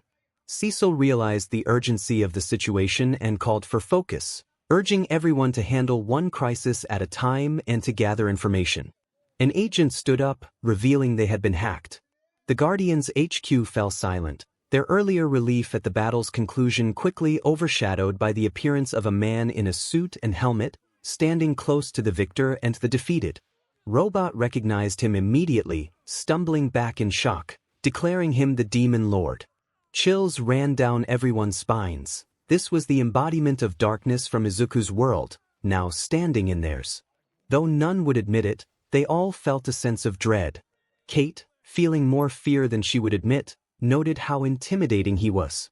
Black Samson, who had faced many villains, felt a primal urge to stay away from this man. He questioned whether this was what Izuku had to deal with. Monster Girl, resisting the urge to transform, expressed her discomfort, acknowledging the bravery it took for Izuku and others to confront such a formidable foe. Rex, seemingly unaffected, dismissed their fears. He pointed out that the Demon Lord was just a man in a suit, claiming that even the rookie could take him down. Shrink reminded Rex that the Demon Lord had just defeated Omni-Man, and both he and Izuku were now locked in a silent standoff, studying each other as the dust settled. Rex misinterpreted the hesitation between them as fear, insisting they could take the Demon Lord now that Omni-Man was out of the picture. However, the other Guardians felt an instinctual urge to refrain from intervening. Suddenly, Rudy/Robot spotted a portal opening behind them. Rex remained nonchalant until a hand emerged from the portal beside him. Dobby's face appeared, surprising Rex as he warned him not to interfere, flames igniting from his hand. Silence enveloped the scene as everyone watched, having survived the battle between Izuku and Omni-Man, only to face a new threat. All for One broke the silence, commenting on his arrival in another dimension without a simple greeting. Izuku shot him a fierce glare, expressing his disdain. All for One noted Izuku's newfound courage, acknowledging their shared history but lamenting that they had never truly spoken. Izuku insisted there was nothing to discuss. The Demon Lord countered, suggesting they had much to talk about, but he wanted to see Izuku's despair first. War Woman appeared alongside the first user, questioning if the Demon Lord was a friend. The first user confirmed he was not. He was their enemy, their Omni-Man. To their surprise, the Demon Lord addressed them, feigning hurt over their words and revealing he had come to see his brother. Red Rush questioned how the Demon Lord could see them, believing they were ghosts. The second user clarified they were more like copies of the originals, and while the Demon Lord lacked physical senses, he could sense their presence. They decided to remain quiet and let Izuku handle the confrontation, though the first user sensed something different about his brother, as if he had changed. Izuku remained vigilant, sensing that something was off. The War Woman expressed her confusion about the situation but acknowledged that Izuku had helped them with their problem, so they were willing to assist him in return. She encouraged him to use their powers to defeat the Demon Lord, but Izuku understood that it wouldn't be that simple. The Demon Lord loomed before him, feeling insurmountable despite Izuku's recent growth in strength. Running away was not an option. He stood his ground, weary from his previous battle with Omni-Man, yet prepared to fight. All for One, the Demon Lord, seemed amused by Izuku's resolve. He had expected Izuku to flee but instead expressed a longing for the unconscious figure behind him. He demanded Omni-Man, offering Izuku a chance to live a little longer in exchange. Izuku was uncertain about the Demon Lord's intentions regarding Omni-Man, but he was determined not to let him have the traitor, regardless of Omni-Man's past actions. Izuku's defiance ignited a fierce determination within him. The Demon Lord laughed, his arms swelling with energy as he prepared an air cannon. He taunted Izuku, recalling his previous fight and mocking the notion that love had given him strength. The thought of the Demon Lord visiting Eve filled Izuku with rage, prompting him to charge forward without hesitation, just as the Demon Lord had anticipated. However, at the last moment, the Demon Lord redirected his attack toward the innocent bystanders nearby. Izuku realized the danger too late and took the full force of the blast, which sent him crashing through several buildings, causing destruction and chaos. The Demon Lord reveled in the devastation, remarking on how predictable heroes were in prioritizing innocent lives. Turning his attention to Omni-Man, who was slowly regaining consciousness, All for One approached him with a menacing demeanor. He lifted Nolan by the throat, dismissing him as a mere distraction. Nolan, still weak, struggled to comprehend the situation and demanded to know who his captor was. All for One, seeing Nolan as nothing more than a fallen soldier, scoffed at his question, belittling him for thinking he was superior due to his power. Nolan's anger flared at the insult, and he attempted to strike back, landing a punch that cracked the villain's mask. However, the sight beneath horrified him. There was no face, just a mouth. 𝗓𝗏 remained unfazed, and as Nolan struggled to escape, he realized he was inexplicably weak. He noticed a faint energy leaving his body, transferring to the demon lord, who began to grow stronger. 𝗓𝗏 chuckled, reveling in the newfound power. As Nolan's strength waned, he felt himself aging rapidly, his once muscular form deteriorating. 𝗓𝗏, revealing his eyes as his mask slipped away, explained Nolan's confusion. He had absorbed Nolan's power, enhancing himself in the process. Nolan, now frail and struggling to speak, was horrified by his transformation. 𝗓𝗏 continued to taunt him, relishing in his newfound strength and the prospect of immortality. Nolan, despite his weakened state, attempted to rise and fight back, but his efforts were futile. The demon lord laughed at his delusions of grandeur, reminding him that the strong indeed had an obligation to rule over the weak, but Nolan was no longer in a position to assert his 𝗵𝗃.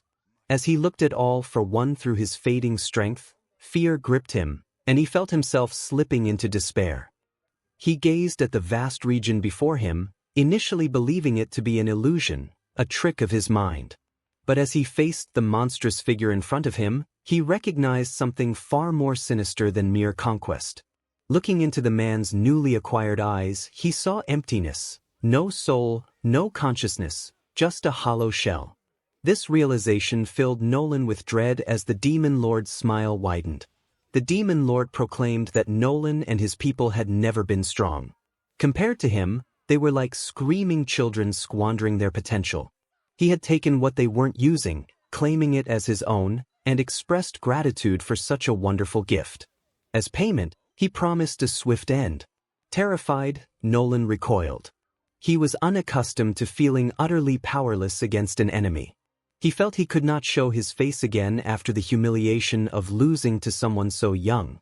Thoughts of his family flashed through his mind, recalling moments of joy shared around the dinner table before everything had become so complicated. It was a cherished memory, and he realized he wanted to stay with them, to live, and to have more family dinners. With this newfound determination, Nolan screamed, rising to his feet and running as fast as his aging legs would carry him. He took to the sky, flying slower than ever before, but the demon lord did not pursue him. As he exited the atmosphere, tears streamed down his face. For the first time in his life, he was running for his life. Back on Earth, the demon lord watched the old man escape the planet, labeling him a coward. It was unexpected, but ultimately inconsequential. He had what he needed and was surprised that Nolan still retained some of his power. The demon lord mused that Nolan might make a comeback, but by then, it would be too late. He was no longer a threat, not with the new abilities he had acquired. Suddenly, a massive bolt of green lightning struck the demon lord, knocking him back slightly. He quickly regained his composure as Izuku appeared, covered in BLD, not all of it his own, ready to fight. Izuku had healed himself, indicating he could now take on Omni-Man's power. 𝗓𝗏, rising to his feet, acknowledged this change. He admitted that in his prime, he would not have been able to achieve such a feat, but thanks to his benefactor, his powers had been upgraded. He could now steal anything from anyone, even something as trivial as hair color. However, he lamented that one for all still eluded him, though he was confident it would not remain out of reach for long. He noted Izuku's impressive ability to bypass his sensory quirks. Izuku, unfazed, declared that he did not seek the demon lord's approval and was ready to finish the fight. The demon lord recalled the last time he had heard such a statement, not from any past users of One for All, but from the first person he had crushed on his path to power. He remembered the man's smile as he lay defeated, his own BLD staining the ground, and the last words he had uttered, he would lose in the end. For a fleeting moment, 𝗓𝗏 saw the face of Tony Stark, the man he had once defeated. Izuku, confused by the demon lord's ramblings, seized the opportunity to attack. However, the demon lord quickly snapped back to reality, activating his warp ability to grab a nearby individual and use them as a shield. Izuku reacted swiftly, dodging out of the way but inadvertently moving into the path of 𝗓𝗏𝗏's finger blade, which struck him in the stomach. The demon lord noted that Izuku had not fallen for the same trick as his 𝗬𝗏𝗏 had before. If he had hit that man with his power, it would have been disastrous. Gritting his teeth at the cowardice displayed by the demon lord, Izuku leaped forward, letting adrenaline dull his pain. He grabbed hold of the person used as a shield and pulled them to safety before launching his attack. With a fierce yell, he unleashed a powerful Detroit smash. The demon lord met the attack head-on. Though it was stronger than any blow he had faced before, it barely grazed him, thanks to the combination of Omni-Man's powers and the quirks he had absorbed. He felt nearly invincible. 𝗓𝗏𝗏 countered with impact recoil. Izuku was thrown back by the force, but he held onto the civilian, using black WHPS to shield them from harm as he was propelled away. 𝗓𝗏𝗏 laughed, reminiscing about a similar fight he had with Izuku's 𝗬𝗏𝗏. The demon lord had a history of crushing his opponents, leaving many to hide in the shadows while he was celebrated as a symbol of peace. From his vantage point, he must have felt triumphant, standing atop the mountain of their defeats. Izuku, fueled by a mix of determination and the strength of those who had fought before him, raced towards the demon lord with incredible speed. He struck with all his might, feeling a slight recoil but knowing he had to hold back to protect the civilians caught in the chaos around them. Rubble lay scattered everywhere, and the presence of innocent bystanders weighed heavily on his conscience. 𝗓𝗏𝗏, sensing Izuku's hesitation, taunted him, questioning why he wouldn't unleash his full power. Izuku gritted his teeth, still feeling the remnants of his previous injuries. Anger surged within him as he surveyed the destruction caused by their battle. He accused 𝗓𝗏𝗏 of toying with people, exploiting their weaknesses, and discarding them like broken toys. The laughter of the demon lord echoed in his mind, a reminder of the innocent lives being shattered by his actions. As Izuku's anger intensified, the power of One for All surged within him, granting him even greater strength. He lunged forward, moving faster than he ever had before, catching the demon lord off guard. 𝗓𝗏𝗏 attempted to counter with an air cannon, but Izuku swiftly caught his arm, rendering him unable to retaliate. With a powerful punch, he drove 𝗓𝗏𝗏 into the ground, creating a whirlwind of dust and debris around them. Despite his super regeneration, Izuku felt the toll of the battle weighing on him, each movement sending waves of pain through his body. Yet, 𝗓𝗏𝗏 remained unfazed, a sinister smile on his face as he acknowledged the irony of their situation. He mocked Izuku, referencing the seventh wielder of One for All, Nana Shimura, who happened to be Izuku's grandmother. The revelation hung in the air, a cruel twist in their confrontation. Meanwhile, Eve was grappling with her own dire circumstances. The arrival of the demon lord had turned their world into chaos. With a broken arm, she had used her powers to create a makeshift cast while trying to keep her friend from bleeding out. The weight of the situation pressed down on her as she realized that their greatest hero had turned traitor, forcing her boyfriend into a fight against a formidable enemy. Despite her longing to assist Izuku, she was immobilized by her injury and the severity of Mark's condition. He was unconscious, and she was left with no means of communication or support. The only one who could potentially locate them was 𝗬𝗏𝗏, but the thought of relying on him was daunting. As Mark began to regain consciousness, he questioned their situation, expressing confusion about why they weren't in a hospital. Eve explained the gravity of their predicament, revealing that 𝗓𝗏𝗏 had returned. Mark's eyes widened in alarm as he realized the implications of the villain's presence. He insisted they had to help Izuku, but Eve urged him to remain calm and recognize his own injuries. He was in no condition to fight, and they had no idea where to find him or what was truly happening in the chaos surrounding them. It could be Omni-Man versus 𝗓𝗏𝗏, or Deku facing both of them. The situation was uncertain. Mark struggled to rise, insisting they had to help, but he was quickly stopped. He was in no condition to fight, with a broken arm and severe injuries. Mark expressed his longing to assist Izuku, who had helped him, but his friend reminded him that they would only hinder their ally. Despite the pain, Mark attempted to sit up, but the effort caused him to collapse back to the ground. Samantha understood his determination. She wanted to help too, but the risk was too great if 𝗓𝗏 was truly present. If he managed to obtain their powers, the consequences could be dire.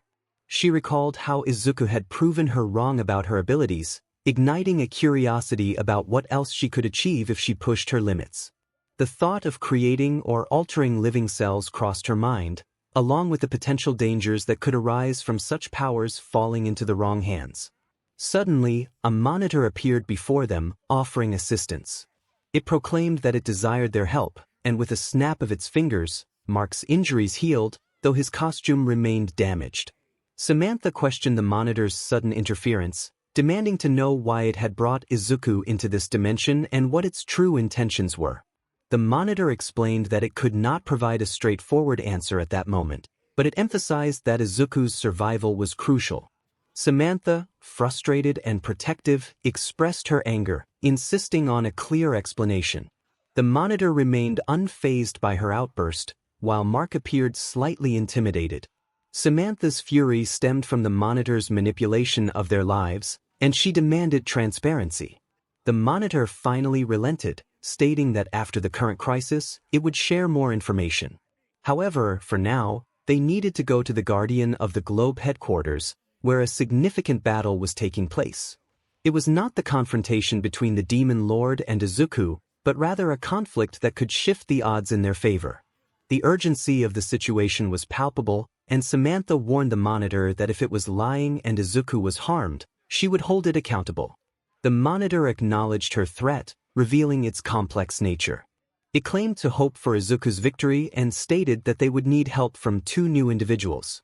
As the monitor stepped aside, two new figures emerged, adding to the mystery and tension of the situation. Samantha hoped that Izuku was faring better in his own battle. Meanwhile, Izuku was grappling with a shocking revelation. He was not only facing his world's greatest villain but had just learned that the seventh wielder of his power was his grandmother. The villain mocked her legacy, taunting Izuku about her past. Anger surged within him as he pressed his foot down harder, demanding that 𝗓𝗏 keep his grandmother's name out of his mouth, asserting her heroism and defending his mother against the villain's insults. How embarrassing for the creator of 𝗓𝗏 to witness her inherit the power, though it must have been more humiliating for the family to have her in their lineage. Izuku began to shake, overwhelmed by anger. He could hardly contain himself and thought about how to respond to the villain's taunts. The villain smiled, realizing he was getting to the boy, and continued to mock the way she had died, claiming it was pathetic. He noted that she never screamed or begged, no matter how much he had tormented her. He reveled in the fact that her death was neither quick nor easy, and he added that she wasn't the only family member he had taken from Izuku. Izuku raised his fist, fed up with the madman's disrespect toward his family. He shouted for the villain to stop, unaware that this reaction was exactly what the villain wanted.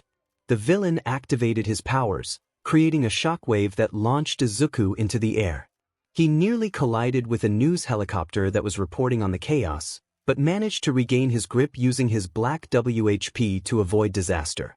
Inside the helicopter, the crew was shaken. The reporter, unsure of what to say, had seen many tragedies over the years, but nothing compared to this. The boy fighting alone against such a formidable threat was no older than his son. Despite his fear for the young hero's life, he felt inspired by Izuku's bravery and resolved to report on the situation, no matter how dire it seemed. The reporter wiped sweat from his brow and described the scene below as something straight out of a nightmare. He noted that the man in the suit was responsible for the devastation and expressed disbelief at how one person could wield such power. He mentioned that Izuku, the newest hero, was on the scene, but there were no signs of other heroes coming to assist him, and the area around them had been completely destroyed. He estimated that hundreds, if not thousands, might already be dead. Meanwhile, in the headquarters of the Global Defense Agency, officials were watching the battle unfold through cameras but were unable to communicate with anyone. The hacker had cut off their communications and put the base into lockdown. Cecil was furious, lamenting that they had the best security system in the world yet couldn't find the hacker, who he imagined was probably living in his mother's basement. An agent informed 𝗧𝗏 that they were trying to track the signal, but the hacker was jamming their attempts and had likely been in their system for a while. They speculated that they might need a specialized team, as this level of hacking was beyond what a typical person could achieve. 𝗧𝗏 demanded results, emphasizing that a 17-year-old was fighting one of the worst villains in history while they were stuck without assistance. Another agent reported that they were trying to contact the Guardians, but so far, there had been no response. Debbie asked if the hacker was blocking the signal, to which the agent replied that the call was going through, but no one was answering. This only fueled 𝗧𝗏's anger further. He realized that the situation was too well coordinated, indicating that the villains had planned everything months in advance. They had anticipated Omni-Man's true motives and used them to their advantage, waiting for the perfect moment to strike. 𝗧𝗏 was perplexed about how someone could hack their advanced cybersecurity. Deep within a secret cave in an undisclosed location, a madman was working on multiple computers, hacking into various systems. Skeptic, one of the leaders of the Paranormal Liberation Front, was typing furiously, using his puppets to assist him. He laughed, confident that the defenders didn't stand a chance against his superior technology. Trumpet cautioned him not to be overconfident, reminding him that they still knew very little about the Global Defense Agency. 𝗧𝗏 urged them to focus, emphasizing the importance of preventing any assistance from reaching the hero. At Guardians HQ, the Guardians were overwhelmed and quickly defeated by the Paranormal Liberation Front. They were outnumbered and caught off guard, with the soldiers of the movement proving much stronger than any of them. 𝗵𝘃𝗏𝗄 looked down at Monster Girl, who was unconscious in her monster form, and remarked on the irony of such a small girl containing such power. He struck her head with his cane, while Ray managed to stand and charge at him, only to be intercepted by a Nomu that pinned her to the ground. She struggled, expressing her frustration at the villain's actions. 𝗬𝗏𝗶 dismissed her attempts to fight back, stating that it was pointless. A bleeding black Samson managed to break free from the Nomu's hold and charged at 𝗬𝗏𝗶, vowing not to be underestimated. However, he was quickly attacked from above, multiple blades shooting down and pinning him to the ground. As he cried out in pain, he caught a glimpse of the assailant, who seemed entranced by the beauty of flesh. 𝗬𝗏𝗶 commented on the dramatic nature of the situation, but the fight was far from over. Honestly, why do they have to put so much effort into this? If this is the strongest superhero team on the planet, it would be concerning to see the weakest. One of the Liberation agents, Lieutenant 𝗬𝗏𝗶, questioned why they weren't eliminating the heroes. 𝗬𝗏𝗶 shrugged, explaining that the big boss wanted them alive. They could be useful, especially the one called Duplicate. They could use her to create clones that could then be transformed into Nomu. Not to mention, the doctor seemed interested in another aspect of the project. Robot, still adjusting to his new body, attempted to crawl back into his suit, but 𝗵𝘃𝗏𝗄 swiftly took it away, striking the young man on the head with his cane. He remarked on the peculiar situation, noting that he hadn't realized the young man had a little brother. 𝗬𝗏𝗶 clarified that he didn't, expressing confusion about what was happening but emphasizing that none of the Guardians would be able to help the kid or anyone else. Samson, still conscious but in great pain and unable to move, asked how they had bypassed security and found this place. 𝗬𝗏𝗶 smirked, suggesting it was time to reveal the truth. Rex, who had been released injured, was seen as the least threatening among the Guardians. He had frozen up when things got tough, resulting in a bleeding forehead and a severely burned hand. Rex protested, denying any involvement in helping them. 𝗵𝘃𝗏𝗄 insisted that he had, claiming a magician was nothing without his lovely assistant. Just then, Rex noticed something, a flower petal drifting down from the ceiling. As more petals fell, a familiar face emerged, revealing her true colors. Rex recognized her immediately but was confused about her presence. She approached him calmly and suddenly stabbed a knife into his shoulder, causing him to scream in pain. The girl with the knife leaned in close, revealing how long she had waited for this moment. Rex, bewildered, questioned her motives. Toga twisted the knife, both literally and metaphorically, explaining that her feelings had been an act. The urge to stab him had grown stronger every time he spoke, and she had to restrain herself from doing so repeatedly. Rex, flinching in pain, reminded her of the flowers he had given her. Toga giggled at his suffering, stating that she had never liked him and that his attention had been driven by his own desires. She revealed that the flowers he had chosen were called black nightshade, symbolizing deceit. 𝗧𝗵𝗲 chimed in, expressing amazement at how easily Rex had fallen for Toga's ruse, pointing out that she had appeared to him in a schoolgirl outfit at a secret location without him questioning it at all. Rex, still in denial, insisted he had been manipulated, claiming he had been hypnotized or brainwashed. 𝗧𝗵𝗲 dismissed his excuses, urging him to be quiet so they could enjoy the show. He warned that once they were done, none of the heroes would recognize themselves. Suddenly, the Guardian's base was breached, and from the smoke emerged 4 figures. One was Eve, who quickly assessed the situation. The second was Invincible, his mask torn, revealing his identity to the villains. A small girl accompanied them, and then there was another figure that surprised the villains, someone they thought was gone. 𝗵𝘃𝗵𝗃 expressed disbelief, while Toga's eyes widened with excitement as a smile spread across her face. Twice had returned. Meanwhile, in Chicago, the battle had escalated. Izuku raced through the streets, using his speed combined with one for all and a bit of gear shift to evacuate as many people as possible. The Demon Lord unleashed another devastating blast, creating a shockwave that sent the hero flying just as he was in the midst of rescuing a little girl and her parents. Tragically, he was too late. The family was caught in the aftermath of the blast, and he had failed to save them. All for One laughed, taunting Izuku about his inability to save everyone. He noted that ever since their confrontation regarding Izuku's family, the hero had been on the defensive. Izuku's fury boiled over, fueled by the man's mockery and the loss of innocent lives. He gritted his teeth, vowing to avenge what had been done. The Demon Lord responded with laughter, dismissing the threat as unheroic. "Are you sure you're related to Nan?" The Demon Lord was interrupted when a knee suddenly smashed into his face, forcing him back. He quickly regained his balance in the air, utilizing a new ability acquired from stealing Omni-Man's powers.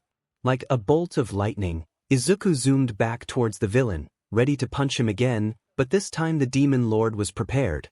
He used a sludge ability to create a shield around himself, protecting him from the attack. Izuku and his allies continued to P&D on the shield like a relentless animal.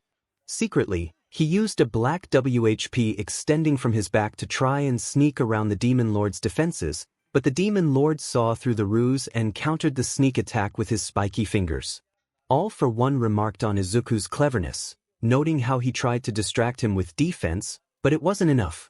Despite the taunts, the young hero continued to strike the Demon Lord's shield, determined to break through. Unbeknownst to him, All for One was having trouble keeping up with the barrage of attacks. In a moment of desperation, he decided to launch a mental assault. He pointed out that many lives were at stake because of their battle, claiming that Izuku's grandmother would be disappointed in him for not saving them in time.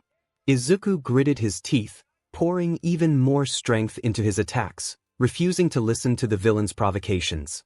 All for One continued his mental attack, bringing up Izuku's grandfather, a police officer who had died trying to save others. He reveled in the idea that Izuku's family had gotten in his way for generations, starting from 200 years ago. As Izuku prepared to deliver another powerful punch, the Demon Lord mentioned Tony Stark, the first man to stand against him, who was Izuku's ancestor. The revelation hit Izuku hard. He wasn't sure if it was a lie, but deep down, he felt the truth in the Demon Lord's words. All for One taunted him further, recalling how Stark had fought with gadgets and had hidden his family from him, but ultimately, it was the Stark fortune he sought. In that moment, something broke within Izuku. Any mercy he had for the villain faded away. He gathered all his power into one arm, channeling One for All at its maximum. He declared his intent to defeat the Demon Lord, consumed by rage. That was precisely what the Demon Lord wanted. Izuku's anger had made him drop his guard for just a moment. The Demon Lord morphed his arm into a monstrous form and struck Izuku, taking a chunk out of his hip as he flew past, mocking him for his anger. Meanwhile, 𝗬𝗍 watched in disbelief as Izuku fought valiantly against the creature,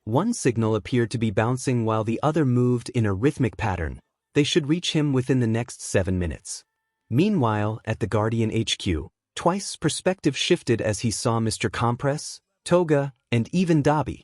They looked just as surprised and happy to see him as he was to see them, but unfortunately, life was not so sweet.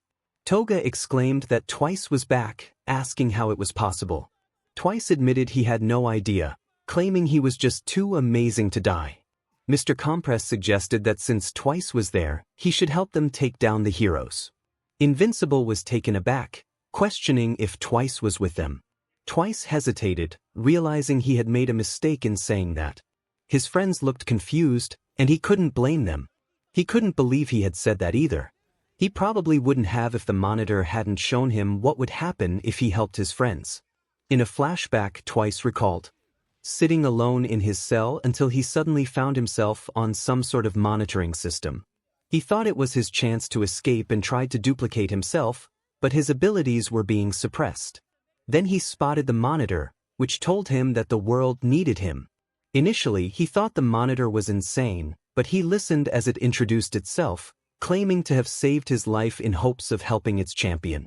Twice made a foolish remark about the green-haired hero, downplaying his significance, but the monitor insisted that he understood Twice's reservations about joining the heroes. It revealed that Twice's friends were causing chaos in another universe. The monitor acknowledged Twice's pain and feelings of abandonment, questioning whether this world truly deserved his wrath. Twice fell silent, realizing the monitor had a point but still insisting he would support his friends. The monitor warned him that if his friends were being used to bring about the end of everything, it was crucial to reconsider. It then appeared before him, placing a finger on his forehead and offering to show him what awaited the multiverse if his friends succeeded. Twice was shown a horrifying vision of the future, one that made him feel sick. Although the monitor erased the details from his memory, the fear remained. He may have been a villain, but he didn't want anyone to experience that level of fear. He had to stop it from happening, even if it meant turning against his friends. He believed they would understand it was for their own good. Twice agreed to help the heroes, but only on the condition that he could at least try to reason with his friends and ensure they received a fair trial if captured. He didn't want to betray them, but he felt he had no choice. If what he feared came to pass, it wouldn't just be the heroes who were destroyed, it would be his friends as well. Back in the present, Twice reflected on what had brought him to this moment. He wasn't doing this to be the good guy, he was doing it to protect his friends, even if they didn't see it that way. He had to try to reason with them, urging everyone to stop. He warned them that the person who brought them there was using them for something terrible, and when he was done, there wouldn't be anything left. Toga looked upset and questioned if Twice was betraying them. He tried to calm her down, pleading with her to listen. He insisted that what they were doing would not lead to the grand new world their leader spoke of. With tears in her eyes, Toga threw a knife past his face, cutting his cheek and calling him a traitor. Eve then declared that they had tried it Twice's way and would now have to do it the hard way. Meanwhile, 𝗓𝗋 reveled in the success of his plan. He had anticipated that Izuku would get angry if he continued to provoke him, but he had not expected it to turn out this well. He relished the thought of how far Tony Stark's descendants had fallen. However, his sensory quirks informed him that Izuku was still alive. He had suspected that an attack like that wouldn't be enough to kill him, considering his resilience. Although his attack had caused more damage than expected, Izuku had managed to avoid a fatal blow. 𝗓𝗋 noted that Izuku's newfound regeneration ability was not functioning at full capacity. His body had taken too much damage. It was amusing to see the boy finally gain power that could stand up to him, only to be hindered by his circumstances. With this in mind, 𝗓𝗋 decided it was time to finish the job. He planned to incapacitate Izuku, breaking his spine and neck, not enough to kill him but enough to paralyze him. He would take him back to the doctor and slowly work on reclaiming his little brother. Just then, a loud bang echoed across the battlefield, and 𝗓𝗋 felt a sharp pain pierce through his shoulder. When he looked down, he saw a bullet passing through his skin. It was impossible. He possessed Omni-Man's abilities along with his own, so no bullet should be able to penetrate him, much less travel all the way through. The real issue, however, was that he hadn't seen this coming. Who had shot him? He recognized the bullet and almost smiled at the irony of it all. The fallen hero, Lady Nagant. Another gunshot echoed, but this time it missed. He searched for the fallen disgrace, but she was moving quickly and hiding among the debris. She must be using the quirk he had given her, airwalk, and employing snapper arm as propulsion. The ungrateful woman was using his own gift to fight against him. He found it utterly offensive. Perhaps he could provoke her into revealing herself. It was certainly surprising to see the fallen hero, Lady Nagant, trying to be heroic once again. How laughable. Another shot rang out, aimed at his arm, but he was ready.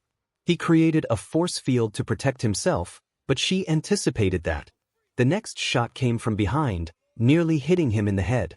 She was moving too fast. He couldn't keep up. How was she so quick? More importantly, how was she penetrating his skin? He needed to get her to talk. If he could just get her to say one word, he could hone in on her voice and unleash an air cannon to flatten her. He wondered how she was moving so quickly and how she was able to pierce his skin. Even if she was the world's best hero sniper. Oh, his apologies, the former hero. Another shot fired, and he sensed he was getting to her. What was the point of this? Why was she fighting against him? Did she think she could be heroic in her last moments before she fell? A last-ditch effort from a failed hero. Finally, he got the reaction he wanted when he heard her snap in frustration. The fool was giving away her position. She was exactly 30 meters away from him, northwest of his location, moving quickly. He activated his air cannon and blasted in that direction, hoping to destroy her. But to his shock, his attack bounced back at him. There was no time to react. He hadn't expected it. His air cannon had rebounded as if it had hit an invisible trampoline. Who was responsible for this? Who dared to attack the demon lord? Then he caught sight of him, recognizing him only briefly. So this was the demon lord. He would say it was a pleasure to meet him, but that would be a lie. As a gentleman, he was required to introduce himself. He was the gentle criminal. The gentle criminal. The one who posted his crimes online. Standing before him was the demon lord, and he had no idea who he was. He was a naive fool who would never wait. What was going on? Why was he feeling agitated? It made no difference. They were both insignificant flies against him. So why was anger rising within him? Lady Nagant fired another shot, taunting him about not seeing it coming. The gentle criminal vanished, his voice trailing behind her. They were working together, which explained their speed. He was using his ability to turn things to RBB, while she utilized her airwalk and the propulsion from her shots to move swiftly. How infuriating. He had to destroy them immediately. If he tried with his air cannon again, he might reflect it back. Time for something more physical. He sent spikes from his fingers, using Omni-Man's speed to chase them through the debris. To his surprise, the sniper destroyed his spikes in mere seconds. How was she reloading so quickly? Then it hit him. No, it couldn't be. That cheating woman. He couldn't control his anger. She had received an upgrade, hadn't she? Lady Nagant responded, taking her time to acknowledge him. What did he think? She and the kid were not the only ones who could get an upgrade. The gentle criminal chimed in, commenting on his foul language in the presence of a lady. That explained it. She had likely been upgraded, enhancing her strength and mobility. But there had to be something more to it. It didn't matter, he would finish them off. If he couldn't hit them with an air cannon, he would strike the ground and let the debris take care of them. He shot his air cannon into the ground, sending a whirlwind of debris flying everywhere. He saw the two getting caught up in the blast. They were bleeding and hurt. Good, finally those insects were out of his way. They were naive fools, thinking a fallen hero and a failed criminal could stand up to the demon lord. How foolish.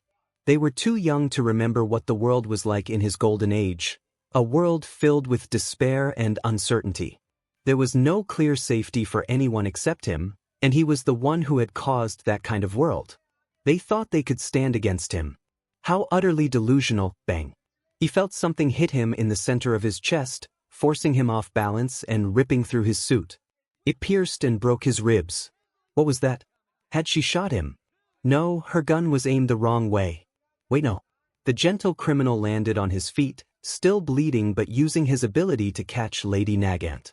Their plan had worked, and it was an excellent idea. She had created a blank bullet, and he had used his quirk to make it bounce around. That was why it had hit him with such force. They had created a bullet using friction. Lady Nagant, injured but somehow still standing, used the quirk he had given her. She told him not to thank her yet. They still had to take him down. Take him down. They thought they could stop the demon lord. These naive fools didn't know when to quit. What was the point of this? They didn't stand a chance. Deep down they knew it. Why were they fighting against him? The very quirk they were using now was one he had given her. Did they think they could suddenly become heroic by suching sides mid-battle? You are convincing yourself that you can be a hero again, but you're no better than me. Lady Nagant acknowledged her past mistakes, realizing that perhaps she was no better than her opponent. However, she was determined to stand up for the child whose life had been made miserable by him, and that anger fueled her resolve. As she fired another shot, her opponent attempted to counter with an air cannon, but the gentle criminal deflected it effortlessly, showcasing his enhanced abilities. Lady Nagant continued her passionate speech amid the chaos, recalling the day she was sent after that child. She had believed it was her duty to create a world free from manipulation, unaware that she was just as trapped in her own delusions. The child had shown her a path back to redemption, and she was committed to supporting him for as long as she could. As she shot again, the projectile struck her opponent's leg, but he was quickly interrupted by the gentle criminal, who pushed him aside. The gentle criminal expressed his own gratitude toward the young man, admitting that he had once been lost in darkness, thinking that embracing evil was the only way to achieve his dreams. However, the young man had illuminated a new path for him, and he refused to revert to his former life. The opponent scoffed at their sentiments, dismissing their concerns and expressing a longing to eliminate them both. Just as he prepared to unleash a powerful attack, something inexplicable halted him. He found himself in a vestige world, confronted by figures from his past whose quirks he had stolen. Their defiance was unexpected, and he wondered if they had been inspired by the young man.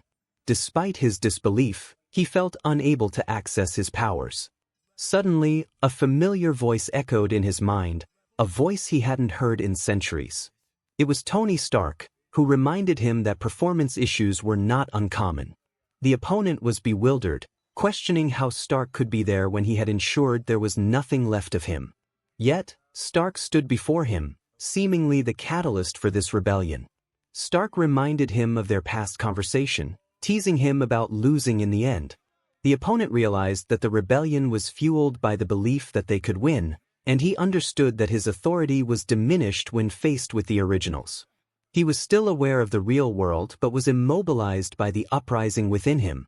Frustration mounted as the naive rebels continued their attacks. How dare they challenge him?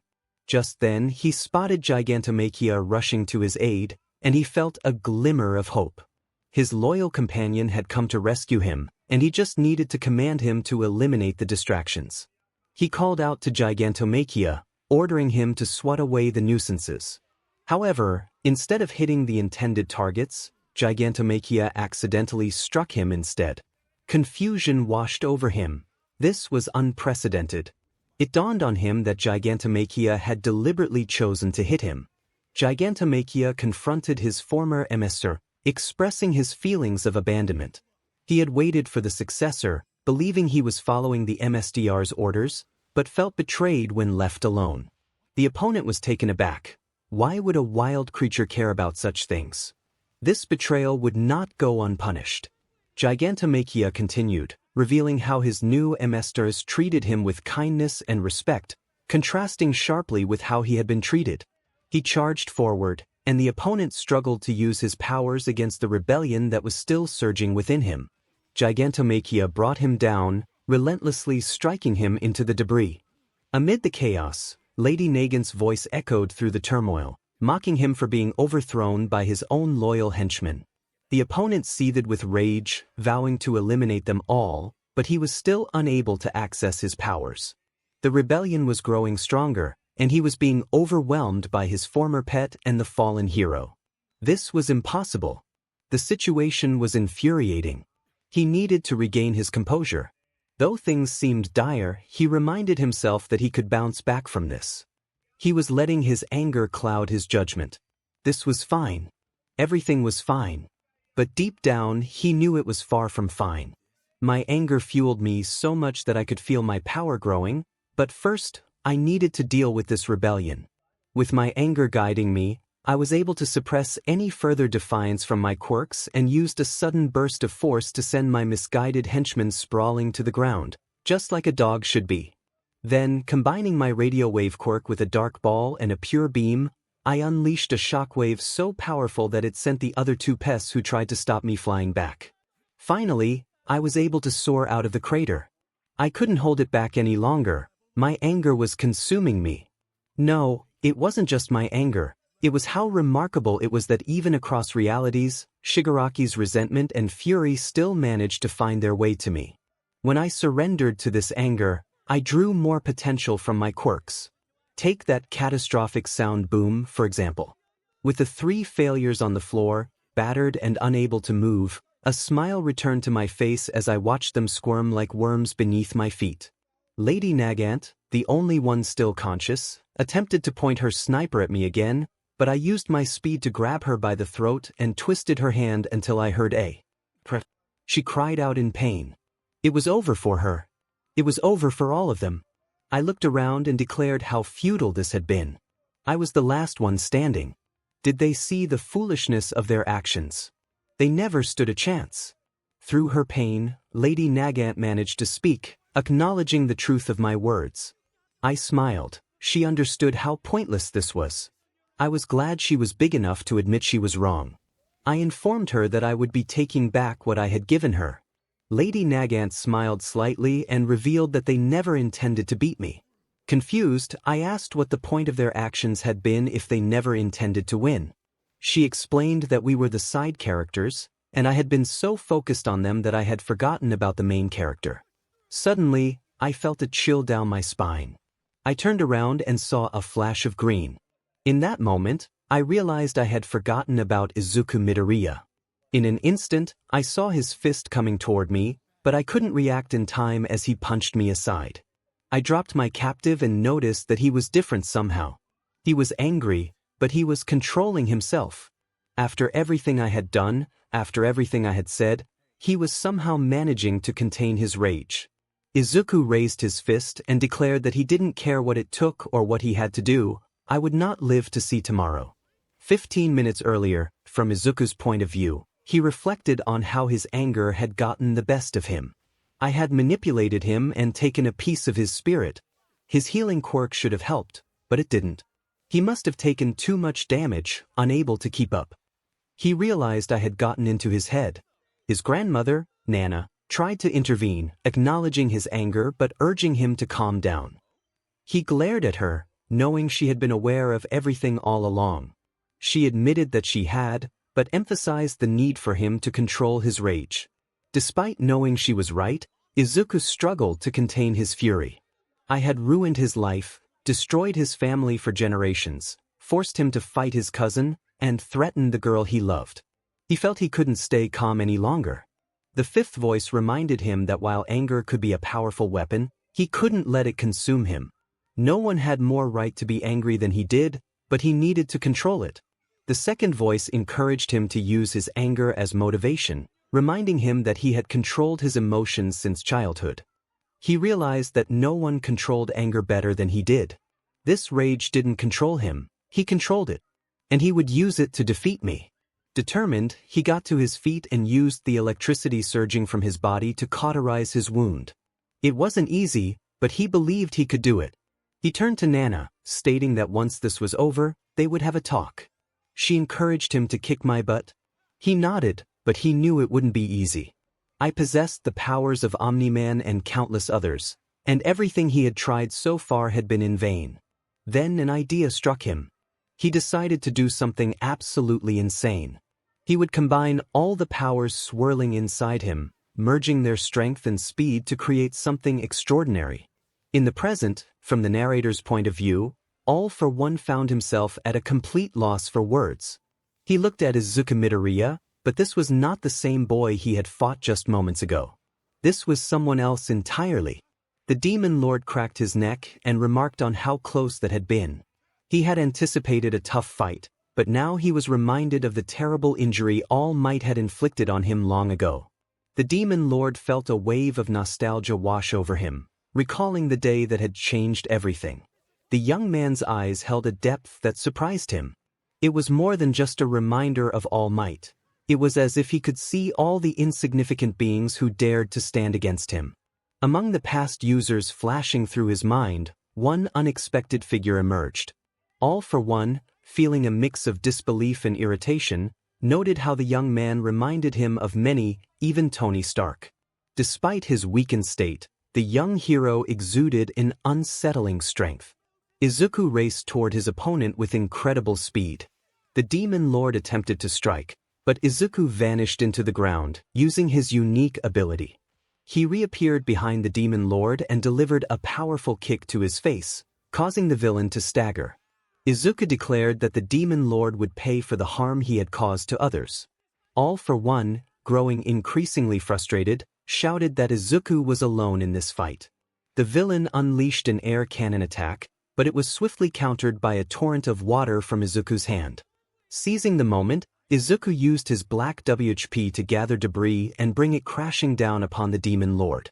This distraction allowed him to soar into the air, grabbing the demon lord by the throat and dragging him along the ground with immense force.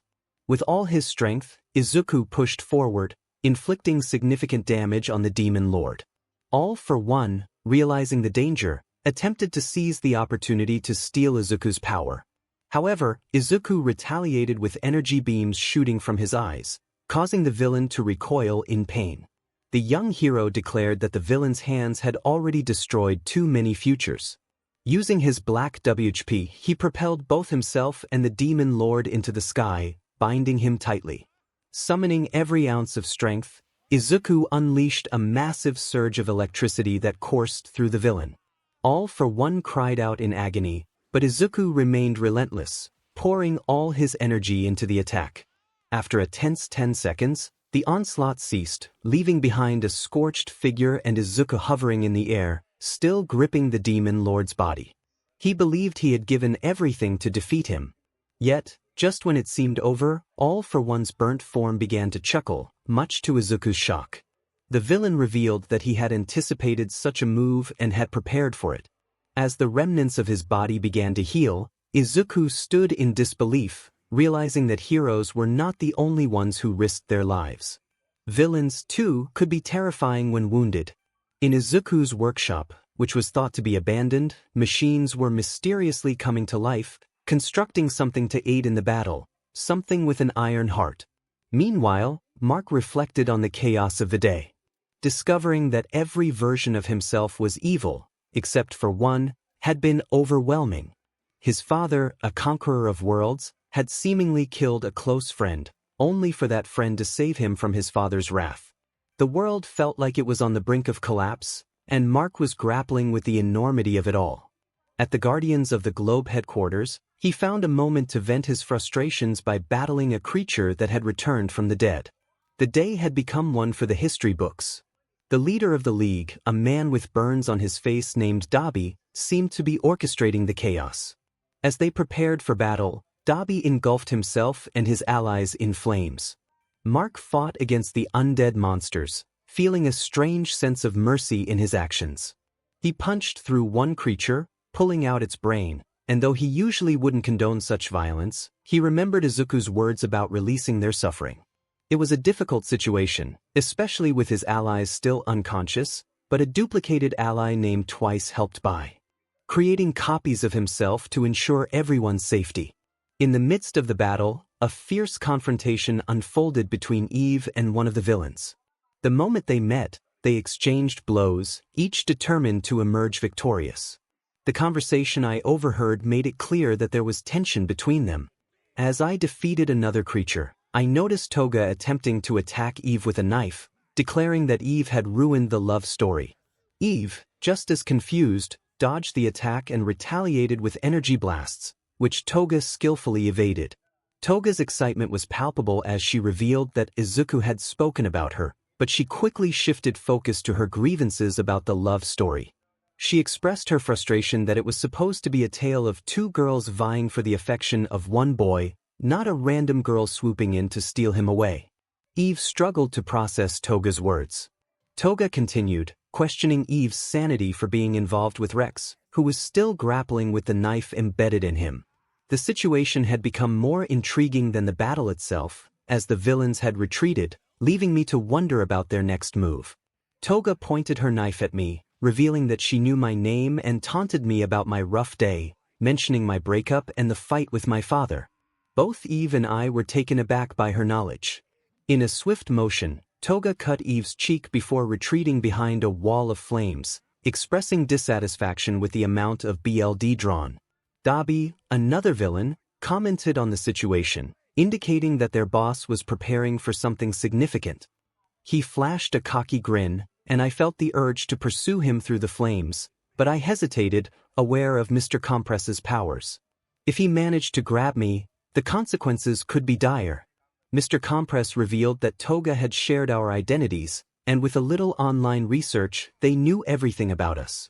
Eve challenged them, but 𝗬𝗍𝗶 was confident they could escape, claiming their boss's final plan would make things chaotic. He dismissed us as second-rate heroes, particularly targeting Rex for his past actions. Rex reacted angrily, but 𝗬𝗍𝗶 continued to belittle him, calling him a coward unworthy of the title hero. 𝗵𝘃𝗵𝗲 suggested it was time for their exit, and I prepared to fight back, unwilling to let them leave easily. However, 𝗵𝘃𝗵𝗲 demonstrated a trick of distraction, causing explosions that threatened to bring the roof down on us. As I used my powers to support the collapsing structure, the villains began to vanish into the shadows. Toga's final words echoed in my mind as she promised to return for Rex's heart, both romantically and literally. With the villains gone and the ceiling weighing down on us, I was left to hold it up, wondering how we would escape this predicament. Twice approached, urging me to hold still, but his unclear instructions only added to the chaos. "What's your shoe size?" The protagonist looked at him, confused. Was he really asking such questions while they were holding up the roof? Why was that important? Twice yelled again, demanding to know the shoe size. The protagonist, struggling to concentrate, finally replied that it was 7. Twice deemed that good enough. Suddenly, a pile of goo shot out from his hands, and from that goo, another version of the protagonist emerged. They stared at each other, completely lost, until Twice stepped in between them, insisting there was no time to explain and urged them to help lift the ceiling back into place. With more clones of himself and more clones of the protagonist, they managed to lift the ceiling back up. Thankfully, no one was hurt.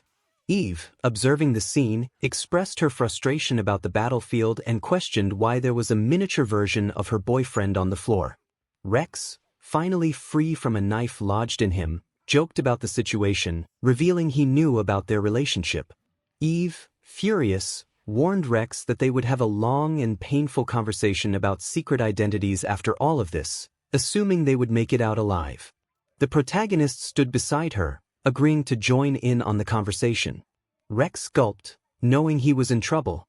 Both Eve and the protagonist were angry, especially since Rex had mentioned a secret identity to someone who was a sociopath obsessed with their best friend. However, they had to set their feelings aside, as the situation was dire. The cameras showed what looked like the end of the world. On the battlefield, things had worsened.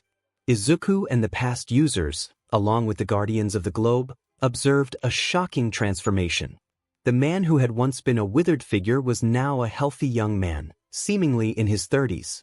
Yellow energy enveloped his body, healing his injuries and restoring his skin. All for one taunted Izuku, calling him an insignificant bug and revealing that he had to play his final card against him. Izuku, breathless and on the verge of collapse, realized that the energy was Ares' quirk, which had reverted the man back to his former self. The demon lord began to lower himself to the ground, taking deep breaths. All for one remarked on the irony of having to use his final trump card against such an insect. He tightened the remnants of his clothing, expressing his irritation that Izuku had forced his hand. Izuku felt fear at the anger in the demon lord's eyes but knew he had to stand firm. He questioned whether this was a suicide move, something that didn't seem like the Demon Lord. 𝗓𝗏 admitted it wasn't, but he had been pushed to this point. He spoke of a final showdown, a moment 200 years in the making, and revealed that he intended to take away the future of everyone in the world. The past users and the Guardians were left speechless, realizing the extent of the Demon Lord's intentions. In the control room, 𝗧𝗘 slammed his hand against the desk, frustrated that just when they thought they had a win, the situation had escalated. He demanded to know how close they were to regaining control of their systems. An agent reported that they were making progress, but communication with the Guardians and military was still down. However, they had managed to hack into a video feed of their hacker, which was better than nothing. 𝗧𝗘 ordered the hacker to be put on screen. The image revealed a man with long black hair and a twisted grin, typing furiously. It was Skeptic, the leader of the Paranormal Liberation Front, who smugly acknowledged their presence. Did they really think they could gain access to his computer without his knowledge or consent? 𝗧𝗘 watched as Skeptic boasted about his skills, claiming to run circles around them all by himself. He had only failed once in his career, and he was determined not to let it happen again. His grand speech was interrupted when a new face appeared on the screen, declaring they had been found. Skeptic's confident demeanor crumbled into shock as he realized the threat. 𝗧𝗘 questioned who the newcomer was, while an agent noted that they were dismantling Skeptic's attack system single-handedly. Back at the Guardians' HQ, the team was receiving medical care from Eve, but one of their new guests was frantically working on a computer. Invincible expressed doubt about hacking Skeptic, recalling that he had once been the CEO of a massive communication network. 𝗧𝗵𝗲 urged them not to underestimate her, recalling how she had once hacked Skeptic's supposedly unbeatable firewall in just 5 minutes, replacing all their ads with pictures of cute kittens. Skeptic, at a loss for words, felt his access slipping away. He couldn't fail, not again. The memory of his past failure haunted him, and he realized what the young girl had done. 𝗧𝗵𝗲's playful antics forced him to relive his worst nightmare as dancing pink kittens filled his screens.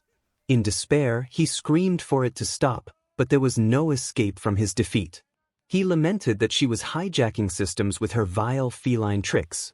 Suddenly, 𝗧𝗪 appeared on the screen, his enormous hand crushing the computers and cutting off the feed. 𝗧𝗵𝗲 expressed concern about the destruction of their system, but she assured them she could regain control, even if it would take time. Eve emphasized that time was not on their side and called out to 𝗧𝗘, who confirmed he could hear them. Debbie, seeing her son Mark, was relieved he was okay, but Mark explained that they had to reach the Guardians, who were under attack by the Paranormal Liberation Army. 𝗧𝗘 was incredulous about how the attackers had breached their security. Eve stepped forward, ready to hear Rex's explanation, but her focus shifted to Izuku's well-being.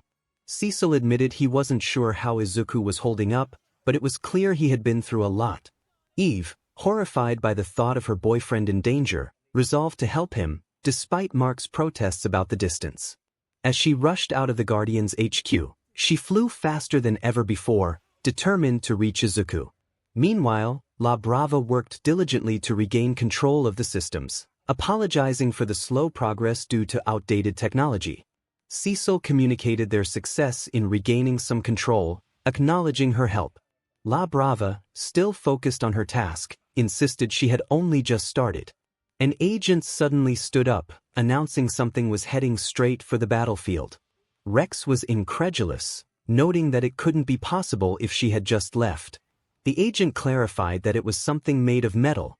On the battlefield, the former criminal and assassin lay unconscious, leaving only the hero and villain standing. Izuku charged forward, declaring he had had enough. He launched a powerful kick at the re-energized villain, but when the smoke cleared, the villain appeared unscathed and even younger. 𝗓𝗏 seized Izuku's foot, crushing it in his grip. The young hero felt a surge of pain, realizing he was furious yet oddly delighted by the villain's enjoyment of his suffering.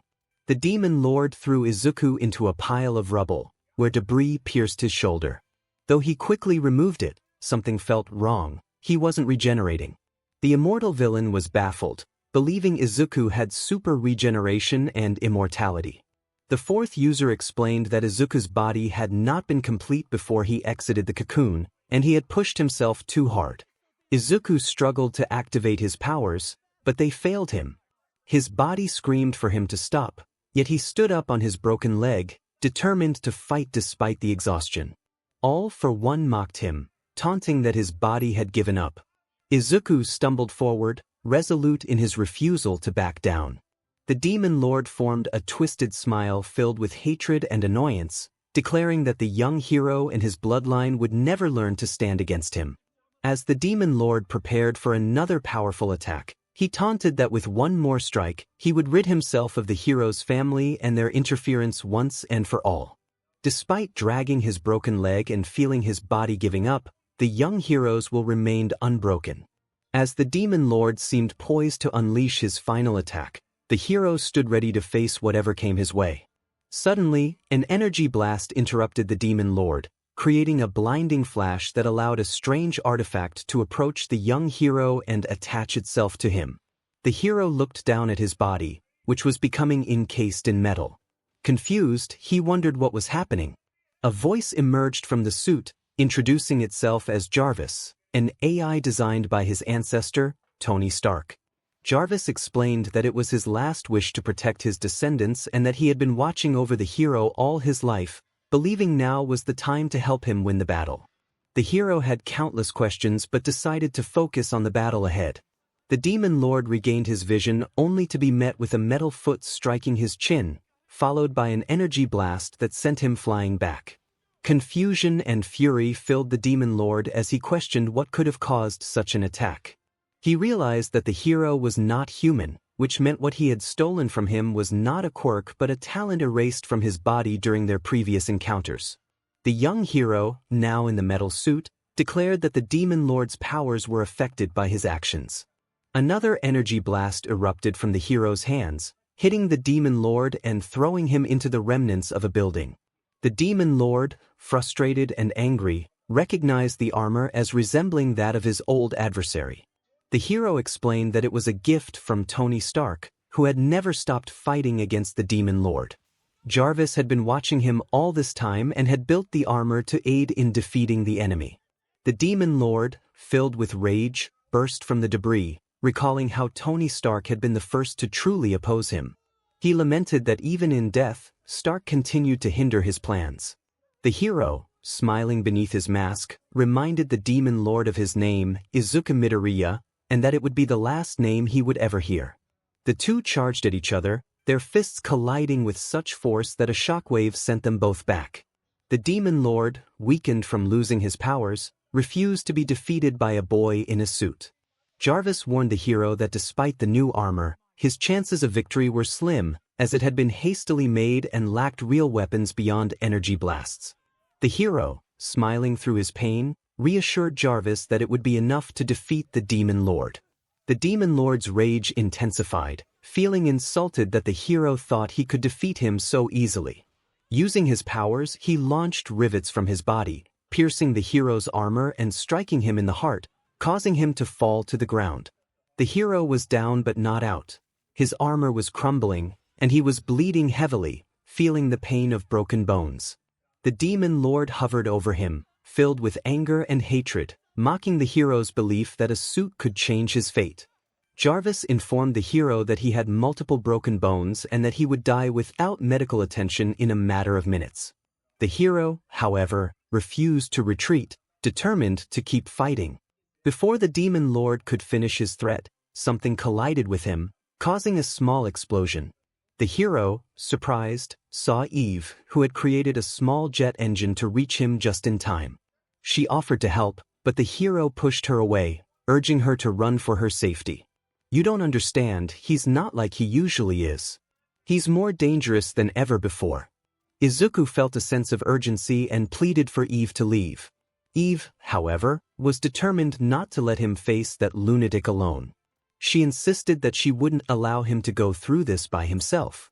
Suddenly, time seemed to slow down for Izuku as he processed the shocking turn of events. He looked at Eve, his new girlfriend, the girl he loved, as she suddenly stopped speaking, a sharp pain piercing through her chest. She glanced down and saw one of 𝗲𝗏 𝗔𝗂𝗏's rivets protruding from her. The rivet was quickly removed, and Izuku watched in horror as blood flowed from her chest, causing her to collapse to the ground. He rushed to her side, cradling her in his arms. All for One, appearing even younger than before, taunted them, remarking on the strength of love and how easily it could be shattered. Izuku, holding Eve tightly as tears streamed down his face, begged her to wake up. He expressed his despair, admitting that he didn't know if he could continue without her. All for One laughed at his pain, mocking the idea that love could save her, declaring that she was gone for good. He cruelly suggested that Izuku would soon join her. Overwhelmed by grief, Izuku felt a surge of rage replace his sadness. He was determined to make All for One pay for what he had done. Carefully, he laid Eve back on the ground, vowing that he might leave this world today, but he would take All for One with him. The Demon Lord was enraged by Izuku's defiance, but he managed to maintain a twisted smile as he raised his arms in preparation for battle. Jarvis informed Izuku that the suit was only functioning at 25%, making it difficult to fight back. Izuku dismissed the statistics, declaring that All for One would die today, even if he had to drag him into the depths of despair with him. The first user of One for All acknowledged that this confrontation was long overdue, and the others echoed the sentiment, recalling the struggles and sacrifices they had faced together. Izuku recognized that everything had led to this moment, where they would unite their strengths to defeat All for One. Meanwhile, in the My Hero Academia universe, All Might was working on a computer, searching for his successor when he felt a disturbance in his very soul. The sensation caused him to drop his coffee mug, catching the attention of the principal, who inquired if everything was all right. All Might, unable to shake the feeling, suspected that young Midoriya was engaged in a fierce battle. Back in the other universe, Izuku and All for One prepared for their final clash. Izuku saw the Demon Lord's immense power but did not flinch. Using the enhanced strength from his suit, he charged at All for One, tackling him into the sky to protect Eve's body from further harm. He was determined to take the fight away from her. Unbeknownst to them, Eve was not dead yet. Her body began to twitch and glow, energy radiating from her wounds as she started to rise. In the midst of their battle, Izuku and All for One exchanged blows high above the remnants of Chicago, fighting with primal ferocity, neither willing to use their powers. All for One had a clear advantage in strength, while Izuku fought through the pain, his body deteriorating. The Demon Lord, using his abilities to enhance himself, tore away the remnants of Izuku's suit, sending him crashing to the ground. All for One looked down at Izuku, taunting him about the futility of his resistance. He boasted about his past strength and questioned how someone like Izuku could ever hope to stand against him. Izuku had a fleeting thought, one that would have seemed absurd in his old world, but in this new reality, it might just work. All for One, frustrated, declared that he would not hold back any longer. His arm extended, transforming into a weapon filled with spikes and ominous red lights, ready to extinguish any remaining hope. Izuku, once fearful, now felt a surge of determination. He raced away from the ruins of Chicago, mindful of any potential survivors. All for One followed, remarking on Izuku's stubbornness, comparing him to All Might. He threatened Izuku with a painful demise, reminding him of his mentor's near defeat. Izuku, with a determined smile, raised his uninjured hand, ready to counterattack. When their fists collided, a powerful shockwave erupted, but All for One was not finished. He unleashed a devastating follow-up attack, causing Izuku to bleed and be pushed to his limits. All for One mocked him, believing he should have succumbed to defeat.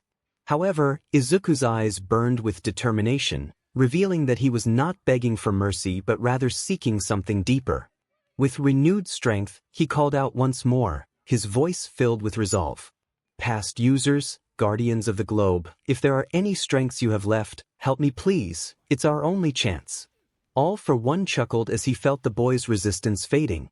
He taunted the young hero, questioning if he was praying to the gods, dismissing the notion. But in an instant, something changed within the young hero. His muscles began to grow, and he seemed to become larger, as if all his injuries were fading away. The Demon King barely had time to react before Deku was struck by lightning, which forced him back. After a brief moment, Deku emerged from the lightning, having undergone a complete transformation. His hands were fully healed, and the cuts and bruises on his body had vanished.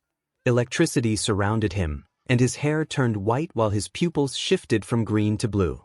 Deku looked up at the sky, feeling gratitude. Turning his attention back to the Demon Lord, who was still in shock, Deku acted swiftly. The Demon Lord was struck by lightning, which caused him immense pain. Without giving him a moment to react, Deku punched 𝗓𝗋, launching him higher into the air, but the villain managed to catch himself using his powers. In a fit of fury, 𝗓𝗋 prepared to unleash a powerful blast, but to his surprise, his opponent had vanished. Confused, he wondered where Deku had gone. Before he could finish his thought, a flash of light revealed Izuku in front of him. Before he could react, Deku smashed him into the ground, only to lift him again with a black WHP, using the electricity surrounding him to shock the villain once more.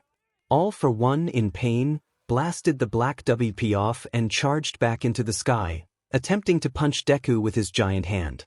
However, Izuku caught the punch, crushing the villain's overgrown fist in an instant. 𝗓𝗋 screamed in agony but attempted to steal Deku's power, believing it was his key to victory. Yet, the moment he touched the hero's skin, he was shocked and sent crashing back to the ground. 𝗓𝗋 became even younger, filled with disbelief as he realized this was not the end he had envisioned. Izuku zoomed forward, delivering a punch before the villain could react, reminding him of his brother's words from years ago. 𝗓𝗋 tried to blast him away with a wind blast, but Deku was too fast, catching him and sending him flying like a ping-pong ball. Izuku declared that the villain always loses in the end, launching 𝗓𝗋 into the sky. Using the black WHP, he forced the villain back down, creating the largest crater of the entire battle. Time seemed to slow as 𝗓𝗋 bounced off the ground, and Izuku was ready to deliver the final blow. Raising his fist, he could see the previous users behind him, lending their strength. He declared it was time to end this, pulling back his fist and gathering all his power. He launched it into 𝗓𝗋, creating a massive explosion in his body. The punch was so intense that it caused an earthquake, sending the Demon Lord soaring into the air. Once again, he was caught by the black WHP and brought back to the hero, who kicked him into the ground, finishing the fight. However, spikes shot out from the Demon Lord's body, piercing Izuku's leg and throwing him aside. From the smoke emerged 𝗓𝗋, now in the form of a toddler. He proclaimed it was over, insisting that Izuku never stood a chance and that it was time for him to join his girlfriend in death.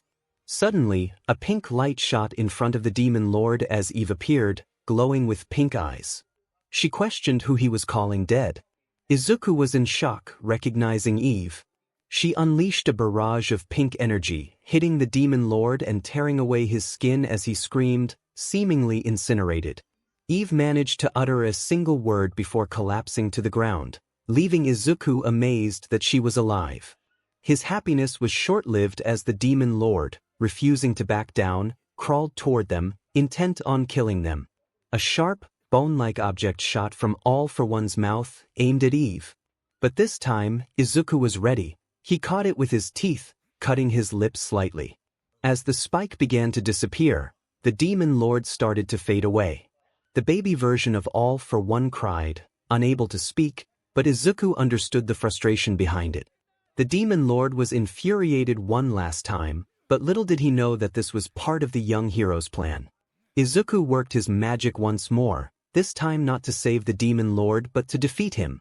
𝗓𝗋 began to revert back, and as a baby he was left with only one stage to return to. Inside his mind he screamed in rage, unable to accept his fate. Tony Stark's voice echoed in his mind, reminding him that he would lose in the end. The manifestation of 𝗓𝗋's mind began to crumble as the quirks he had stolen over the years vanished, allowing them to find peace. 𝗓𝗋 was left alone in his mind as his body in the real world reverted back to 𝗵𝗃𝗏, splattering on the ground. Izuku let out a breath of relief. It was finally over. After 200 years, the Demon Lord was dead. Eve regained consciousness and called out to him. He fell to the ground, looking back at her, assuring her that he was there. Eve, still a bit fuzzy and drained, asked if they had won. Izuku smiled through the pain and BLD, confirming that they had indeed triumphed. Eve smiled softly as she looked into the eyes of her boyfriend, feeling a sense of relief wash over her. Izuku began to cry, slowly losing consciousness as the adrenaline faded.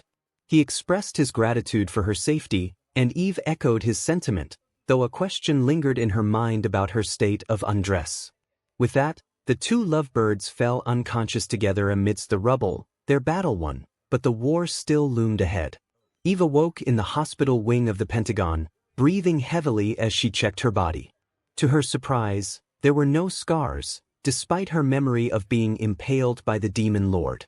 She felt different, and a thought crossed her mind about changes to her body, but she pushed it aside. Determined to find Izuku and ensure he was okay, she quickly dressed in her civilian clothes and headed for the door. Cecil entered the room, urging her to rest. Eve tried to respond but found her mouth dry and her throat parched. She wondered how long she had been unconscious. Cecil informed her that she had been out for only 3 hours and that they had found her and Izuku together in the rubble, just a few feet away from what remained of All for One. He noted her dehydration, hinting it might be related to her miraculous return. Eve attempted to use her powers to conjure a bottle of water, but they felt off. Nevertheless, she managed to drink and finally found her voice, asking what had happened.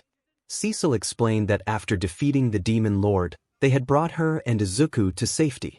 He reassured her that the others who fought alongside them would recover, though they had sustained some injuries. Eve's concern shifted back to Izuku, and despite Cecil's attempts to redirect her focus to her own recovery, she pressed for information. He reluctantly shared that while she was in decent condition, Izuku's situation was more complicated. His super regeneration was not functioning as expected due to the overwhelming damage he had sustained. His healing ability had been partially interrupted, and it would take time for him to recover fully. Cecil's tone turned serious as he described the devastation caused by the battle. Chicago had been completely destroyed, leaving behind only rubble and a high number of casualties. While Izuku had managed to save hundreds, it was a small consolation compared to the thousands feared lost. Eve felt a wave of despair wash over her, wishing they could have stopped the destruction sooner. She inquired about the Guardians, only to learn that they had suffered severe injuries and were currently undergoing operations. The public remained unaware of their condition, as the narrative was being carefully managed to prevent panic. As Eve processed the information, she reflected on the cunning of their adversary, who had anticipated every move, including the Guardians' inability to intervene. She realized that Izuku's nemesis was far more formidable than she had ever imagined, a truth that left her both in awe and fear. He knew exactly what he was doing. Cecil explained that Mark was currently helping to search for people trapped in the rubble of Chicago. They had advised the young hero to return home to his mother and take a break, but he had refused, insisting that Izuku had fought for both of them, so he should at least try to assist with the rescue. Twice was with him as well, and while trusting a former villain to help civilians escape danger was unsettling, Twice had proven to be effective. His clones were successfully rescuing many people. Unfortunately, they had little choice. While the Demon Lord was engaged in battle and the Guardians were under attack, other superheroes were also ambushed by individuals who appeared to be civilians but fought like top-tier supervillains.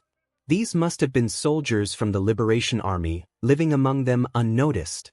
Cecil reported that they had lost about 15 heroes in those battles. It seemed the attackers' main goal was to prevent the heroes from interfering in the fight rather than to kill, but they still suffered casualties, and many were injured, requiring significant time to recover.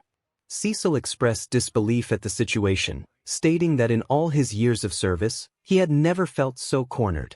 The devastation was overwhelming. So many lives had been lost for the twisted ambitions of a deranged individual. Upon arriving at Izuku's side, Cecil's heart sank. There lay his boyfriend, unconscious, with tubes inserted into his mouth and chest. His limbs were in casts, his face swollen, and it appeared he had been bleeding, given the numerous bandages. Cecil noted that Izuku had multiple broken bones, damaged ribs, and significant harm to his organs, including a portion of his lung. The most pressing concern, however, was his heart. Cecil pointed to the tube in Izuku's chest, explaining that it was currently the only thing keeping his heart beating. All for one had inflicted severe damage, and it was remarkable that Izuku had managed to stand after being impaled. They had a method to heal him, but if it succeeded, he would have to live with tubes for the rest of his life, making it impossible for him to continue as a hero. Cecil allowed a moment of silence as he observed the heart monitor, its beeping slower than a normal heartbeat. Izuku was in serious trouble, and there was nothing he could do to assist him. Although he had somehow managed to recover after being impaled, he had no idea how he had done it or if he could do it again. Cecil offered Mark the chance to sit with Izuku, believing he deserved some time alone with him after everything that had happened. Mark entered the room and sat across from Izuku, who remained unconscious. He spoke softly to him, expressing his pride in Izuku for defeating their enemy and pleading for him to open his eyes. He couldn't bear the thought of losing him, especially after just hearing him declare his love. Meanwhile, Mark reflected on his own situation. He never imagined he would be the one cleaning up after a villain attack, but he felt compelled to help. The destruction around him was unlike anything he had ever witnessed. Nearly half of Chicago lay in ruins. He had already discovered 17 bodies, none intact, and he was the only hero available to assist, as the others were injured or hospitalized. He felt a sense of guilt, believing he was partially responsible for the chaos. As he thought back to his father's words about their home planet, it all seemed nonsensical. An entire species dedicated to peace, yet none opposed the current turmoil. It felt like a fairy tale he had foolishly believed. He realized he should have questioned it more, should have spoken up instead of taking his father's word at face value. Unlike Izuku, who had questioned everything, Mark had been preoccupied with his own troubles, failing to see the signs that his father was acting strangely since the Guardians had fallen. Now, he understood that his father had been preparing to fulfill his true purpose, which hurt even more. Mark felt like nothing more than a science experiment, a realization that made him angry and sad. He wondered if his father had ever truly loved him or if he had merely needed someone to bear his children. The weight of his father's intentions pressed heavily on him, especially knowing that if it hadn't been for Izuku, he might have been killed. Mark felt helpless, sitting on the sidelines while Izuku fought for his life. Now, Izuku was in the hospital, clinging to existence, while he remained healthy and capable. He couldn't even catch one of the villains who had attacked the Guardians. Suddenly, a voice broke through his thoughts as he moved debris to allow the rescue squad to assist civilians trapped beneath the rubble. 𝗧𝗏 advised him to take a break, but Mark insisted he had to keep going. 𝗧𝗏 interrupted, recognizing that Mark was spiraling. "Take a moment, otherwise things will only get worse." It was important to sit down and talk. One of them strongly disagreed, insisting that there was no time to waste and that help was needed. He interrupted again, urging calmness and suggesting they take a breath. Apologies were exchanged, and he mentioned that the clones they created were assisting the rescue squad. Taking a minute was recommended, as it would help them both. Though reluctant to admit it, he knew the other was right. He felt mentally and physically drained and could use someone to talk to, even if that someone was a villain. He nodded as 𝗧𝗏 patted him on the head, suggesting they take a break. Despite his initial resistance, he followed 𝗧𝗏 to one of the rescue tents to gather his thoughts about the day's events. 𝗧𝗏 removed his mask, revealing his face. The other was somewhat surprised to see that 𝗧𝗏 looked like an ordinary person. 𝗧𝗏 then pulled out a pack of cigarettes, placing one in his mouth, and remarked on the expectations of a classic villain's appearance. The other wanted to respond but held back, recognizing the truth in 𝗧𝗏's words. 𝗧𝗏 lit his cigarette and acknowledged the feelings of guilt the other was experiencing, assuring him that it wasn't his fault. The other expressed his frustration, believing he could have prevented the situation if he had seen through his father's lies. 𝗧𝗏 exhaled smoke and pointed out the reality of the situation, reminding him of the physical disparity between them and the futility of his thoughts. The other wanted to argue but realized the truth in 𝗧𝗏's words. He still felt he could have done something, perhaps talked his father out of his actions. 𝗧𝗏 advised him to stop dwelling on the what-ifs, warning that such thoughts could lead to madness. He shared his own experiences, urging the other to focus on moving forward rather than getting stuck in the past. The other felt overwhelmed by the weight of his circumstances, discovering his father's true nature, the end of his relationship, and his friends fighting for their lives. 𝗬𝗏 offered a glimmer of hope, suggesting that if today was the worst, tomorrow could only be better. The other was skeptical, but 𝗬𝗏 encouraged him to hold on to that hope. Suddenly, 𝗬𝗏 dropped his cigarette, visibly distressed. He quickly masked his face again, calming himself and apologizing for the moment of vulnerability. The other, concerned, asked how 𝗬𝗏 had become a villain. 𝗬𝗏 hesitated before sharing his story, which began with the tragic loss of his parents during a villain attack in middle school, leaving him alone for most of his life. The other felt sympathy for 𝗬𝗏, who dismissed the pity, attributing his situation to bad luck. He recounted how he had managed to build a stable life until an unfortunate accident with his motorcycle led to a criminal record. The other questioned the lack of a proper investigation, but 𝗬𝗏 explained that it was his word against that of a respected individual, leading to a downward spiral in his life. As 𝗬𝗏 shared his story, the other began to see him not just as a villain but as a person shaped by circumstance, struggling to protect those he cared about. I had no friends or immediate family, so I was all alone, and that's when things began to spiral downward. Mark listened intently to every word the man shared. What had happened? 𝗬𝗏 explained that his quirk was called 𝗬𝗏, allowing him to create doubles of things as long as he had a significant amount of data about them. Naturally, he knew himself better than anyone else, so he began to clone himself, not out of a longing to commit crimes, but simply because he wanted someone around who understood him. In a way, he became best friends with himself. The superhero could see how that might be sad, but he didn't want to hurt 𝗬𝗏's feelings, especially since 𝗬𝗏 was trying to cheer him up. It wasn't pathetic, he thought. Maybe a bit unusual, but not pathetic. 𝗬𝗏 noticed the boy's pity and dismissed it, acknowledging that it was indeed a bit sad. He just hadn't known what else to do. He wanted a friend, someone to be with, and that was his first mistake. He began cloning himself even more, eventually creating an entire gang of himself. Memories of what happened next flooded 𝗬𝗏's mind. They committed small-time robberies, and while no one was seriously hurt, he did it all for the cash. When a person is desperate, they want an easy life, and he wanted that so badly that he didn't realize how many wrong turns he had taken. Mark, confused, pointed out that it didn't sound like a mistake. It seemed like he was having an easy time with friends and a gang of himself. What could have possibly gone wrong? 𝗬𝗏 explained that his ego had taken over. He began to see himself as the king of his clones and started bossing them around. His voice was the only one that mattered, and he ordered them to do everything while he sat back and enjoyed his easy life. That was a mistake. Mark remained puzzled, noting that it sounded like he had it easy. He mentioned that he had seen 𝗬𝗏𝗍𝗍 her clones for mundane tasks without issue. 𝗬𝗏 clarified that her power was different from his. The clones he created retained all of his memories and experiences, believing they were the real him. This led to a rebellion among them. The memory of the moment that shattered 𝗬𝗏's perception of himself haunted him, the day he was almost harmed by his own creations. Taking a deep breath, 𝗬𝗏 recalled that he was nearly killed by himself. Mark's eyes widened in disbelief. Why would they do that? 𝗬𝗏 interrupted, explaining that since his clones had all his memories, they believed they were the original. Unlike 𝗬𝗏𝗍𝗍, his clones were like separate entities, each convinced of their own reality. As he created more clones, they lost track of who the real him was, which led to chaos. Once again, the memories of that day flooded back. After the rebellion, his clones argued over who was the real one.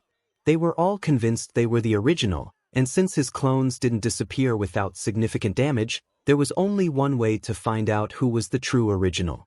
Mark's eyes widened in realization. He couldn't believe what he was hearing. They had killed each other. 𝗬𝗏 continued, describing how the conflict and self-destruction lasted for 9 long days. He could hardly imagine listening to himself argue over who was real, only for them to turn on one another in the end. Mark was shocked. He had never heard anything so horrific. 𝗬𝗏 shook his head, insisting that there was no need for apologies. He had come to terms with what happened, and while it had split his mind, he knew there was no one else to blame but himself. He had made poor choices and kept stumbling, But to make mistakes is to be human. 𝗬𝗧 recognized the same questioning in Mark that he had experienced at the beginning. He understood the longing to believe he could have done something better. It was possible he could have realized that his actions were a bad idea, but he hadn't, and there was nothing he could do to change the past. All he could do was get up and keep moving forward. He encouraged Mark to do the same, acknowledging that he had stumbled by trusting his father, but who could blame him? He was his dad, after all. The important thing was to learn from mistakes and keep moving on. Mark expressed his fear of making another mistake that could cost lives. How could he live with himself if that happened? 𝗬𝗧 reassured him that he just had to keep moving. Life isn't fair. Some people are dealt good hands while others are not. The key was to play the cards you're given. He reminded Mark that he had friends and family who could support him. Instead of focusing on what he could have done better, he should concentrate on what he would do better next time. Taking those words to heart, Mark nodded. 𝗬𝗧 was right. He couldn't change what had happened, and obsessing over the past wouldn't save anyone. All he could do was pick up the pieces of his life and try to move on as best he could. He stood up, affirming that he couldn't change the past, and dwelling on it wouldn't help. All he could do was get back up and try again. 𝗬𝗧 encouraged him, reminding him to avoid making the same mistake twice. Mark agreed, realizing he wouldn't take anyone's words at face value anymore. He needed to question things instead of accepting them as law, except for Izuku, of course. 𝗬𝗧 added that he should probably avoid arguing with his mom, sharing his own experience of never wanting to argue with his mother again. Mark acknowledged that advice was fair enough. He hesitated before expressing gratitude to 𝗬𝗧, realizing that not all villains were as bad as he had thought. 𝗬𝗧 simply nodded in understanding. Mark reflected on the notion that not all heroes were as bad as he once believed. He felt a sense of openness, realizing he could talk to others about their experiences. He considered how he would extend that same courtesy to the man who had helped him see a path forward. He thought about the possibility of asking 𝗬𝗧 what his next steps would be, whether he would choose to become a hero. 𝗬𝗧 chuckled lightly, suggesting they shouldn't rush into conclusions. He mentioned he would assist with the cleanup and then decide how he felt about the future. Mark, feeling a bit anxious, asked if he needed to worry about the clones 𝗬𝗧 had created of him. 𝗬𝗧 hesitated, leaving Mark feeling confused and concerned. The chapter came to a close, reflecting on the importance of having someone to talk to, especially in a universe where struggles were common. 𝗬𝗧, despite his many failures, always tried to rise again. Mark began to understand that villains were not simply the caricatures he had seen in comics. They were complex beings with their own thoughts, feelings, and motivations. It had been nearly 2 weeks since the battle between 𝗬𝗓 and Deku, and things were finally beginning to improve. Some heroes had recovered from the paranormal liberation attack and were actively participating in relief efforts, working to restore the city. 𝗬𝗧 and Mark had remained in Chicago, focused on helping as many people as possible. The Guardians were still in critical condition but alive, although Rex secretly wished he weren't, especially after Cecil discovered his invitation to Toga to join the Guardians of the Globe. Rex felt he had been misled by Toga's strange powers, failing to recognize his own role in the ambush and the subsequent hacking of the Global Defense Force.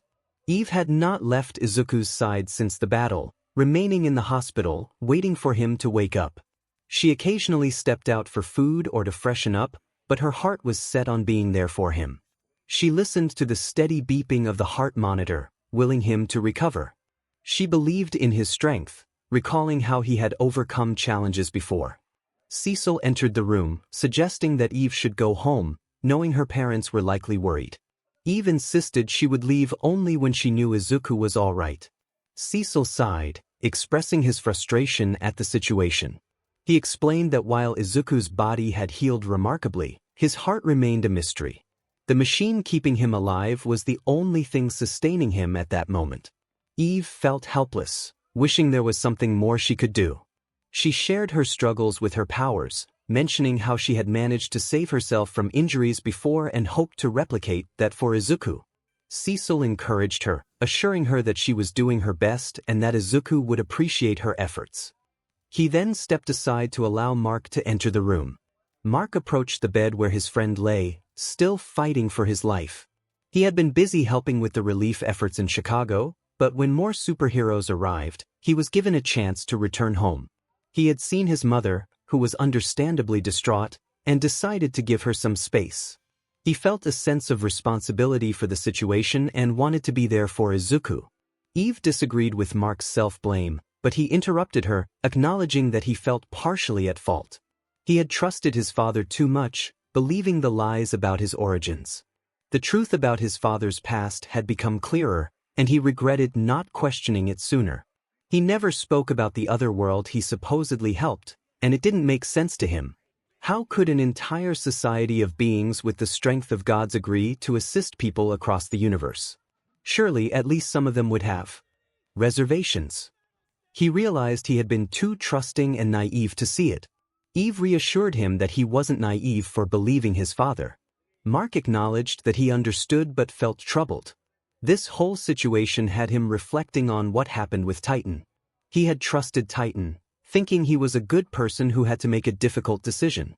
The truth was that Titan had been using him, and Mark had almost gotten Izuku killed during the fight with Battle Beast. Although it didn't seem like his fault and he had no way of knowing how things would unfold, he felt he should have considered the possibility that both his father and Titan were lying. That thought had never crossed his mind, and he felt foolish for it.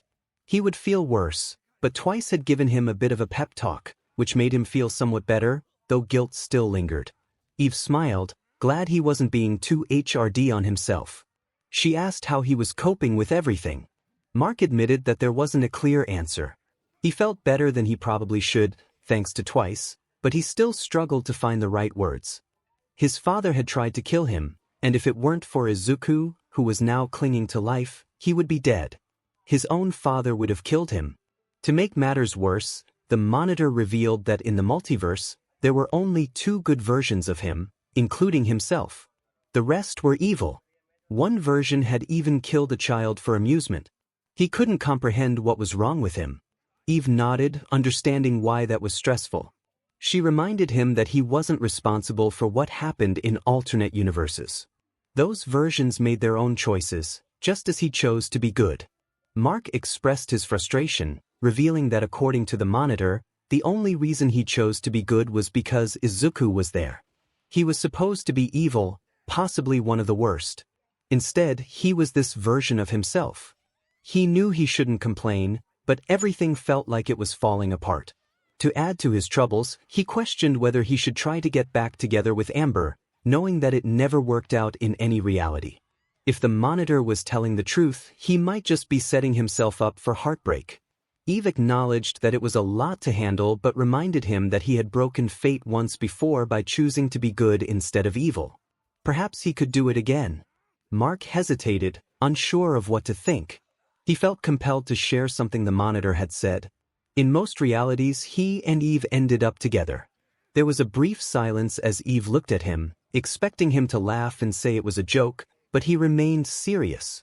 She was taken aback, asking if he meant he and she were meant to be together. Mark blushed slightly and clarified that, according to the monitor, he didn't feel that kind of attraction to her. He thought she was appealing, but he preferred to remain friends. Eve responded that she didn't feel that way about him either, and he took no offense. He then asked how Izuku was doing. Eve explained that it was hard to say. Cecil had mentioned that Izuku's injuries were healed, except for his heart, which wasn't healing properly despite his super regeneration. The only thing keeping his heart beating was the machine he was hooked up to. If they removed even a single wire, he might go into cardiac arrest. Mark looked at his friend with concern, insisting that there had to be something they could do. Eve lamented that neither she nor Cecil, nor even the best doctors in the world, could find a solution. They needed an idea of what to do. At that moment, a voice came over the speakers, offering a suggestion. Both Mark and Eve immediately assumed a defensive stance, ready to protect their friend. They demanded to know who was speaking. The voice identified itself as Jarvis, an AI system designed by Tony Stark. Mark was confused, having never heard the name before, but Eve recognized it.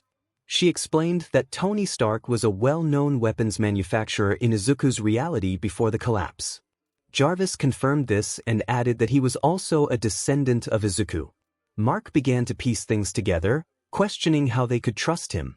He was no longer naive and refused to take Jarvis's word without proof, especially with his friend's life at stake. Jarvis acknowledged the concern but insisted he knew how to save Izuku's life. However, he emphasized that they would need to trust him. Mark and Eve exchanged skeptical glances, but they looked back at their friend, realizing time was running out. Mark reluctantly lowered his fists, agreeing to trust Jarvis for now, but warned that if he was lying, he would hold Jarvis accountable. Jarvis remained unfazed by the threat and explained that while there was no way to heal Izuku's heart, there was a method to keep it beating with less risky machinery. Eve asked if he meant something that could keep his heart beating permanently. Jarvis confirmed this, revealing that Tony Stark had once faced a similar injury and had created a solution to protect his heart. Izuku found himself back in the Vestige world, surrounded by past users and new guests, the original guardians of the globe.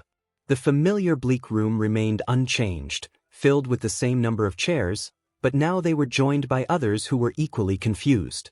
Red Rush was the first to break the silence, voicing the question that weighed heavily on everyone's mind. He expressed his bewilderment about the situation, noting that they had just faced Omni-Man and now found themselves in this strange place. The first user explained that they were inside the power known as One for All, but the details were still unclear. Dark Wing chimed in, sharing his last memory of the battle against Omni-Man and how he suddenly became conscious in this fog-like state. He sought clarity, wanting to know who these new people were. Nana, one of the past users, reassured him that they were the original holders of the power before Izuku, emphasizing that One for All could be transferred from person to person. The Green Ghost expressed confusion about how they ended up here, having never possessed One for All himself. A moment of silence passed as the users exchanged glances, realizing the depth of their predicament. The first user admitted that they had only recently discovered that their souls could exist within the power, having been mere echoes for a long time. Martian Man questioned how they could be unaware of how the power worked if it originally belonged to them. The second user explained that the previous holder had no knowledge of the unique abilities of One for All, as it was not his original quirk. The first user revealed that his original ability was to pass on his quirk, but after a confrontation with his brother, All for One, he gained the ability to stockpile power, merging it with his original quirk to create One for All.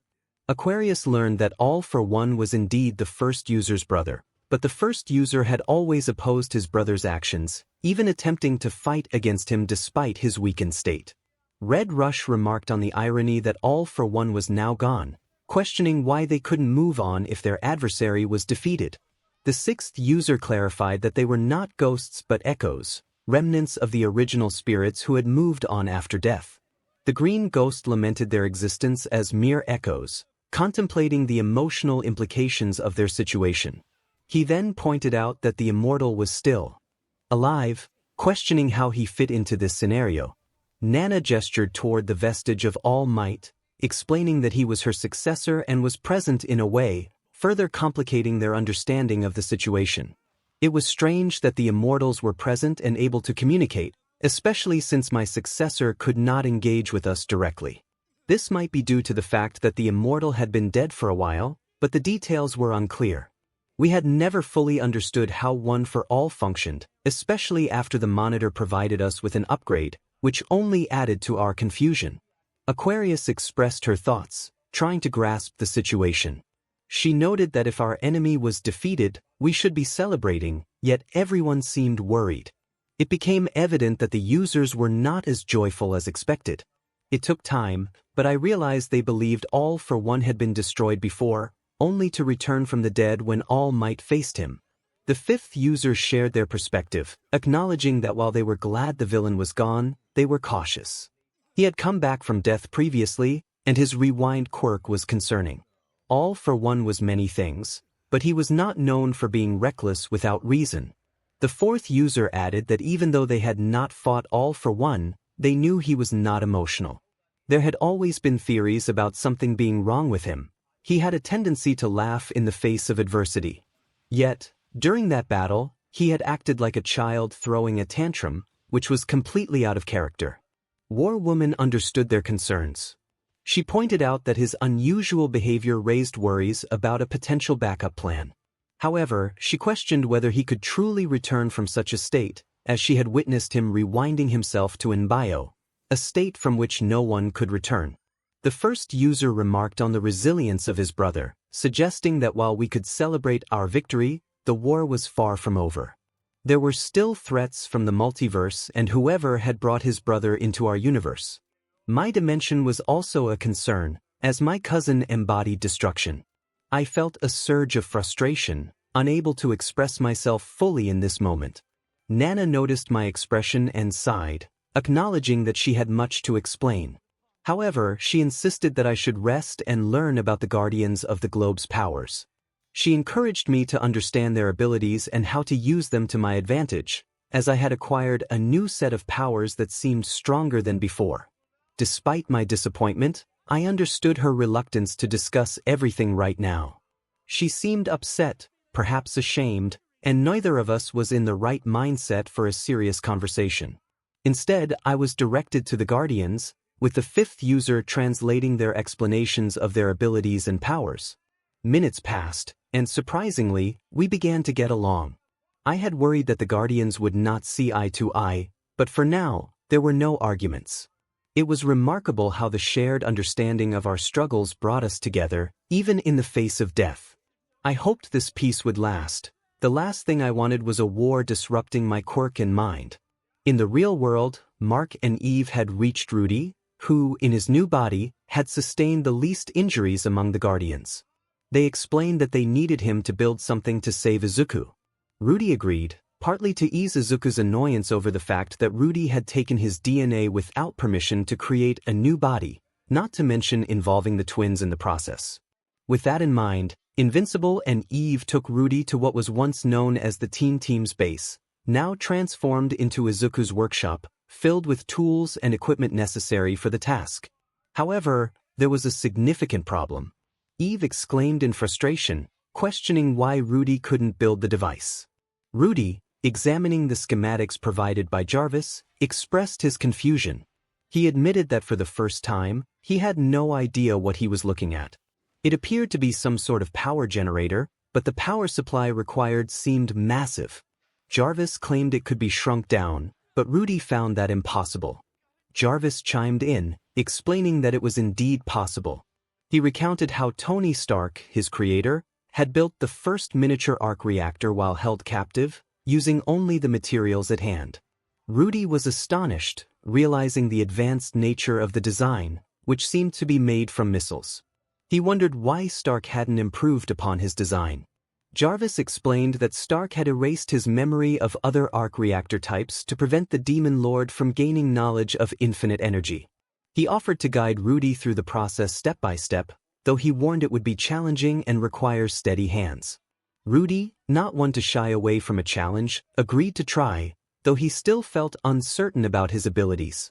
This task was more advanced than anything he had encountered before, and he acknowledged Stark's genius. Finally, Mark seized the opportunity to ask who Tony Stark was and how he had created something so advanced. Izuku's connection to Tony Stark was a mystery. Tony Stark sounded like an American name, but Izuku had mentioned he was from Japan. Eve explained that according to Izuku, Stark was a weapons manufacturer in the days before quirks. One day, he decided to shut down his weapons production, but the reasons remained lost to history. After that, he began working on new projects aimed at improving humanity, but then everything collapsed. 𝗧𝗪𝗧𝗏 was teaching Rudy how to create a miniature arc reactor from spare parts while recounting the history of his creator, Tony Stark. He noted that Stark was indeed a brilliant weapons manufacturer, known as the greatest in the world, amassing billions through his work. Mark questioned why Stark had shut down his operations. 𝗧𝗪𝗧𝗏 explained that during a weapons display, Stark was captured by a group known as the Ten Rings. It was during this captivity that Stark realized the true impact of his creations. His weapons were being used by evil people to harm innocent lives.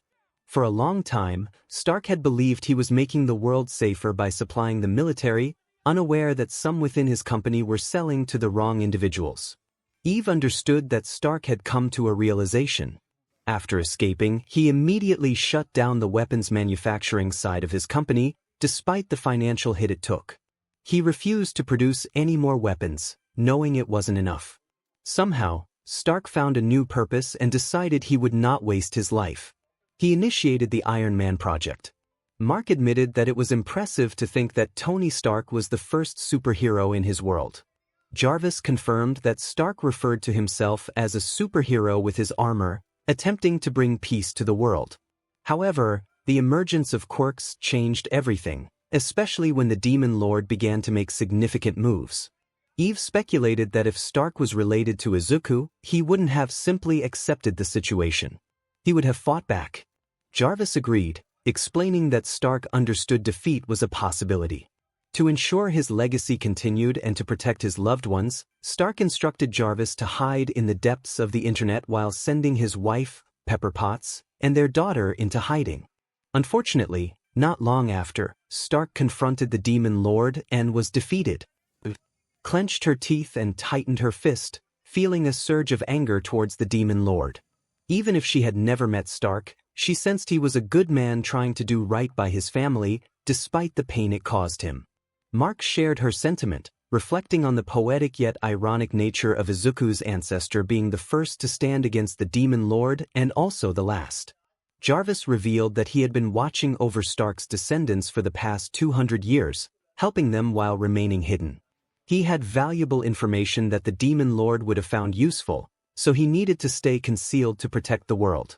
He had observed Izuku and his family fighting against the Demon Lord for nearly 2 centuries, even if they were unaware of the full scope of their struggle.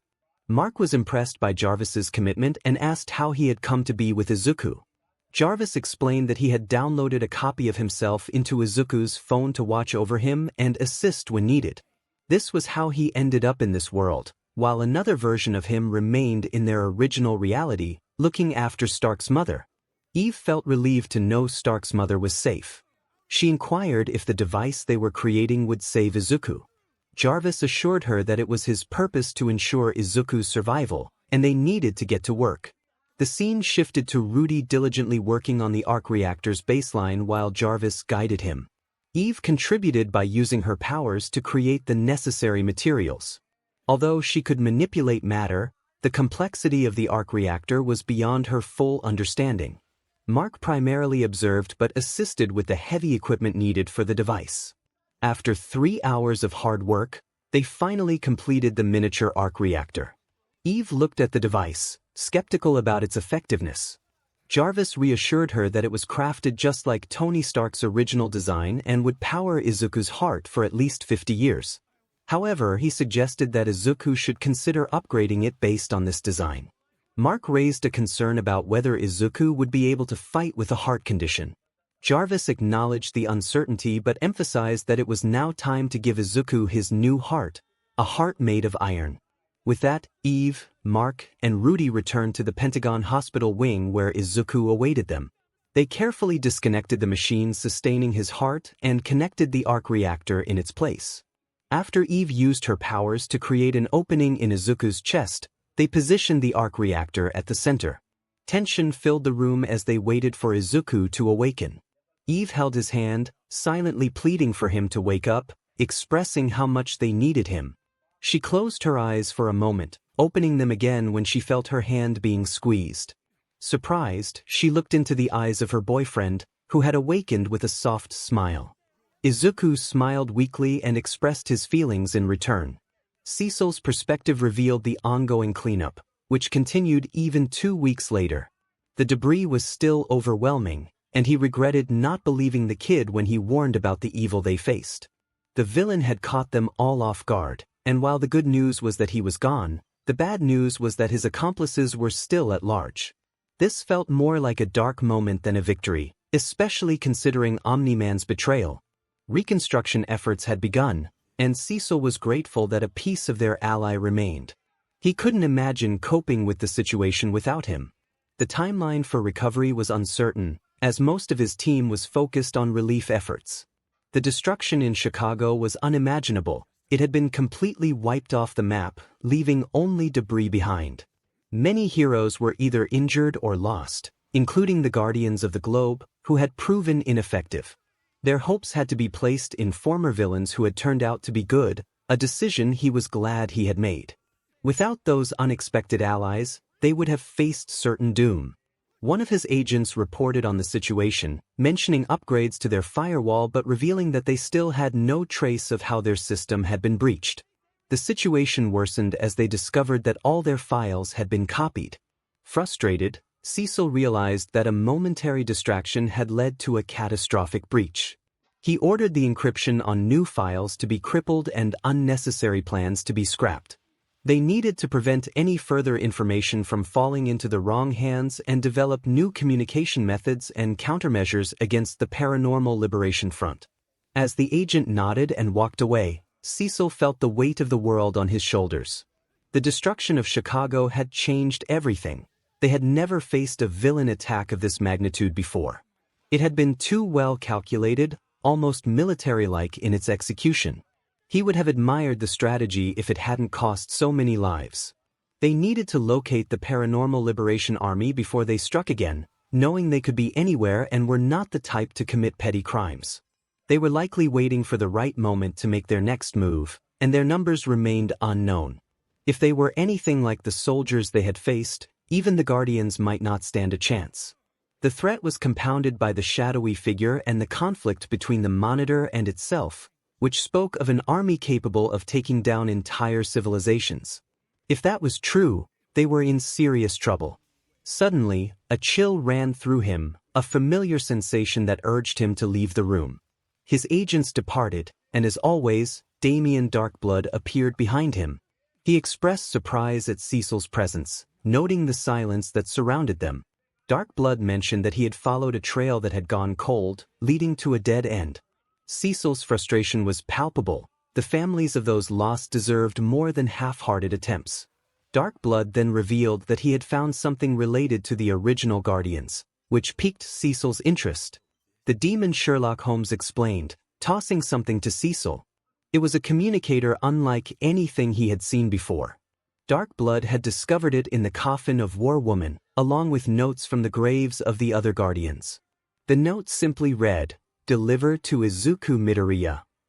𝗧𝗏 realized that this was likely a final gift from All for One, suggesting he had anticipated his own demise. The implications were troubling. If All for One had planned for such an outcome, he was still a formidable opponent, even in death. Meanwhile, Izuku, who had saved the world from a cataclysmic threat, was now awake and being embraced by his friends. The excitement was palpable, though it made Mark and Rudy feel slightly uncomfortable. Rudy decided to step out, not ready for Izuku to see his new body after heart surgery. Once things settled, Izuku sat up in bed, looking at the arc reactor in his chest. He processed the information about Rudy's new body, a clone of himself from when he was 5. Eve rubbed the back of her head, acknowledging that Izuku seemed to be handling the situation remarkably well. She questioned whether he felt violated by the theft of his DNA. Izuku admitted he was angry but was grateful to be alive. He planned to discuss it with Rudy later, but the pressing concern was the death toll. Mark and Eve exchanged glances, knowing they had to tell him the truth. That was in the thousands and still rising. Chicago had been devastated, with only a few areas remaining untouched by the destruction. The young hero felt a mix of emotions as he processed the aftermath of the battle. Eve informed him that the enemy was no longer a threat, reduced to nothing but particles, and that he had succeeded in his mission. However, the weight of having taken a life, even that of the Demon Lord, weighed heavily on him. Guilt gnawed at him, not only for the lives lost during their confrontation but also for the secret he had kept from Mark about his father. Izuku turned to Mark, expressing his regret for not revealing the truth sooner. He had hesitated, fearing he might accuse Mark's father without solid evidence. He had searched for any possibility that the man might not be as he seemed, but ultimately he had to come clean about his suspicions. Mark, understanding yet troubled, acknowledged that he would have reacted impulsively if he had known the truth. He questioned whether his father had ever truly loved him or his mother, grappling with the realization that everything he had been told might have been a lie. Izuku placed a reassuring hand on Mark's shoulder, suggesting that deep down, Mark's father might have cared for them, but as a soldier, he had prioritized his duties over his emotions. Mark appreciated the sentiment, even if it wasn't the answer he had hoped for. Curious about the fate of his father, Mark asked if 𝗧𝗵𝗲 had defeated him. Eve explained that they had seen footage of the fight, where 𝗧𝗵𝗲 had gripped Omni-Man by the throat, causing him to age rapidly. By the end of the encounter, he was no longer the powerful warrior they had known but a frail figure, still alive yet transformed. Mark reflected on his father's escape, noting that he had left in a weakened state. Izuku speculated that 𝗧𝗵𝗲's actions might have accelerated the aging process, suggesting that the loss of his abilities could have triggered a rapid decline in his physical condition. He recalled a similar incident involving his own teacher, who had caused an elderly villain to age instantly when using his quirk. Eve pointed out that Omni-Man had still managed to escape into the atmosphere, albeit slower than usual. This raised questions about the extent of his powers after the encounter. Izuku theorized that 𝗧𝗵𝗲 had drained some of his abilities but not all, leaving the possibility that Omni-Man could return stronger than before, though he doubted that would happen. Mark raised an eyebrow, intrigued by Izuku's perspective. He considered the implications of his father's defeat, realizing that losing to a teenager might have a profound impact on him. He knew that he couldn't defeat Izuku when he was at full strength, and now with his power limited, he understood he wouldn't stand a chance. However, he was uncertain whether Izuku or 𝗧𝗵𝗲 had won their battle. He likely believed that one of them had triumphed, but he couldn't tell which. Regardless, he recognized that he was outmatched, leaving him with two options: either return to his home planet to gather reinforcements or, more likely, flee as far away from the Empire as possible. Eve questioned why he wouldn't just return to the Empire for help. Izuku explained that based on their previous interactions, he was fairly certain that Nolan's people did not tolerate failure. If they discovered that one of their soldiers had not only failed to conquer Earth but had also lost to a 17-year-old human, a species they regarded as weak, they would not accept it. The punishment for such failure would likely be severe, possibly even death for Nolan. Thus, his only choice was to escape, but where he would go was uncertain. As for what he would do while fleeing, that was also unknown. What Izuku did know was that they wouldn't have to worry about Omni-Man returning anytime soon.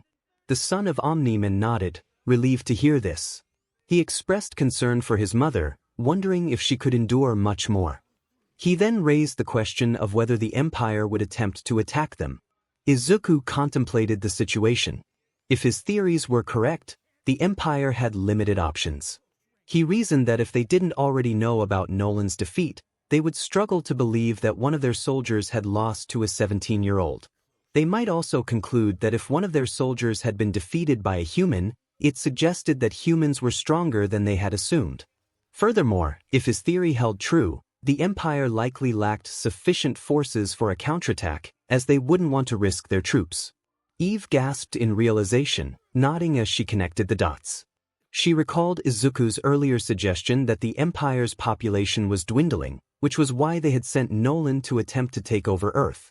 She wondered if this meant they would see humans as a target for breeding, questioning whether they would take the risk to continue their species.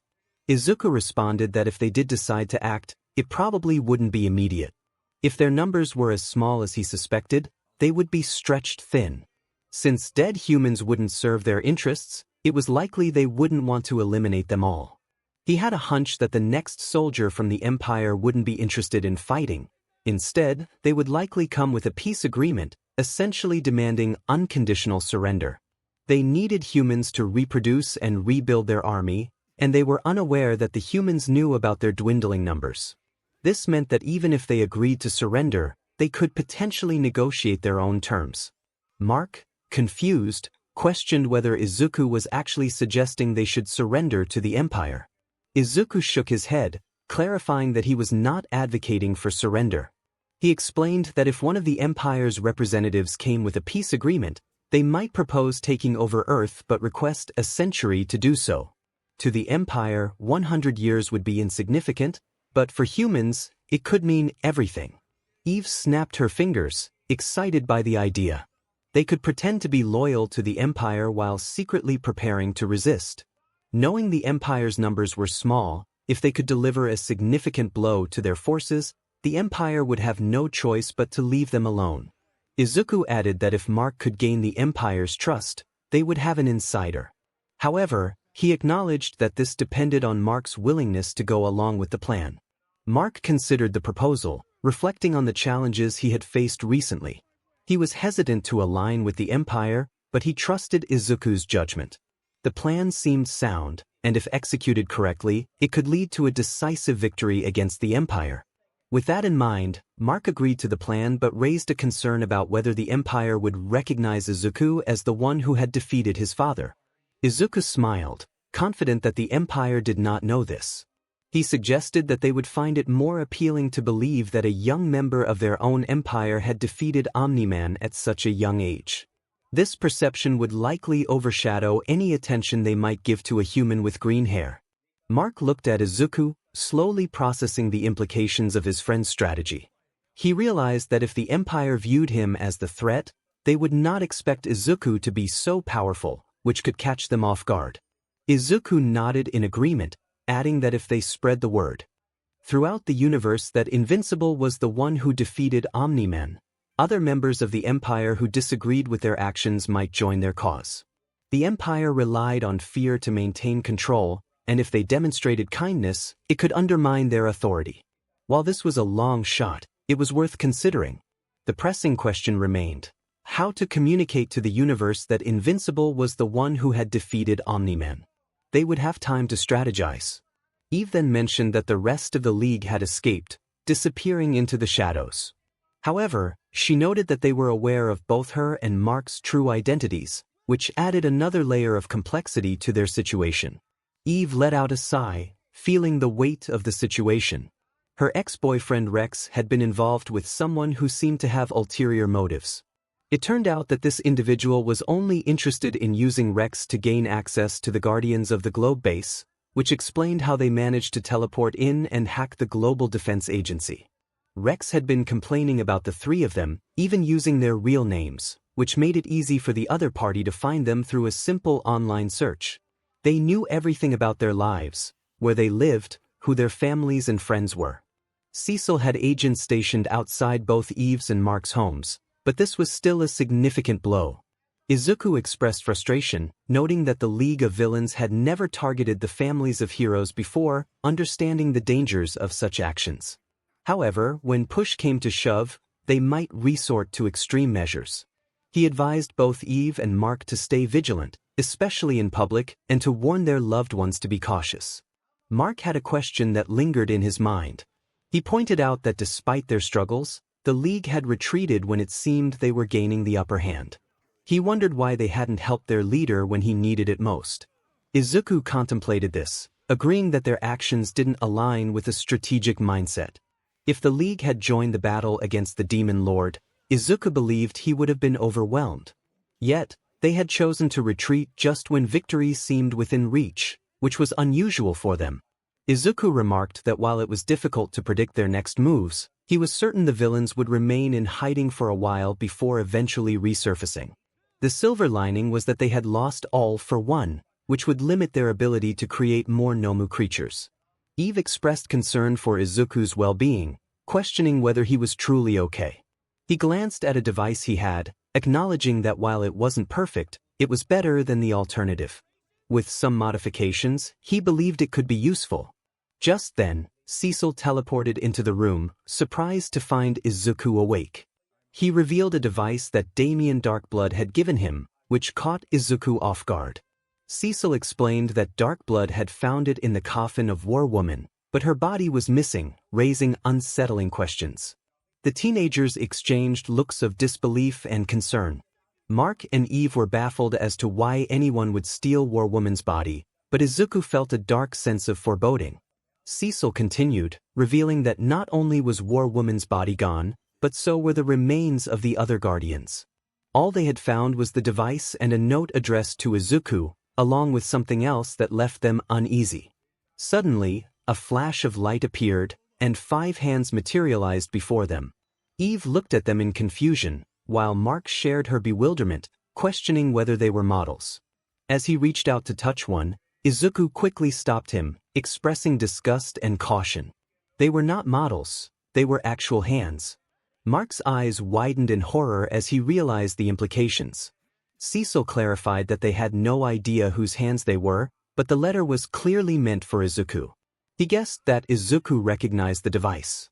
Izuku nodded, explaining that it was a holographic messaging device, used for sending videos much like letters, but also for special occasions.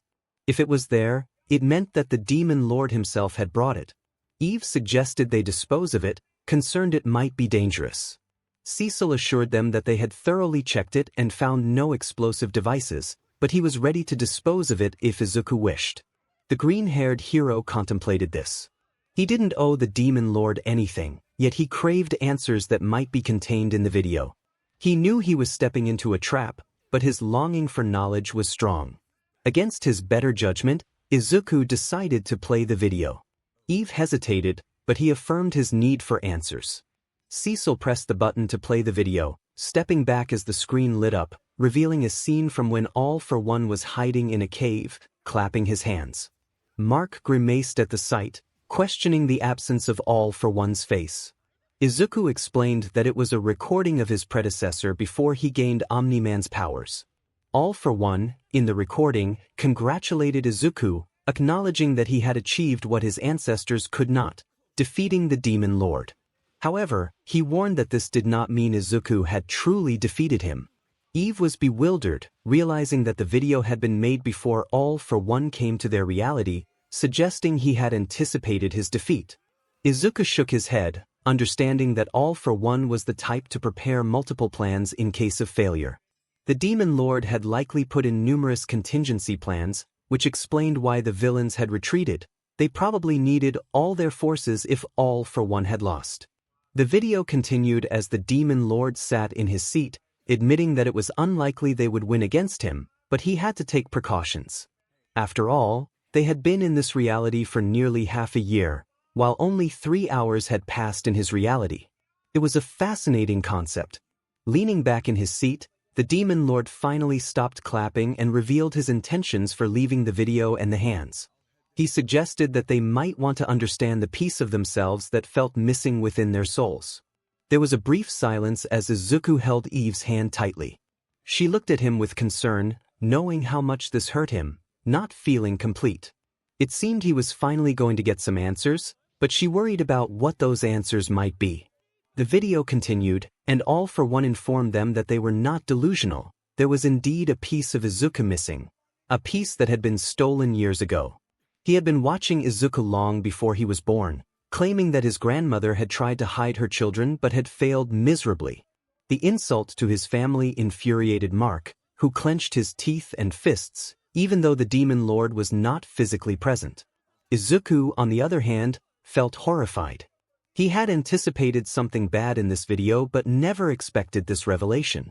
While it was unsettling to know that a part of him had been taken, it was somewhat comforting to finally have an answer. However, knowing that the demon lord was responsible made it all the worse. Mark expressed disbelief, insisting that there was no way the demon lord could have orchestrated such a plan, which would have required decades of foresight. He wondered how someone could even conceive of such a scheme.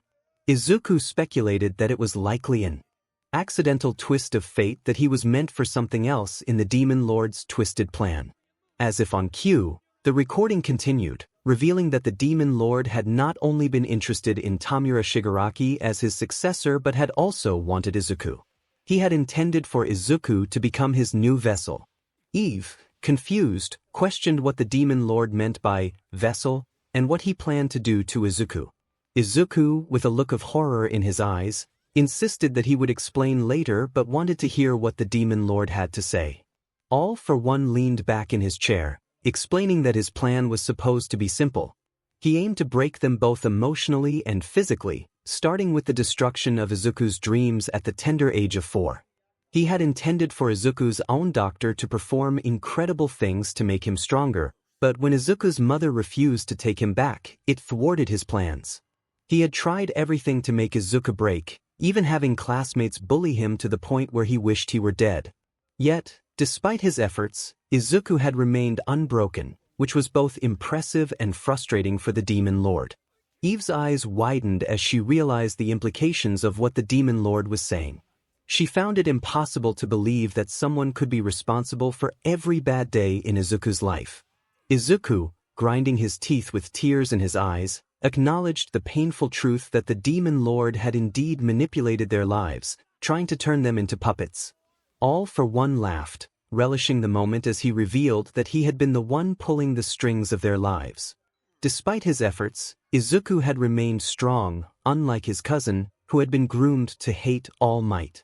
The Demon Lord found it amusing that both descendants of Nana and Tony Stark would end up fighting each other, even though their ancestors believed in ideals of peace and joy. As the laughter subsided, All for One acknowledged that he was dead but not out. He expressed regret that he would not witness Izuku's confrontation with his own flesh and blood, hinting at a family reunion to come. Mark's anger boiled over as he declared that if the Demon Lord were still alive, he would take matters into his own hands. Eve, shocked by the darkness of the Demon Lord's actions, wished for him to suffer for his evil deeds. Izuku remained silent, grappling with the reality that he would have to face his cousin, and whether he liked it or not, a confrontation was inevitable. All for One snapped his fingers, revealing a collection of hands. He explained that they were a bonus prize for Izuku for defeating him. They were meant to be a gift for when Izuku eventually became his successor, but since that day never arrived, All for One decided to present them now. He mentioned that he thought Izuku would appreciate the chance to bury what remained of some of his family members. Izuku's eyes widened as he looked at the hands. There were 5 of them. A wave of nausea washed over him, as if he might be sick. All for One continued, taunting him about the hand of his grandfather, the man who had repeatedly gone back to save prisoners from a burning building. He hinted at the identity of the other hands, revealing that they belonged to Tony Stark, his prized possession and a reminder of his first real victory as the Demon Lord. He added that the other hand of this loved one was in the possession of Izuku's cousin. Izuku gritted his teeth, feeling a surge of anger. All for One laughed, relishing the moment. He expressed his hope that Izuku would enjoy this parting gift until they met again, whether in this life or the next. With that, the device turned off, leaving Izuku's face a picture of despair. Even in death, the Demon Lord had managed to reach him, but the impending family reunion was not the only concern. In the darkest corners of the multiverse, a shadow observed a crystal ball displaying the Demon Lord's defeat. It acknowledged that it was a long shot for the Demon Lord to kill Izuku but noted that the boy had gained strength. Another shadow, maintaining its anonymity, inquired about the plan and whether they should wait longer. The first shadow responded that unfortunately, they would have to wait. A different shadow expressed impatience and a longing for action, suggesting they find another empire to destroy to stay sharp. The first shadow leaned closer to its minions, indicating that there was indeed another Earth they could target, though it would only be Invincible and Omni-Men, hardly a challenge for them. The sound of chains and heavy boots echoed through the darkness as red eyes glimmered, accompanied by a twisted smile. The leader of the shadows declared that it would be far more entertaining than remaining idle. They all echoed in unison that all roads lead to darkness. The tallest shadow, orchestrating the chaos, mentioned having another plan to eliminate the potential threat. It suggested that the Monitor's championship should revisit the past, as their origins could change drastically at a young age. As the narrative shifted, Mark reflected on everything that had transpired. He found solace in the vastness of space, realizing how small he truly was in the grand scheme of things. Looking down at Earth and up at the stars, he contemplated that each star represented its own galaxy and its own people. It was a comforting thought that made his past experiences a little easier to bear. Though he was not completely over his struggles, he felt that without Twice and Izuku he would be in a much darker place. He hoped his mother would find a way through her challenges. His father, once a hero in his eyes, turned out to be a facade, a ploy to gain trust before attempting to turn Earth into a breeding ground for an alien empire. Now, he was following someone not even from their universe in a fight against that empire. This was not how Mark imagined being a superhero would unfold. Izuku had warned him that the path of a hero was fraught with challenges and often brought unexpected surprises.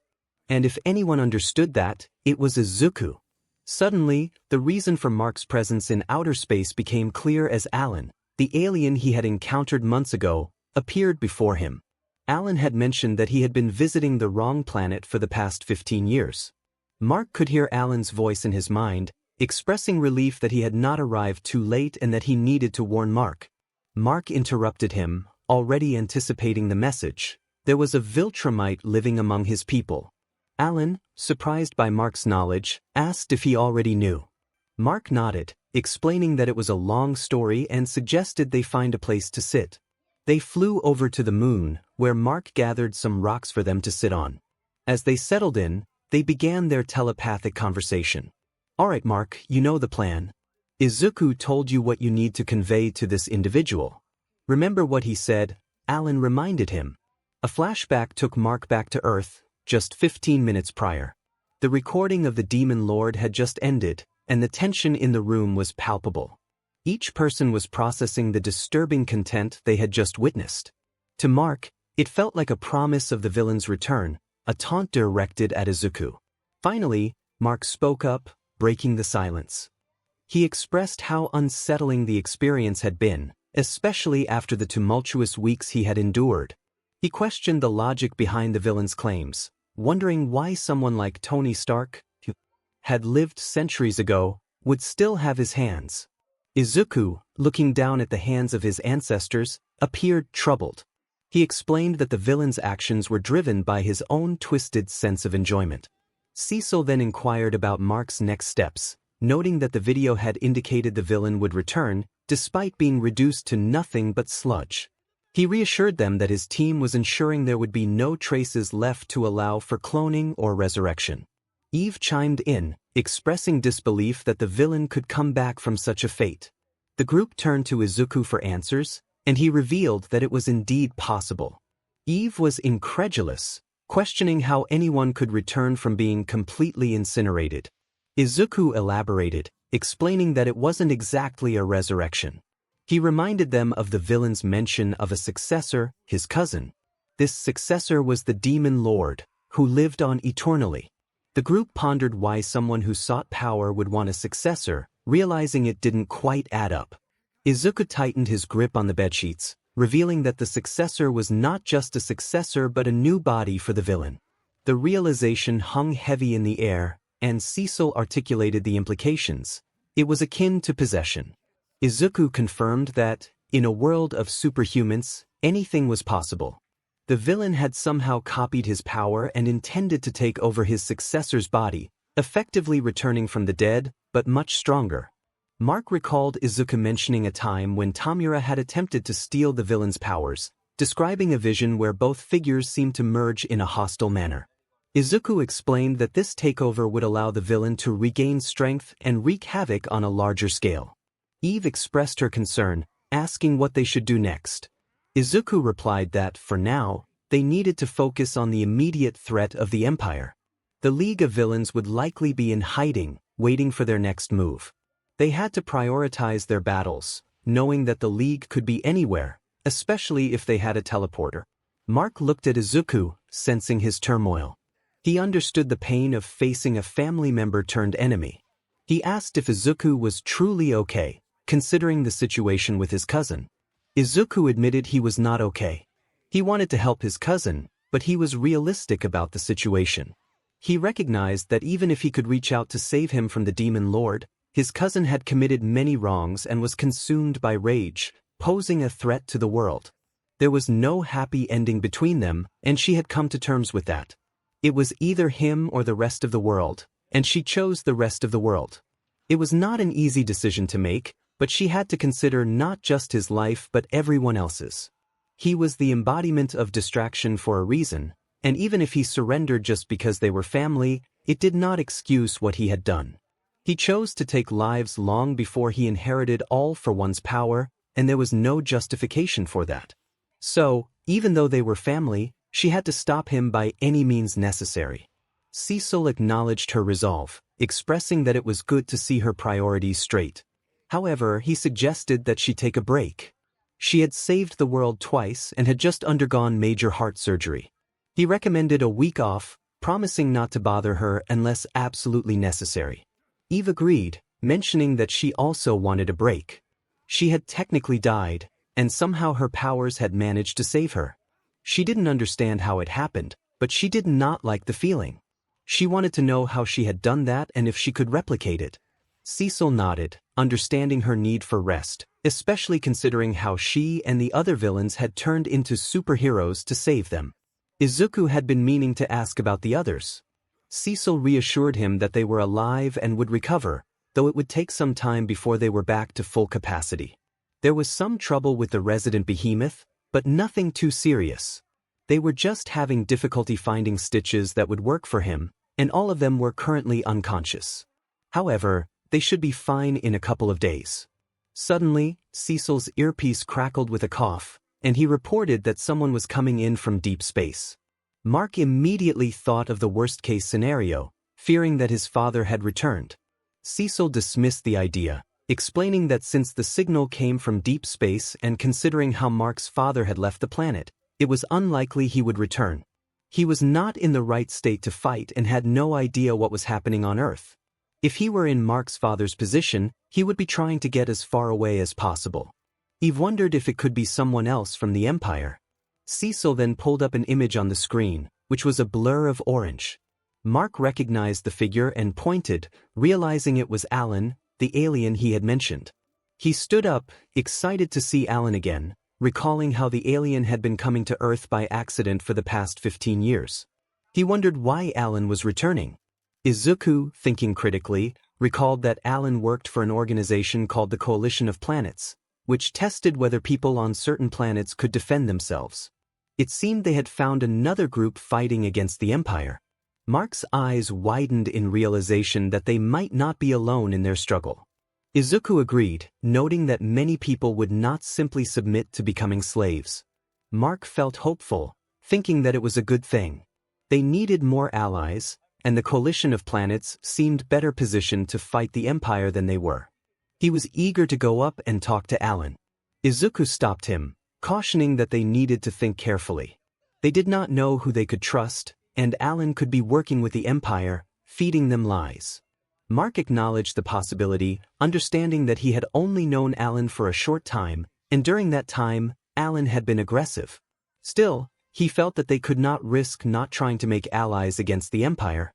Izuku agreed that they needed allies but urged caution. He suggested they consider that everything Alan had told Mark could have been a setup by his father in case he ever went to space to confront him.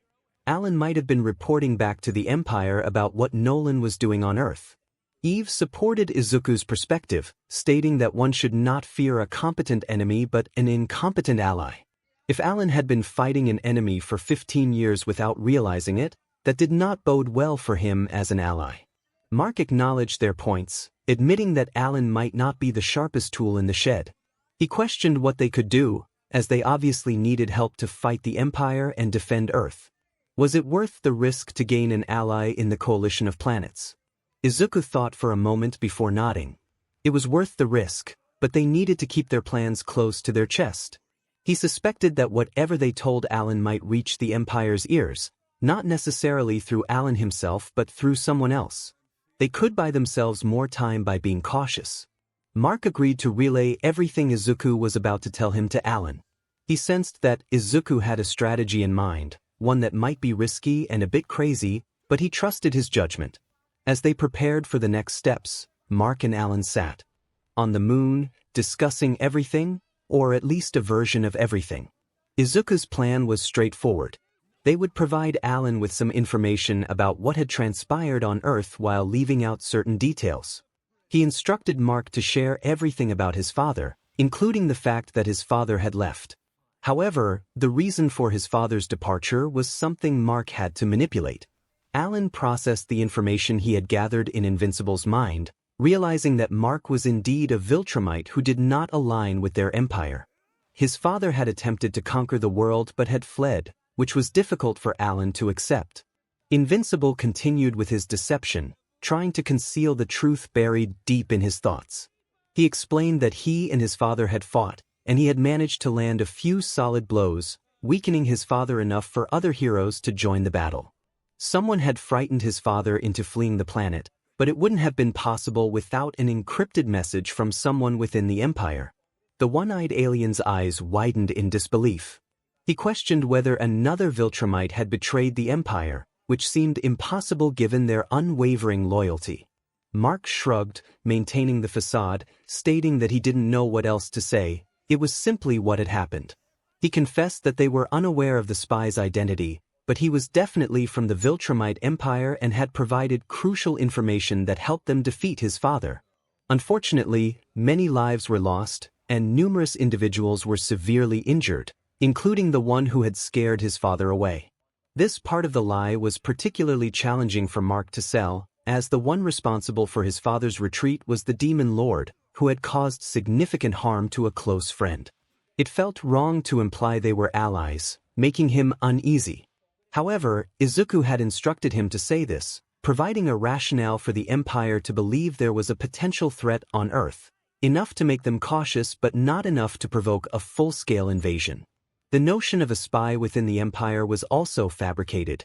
Izuku believed that if Alan wasn't the spy, the coalition of planets likely had at least one. Mark understood that the Empire was arrogant and self-centered, but they were not foolish. They would likely view the coalition of planets as a threat and might have a spy embedded within it, either through coercion or bribery. If they believed there was a traitor among them, it would certainly disrupt their plans for invasion, as they would be uncertain whom to trust.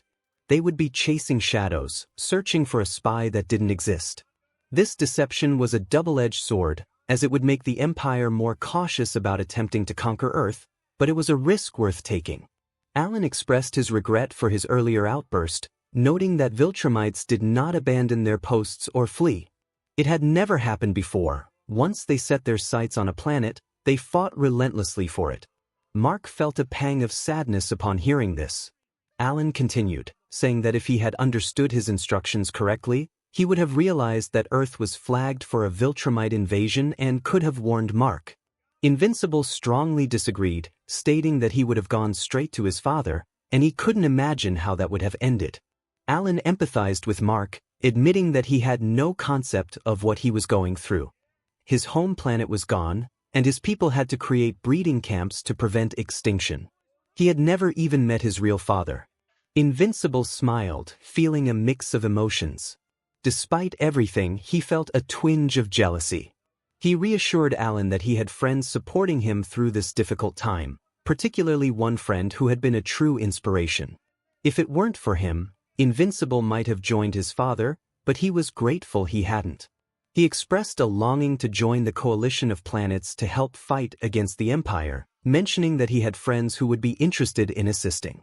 However, they needed to focus on rebuilding after the battle with his father, which had cost many lives. When the next fight came, he assured Alan that they would be ready. Alan was pleased to hear this and inquired about Invincible's plans in the meantime.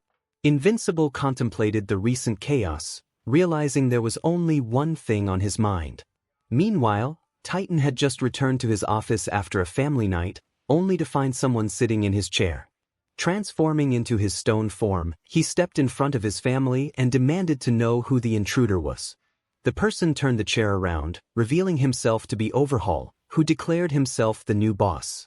Back on Mars, the astronaut who had been left behind and consumed by the brain creatures had completely taken over the Martian kingdom, now setting their sights on Earth. On a distant planet, 𝗬𝗏𝗵𝗃 was still nursing his wounds from his battle with Izuku. However, this did not deter him from training, as he sought out strong opponents to face. He swiftly defeated another adversary with a single blow. On Earth, the scene shifted to the Paranormal Liberation Front, where they observed tubes containing the guardians of the globe, who were slowly transforming into Nomu. The Mad Doctor noted that in just 2 months, they would be ready and decided it was time to implement the MSDR's backup plan. He moved to another desk that held 2 vials of BLD, one labeled All for One and the other Invincible. The doctor smiled, feeling triumphant, as he believed that even death would not stop his friend's dream from coming to fruition.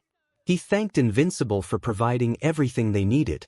𝗬𝗏𝗵𝗃 growled, expressing his disdain for the insects he faced, stating they were not worthy of his time. He recalled the green-haired warrior, vowing that they would meet again, and only one of them would walk away.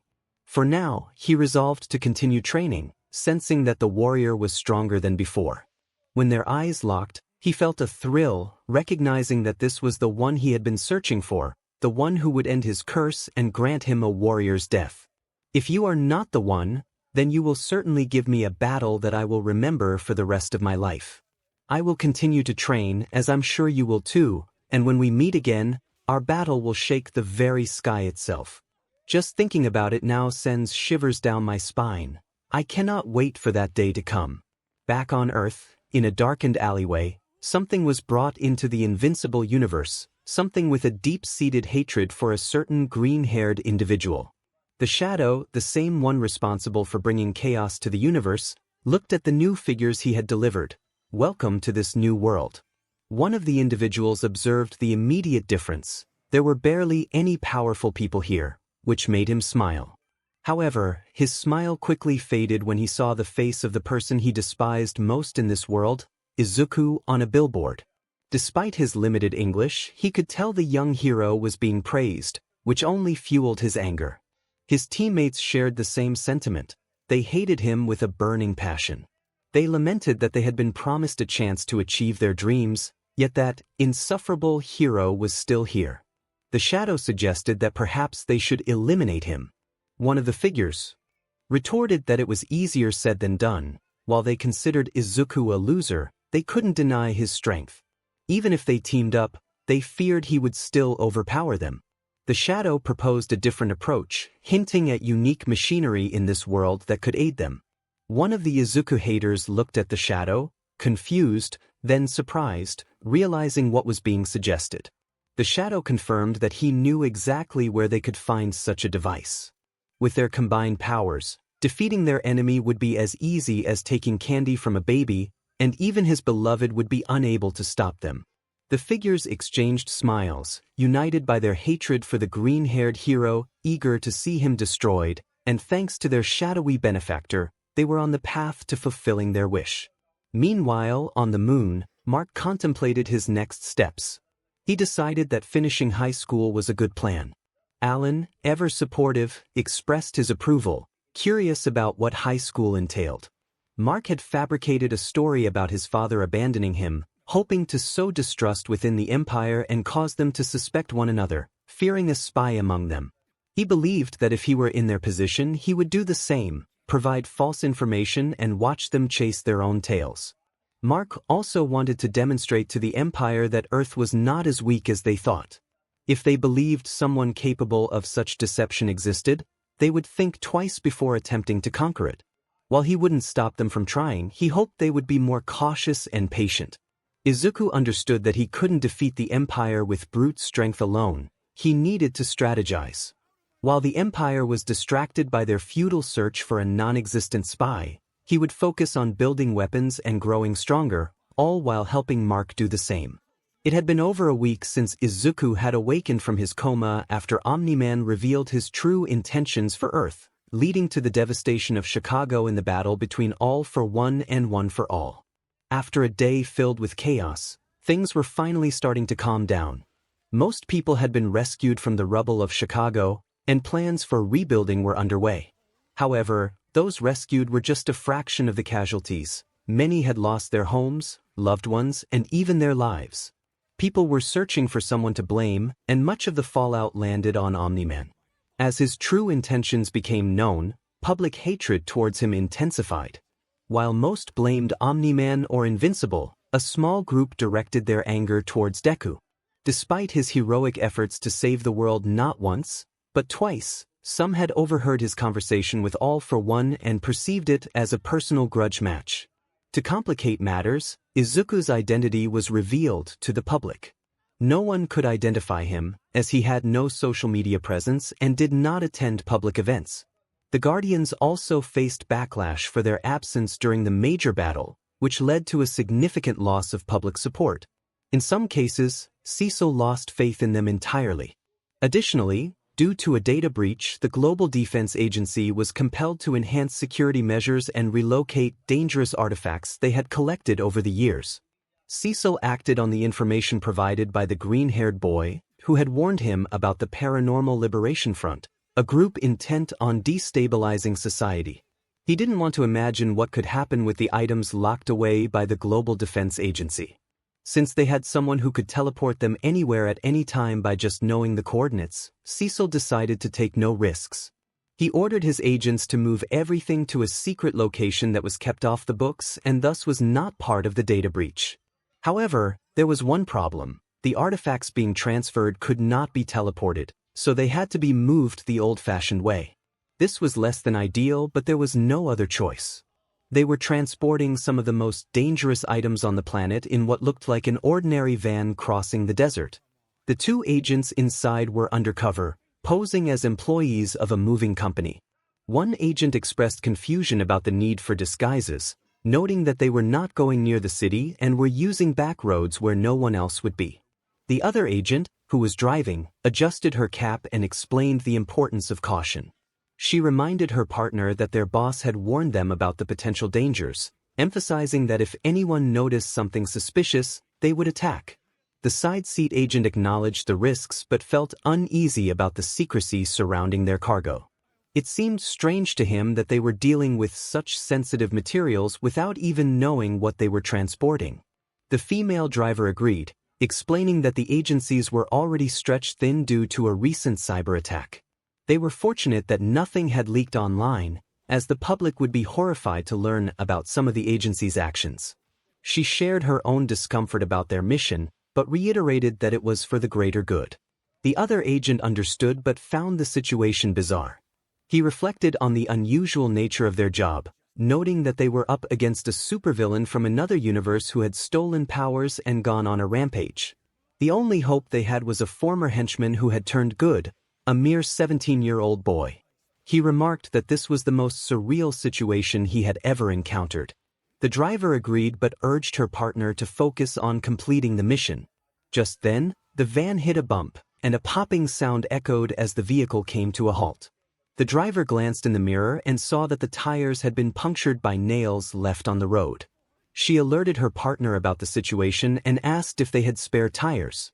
Before he could respond, a giant hand suddenly crashed through the glass, pulling the passenger out of the car as he screamed and tried to reach for his weapon. The driver sprang into action, exiting the vehicle and looking up to see a muscular figure lurking in the shadows. She drew her gun and commanded the attacker to release her partner. The assailant responded in Japanese, indicating that they were not going to comply. Before she could take her shot, several others tackled her from behind, overwhelming her with kicks and punches while laughing. Not long after, the passenger was thrown aside and subjected to a beating.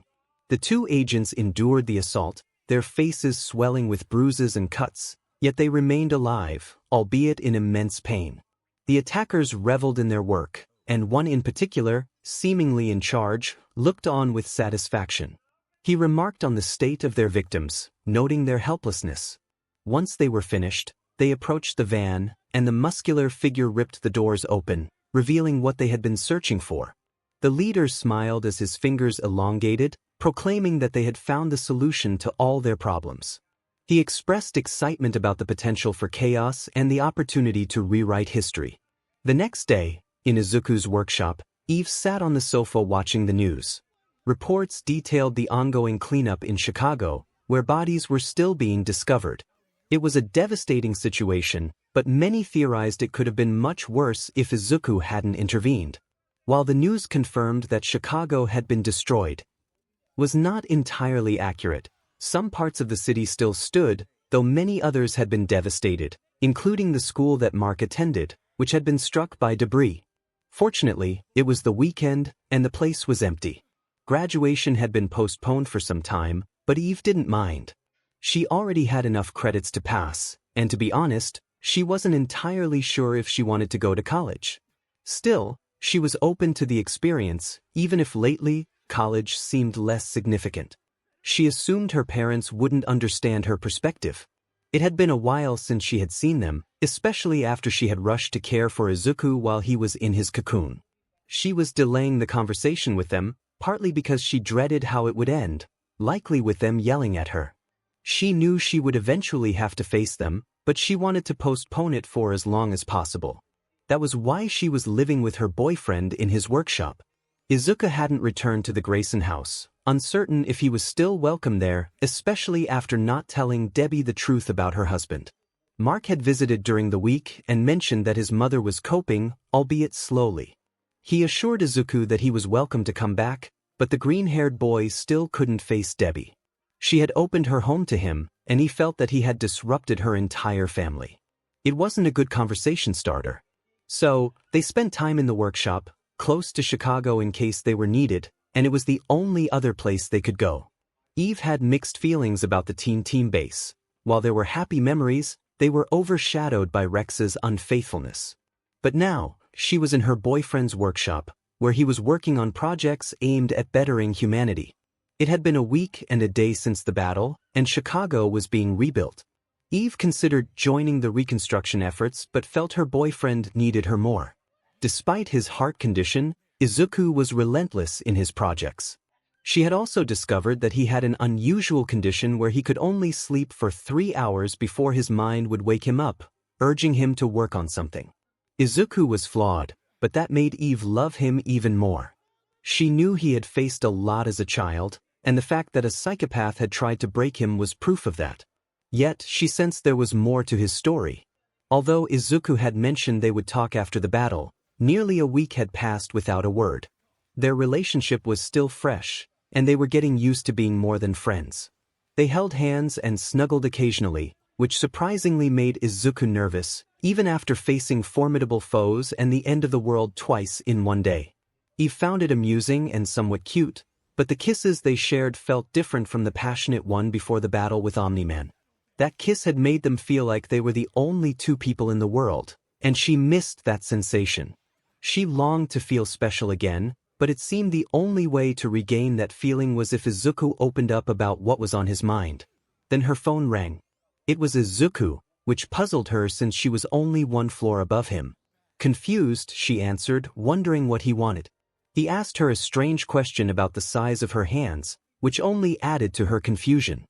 He sounded nervous and told her to come downstairs but not to freak out. Eve hung up, puzzled, and made her way down to the lower levels of the workshop. Since Izuku had started working there, the place had transformed remarkably, with multiple project rooms, a resting area, and even an entertainment room where Eve had spent most of her time. When she reached the lower level, she was surprised to find her boyfriend lying shirtless in a reclining chair, with the arc reactor that was supposed to be inside his chest outside of his body.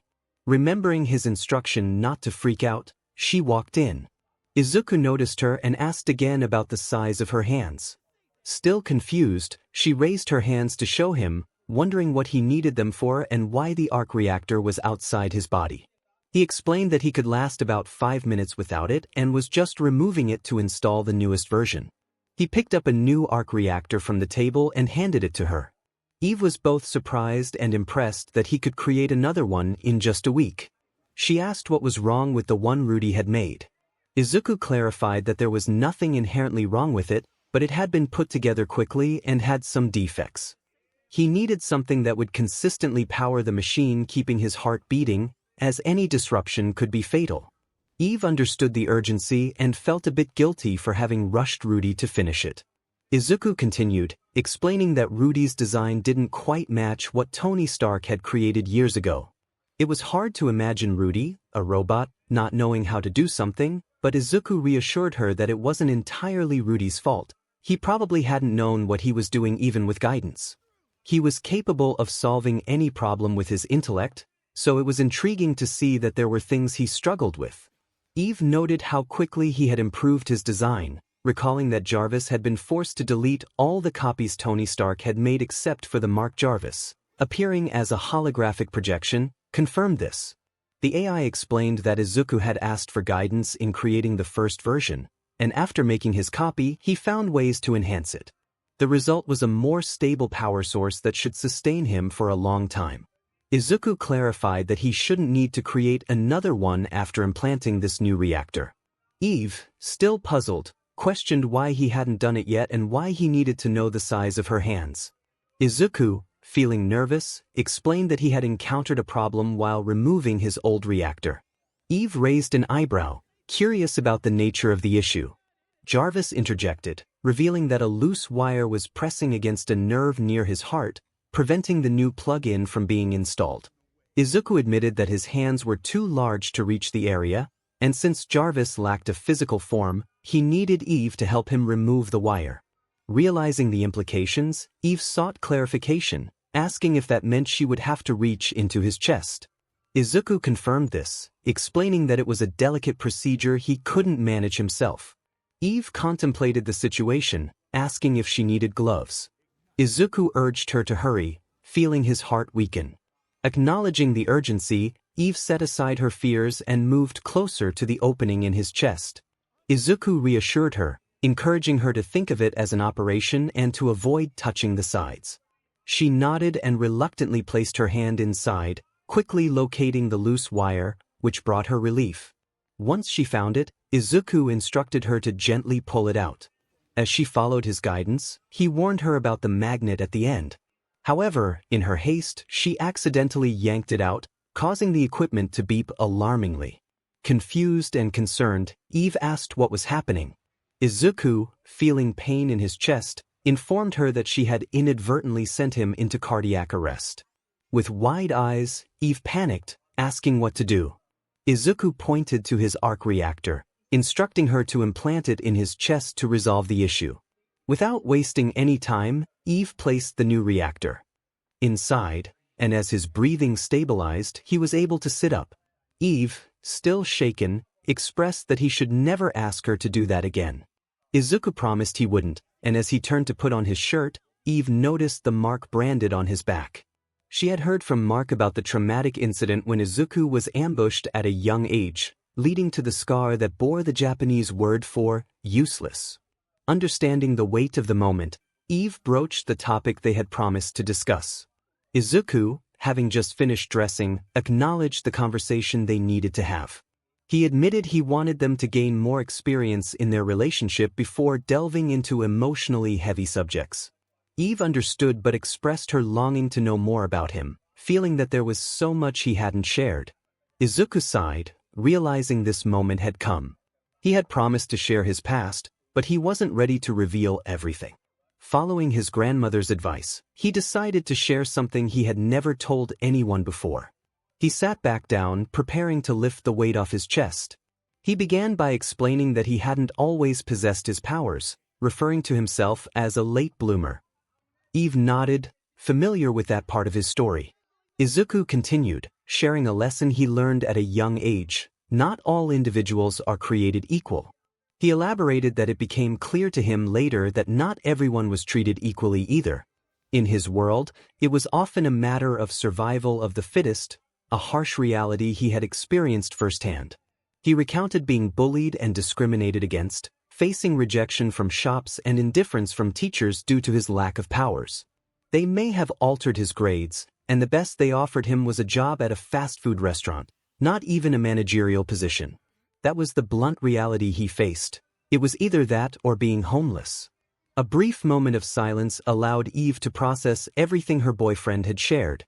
She knew things were bad, but this was on a whole new level. While Eve herself struggled with her powers, she would never look down on someone for their circumstances.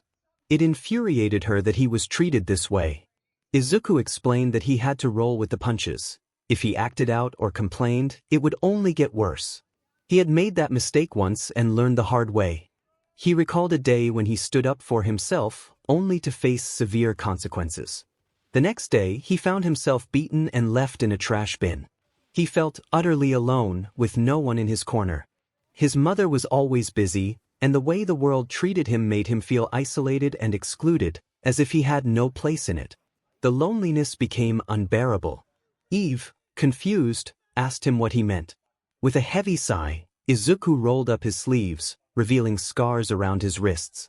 They were straight lines just below his palms. Eve realized what those scars represented and asked if he had attempted to take his own life. He nodded shamefully, tears welling in his eyes, and confirmed her fears. Eve struggled to understand why he would do such a thing.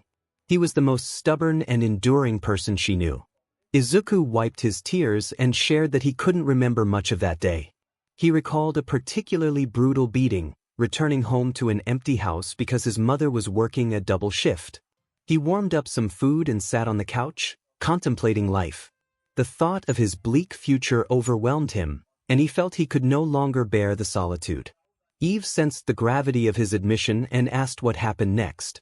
Izuku recounted the day's events, the bullying, the rain, and the terrible grades he received. While others spoke of their dreams of becoming heroes, he felt like the delusional kid who couldn't face reality. The pain of isolation deepened, and he believed his life had no meaning, feeling as if it existed solely to make him suffer. In despair, he took a knife from the kitchen and made the decision to harm himself. He hesitated but ultimately went through with it, sitting in the corner of his room, waiting for relief. Eve, horrified, asked if he had stopped. Izuku shook his head, revealing that he woke up the next day, bandaged but alone.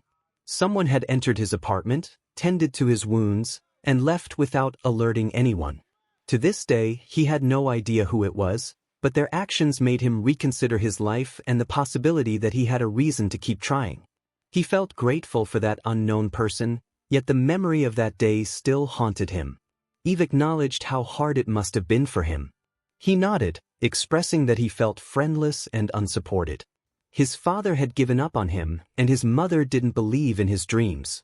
In that dark moment, letting go seemed like the only option, a decision he regretted deeply.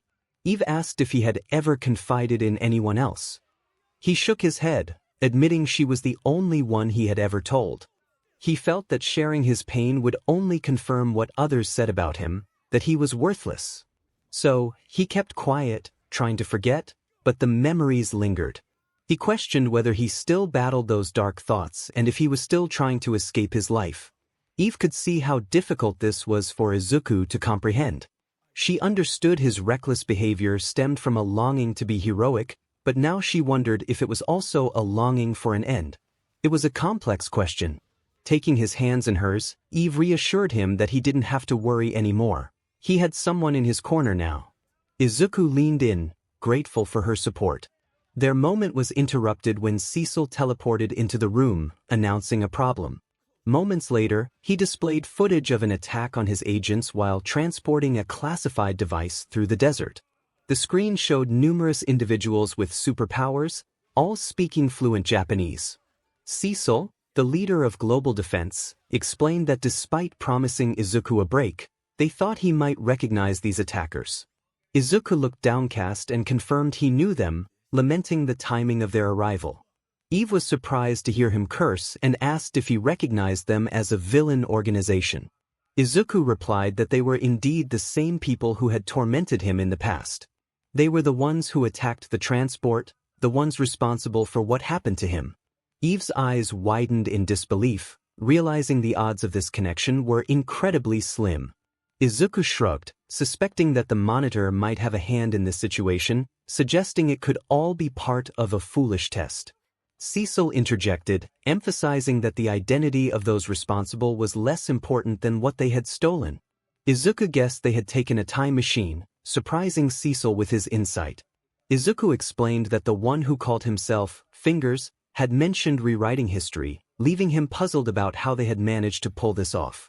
He doubted these individuals had the capability to execute such a plan. 𝗧𝗪𝗪 acknowledged the uncertainty but pointed out that they now possessed a time machine, and based on what Izuku had shared, there was no telling what these overconfident individuals were plotting. Fortunately, the time machine emitted a unique energy signal when activated, which had just been detected 5 minutes ago. With the Guardians focused on improving their public image and Invincible in no condition to fight, 𝗧𝗪𝗪 felt he had no one else to rely on. Izuku stood up, feeling a surge of determination as he considered the opportunity to confront those who had bullied him. Eve smiled, sharing his enthusiasm for the chance to take down those who had made him feel worthless. Izuku cautioned that they should not rush into action, recognizing that while their opponents might be foolish, they were not to be underestimated, as there were at least 23 of them, each with their own powers. They needed to be strategic, quick, and above all, careful. In a different part of the world, Mark reflected on his mother's deteriorating state. She rarely left her room, and when she did, it was only to seek more alcohol. She lay in bed, crying, and he felt helpless. Despite his efforts to reach out, she refused to open the door. Mark was struggling himself, barely holding it together with the help of 𝗬𝗧. He had been visiting Izuku in his workshop, seeking solace in their conversations, but he still felt the weight of responsibility for the events in Chicago and the near-fatal confrontation involving his father. The situation with Amber had also added to his confusion. After returning home, she had shown up, expressing a longing to rekindle their relationship. Although they shared a kiss, it felt off to him. He recalled what his mother had said about their relationship not lasting in any dimension, and he couldn't shake the feeling that he was destined for something darker. He pondered the existence of another version of himself, one who had managed to overcome his darker impulses without needing support. Mark wished he could meet that version, but he doubted it would ever happen. Trusting the monitor was difficult, especially after being deceived by Titan and his father throughout his life. Now, there was only one person he trusted completely, Izuku. He believed Izuku was incapable of lying, even when he devised a complex plan to mislead the Empire. That strategy was meant to buy them time, but Mark was uncertain how effective it would be. He recognized the risks involved, especially if Alan was indeed working for the Empire. If the coalition of planets was real and Alan delivered their message, he would be in danger, but Mark understood that even without their deception, Alan would likely be targeted. Mark realized that if Izuku's theory about the Empire's dwindling numbers was correct, he might be the first of his kind born in decades, making his existence a priority. He shook his head, acknowledging that Izuku's influence was clearly affecting his thoughts. Deciding to check on Izuku and Eve in the workshop, he felt the need for their support and advice as he faced the challenges ahead, especially concerning his mother. Amber felt uncertain about the situation. Although he claimed to have no experience with girls, she wanted a second opinion. She doubted that William or anyone else could understand her perspective. As she prepared to leave the back garden, 𝗬𝗧 suddenly appeared in front of her, apologizing for startling her. He explained that they had a serious problem. Normally, he wouldn't ask for help, but given the circumstances, he felt he had no choice. Amber nodded, understanding the gravity of her situation. If 𝗬𝗧 was seeking her assistance, it must be urgent. They returned to the house, where 𝗬𝗧 used a device to show her what was happening. Some former bullies of Izuku had somehow entered their world and stolen a time machine. They were holed up in a warehouse, waiting for it to charge, while Izuku and Eve were already on their way there. 𝗬𝗧 expressed his concern about Izuku, who was still recovering, and Eve confronting these bullies. He suspected someone was orchestrating events from behind the scenes. Amber raised an eyebrow, questioning 𝗬𝗧's assessment. He shrugged, explaining that while Izuku knew these bullies, they were not particularly competent. They were unlikely to pull off a complex plan without assistance. Amber understood 𝗬𝗧's reasoning. He wanted her to meet up with Izuku and Eve before they arrived, just in case. 𝗬𝗧 nodded, explaining that the Guardians were occupied with other matters, and the human sniper and a parent were still recovering. The behemoth was operational, but he might be too much for this situation. Despite the challenges, Amber felt a surge of determination. She could use an outlet for her frustration, especially since these bullies had tormented her friend. Meanwhile, Izuku and Eve were airborne, heading toward the location of the time machine, which was emitting a unique signal as it charged. They knew exactly where to go, while their old middle school classmates likely believed they were safe, possibly celebrating their perceived victory. Eve expressed her concerns, questioning whether Izuku was sure about confronting the bullies. She acknowledged his strength but reminded him that these bullies could bring up painful memories. Izuku admitted he was worried about losing control but insisted he was the only one familiar with them. He understood Eve's point but felt it was essential to confront the situation. Eve nodded, still puzzled about why the bullies would steal a time machine. Izuku shared his theory, suggesting they aimed to erase him from existence. Eve was shocked, realizing the implications of such an act. Izuku clarified that time travel didn't work as it did in movies. Changing the past wouldn't alter the present. Eve struggled to grasp the concept, and Izuku attempted to simplify. He referenced a doctor from his world who theorized about time travel, explaining that one couldn't simply eliminate someone from the past without consequences. Eve tried to understand, using an example about World War II, but Izuku reiterated that it wasn't that straightforward. He compared it to choices in a role-playing game, where taking a difficult path wouldn't allow one to revert to an easier choice once made. Eve began to understand, questioning whether the bully's actions in the past would truly pose a threat. Izuku acknowledged the possibility of creating an entirely different timeline, emphasizing the danger of their actions. Eve realized this could lead to a multiverse scenario, leaving them both contemplating the gravity of the situation. After learning about the existence of an intergalactic being, I delved into the implications of alternate timelines. The monitor indicated that making any choice creates a branch of reality. However, time travel complicates this. It's akin to cutting a branch from a tree and attempting to attach it to another. This could create an unstable timeline that might collapse at any moment. If our timelines were to collide, they would cancel each other out, leading to the potential end of reality in this timeline. Eve remarked that this sounded like an apocalyptic scenario, and I couldn't disagree. It was alarming to think that the fate of the universe rested in the hands of individuals who seemed reckless with their powers. I expressed my disbelief that they would go to such lengths, questioning if I was wrong to think this crossed a line. Eve acknowledged my concern but noted that her perspective was different since she wasn't from my world. She suggested we focus on the task at hand as we approached the building where those who could threaten our timeline were hiding, rather conspicuously given the loud music emanating from it. I agreed, noting their lack of stealth. Despite their apparent foolishness, we had to remain cautious.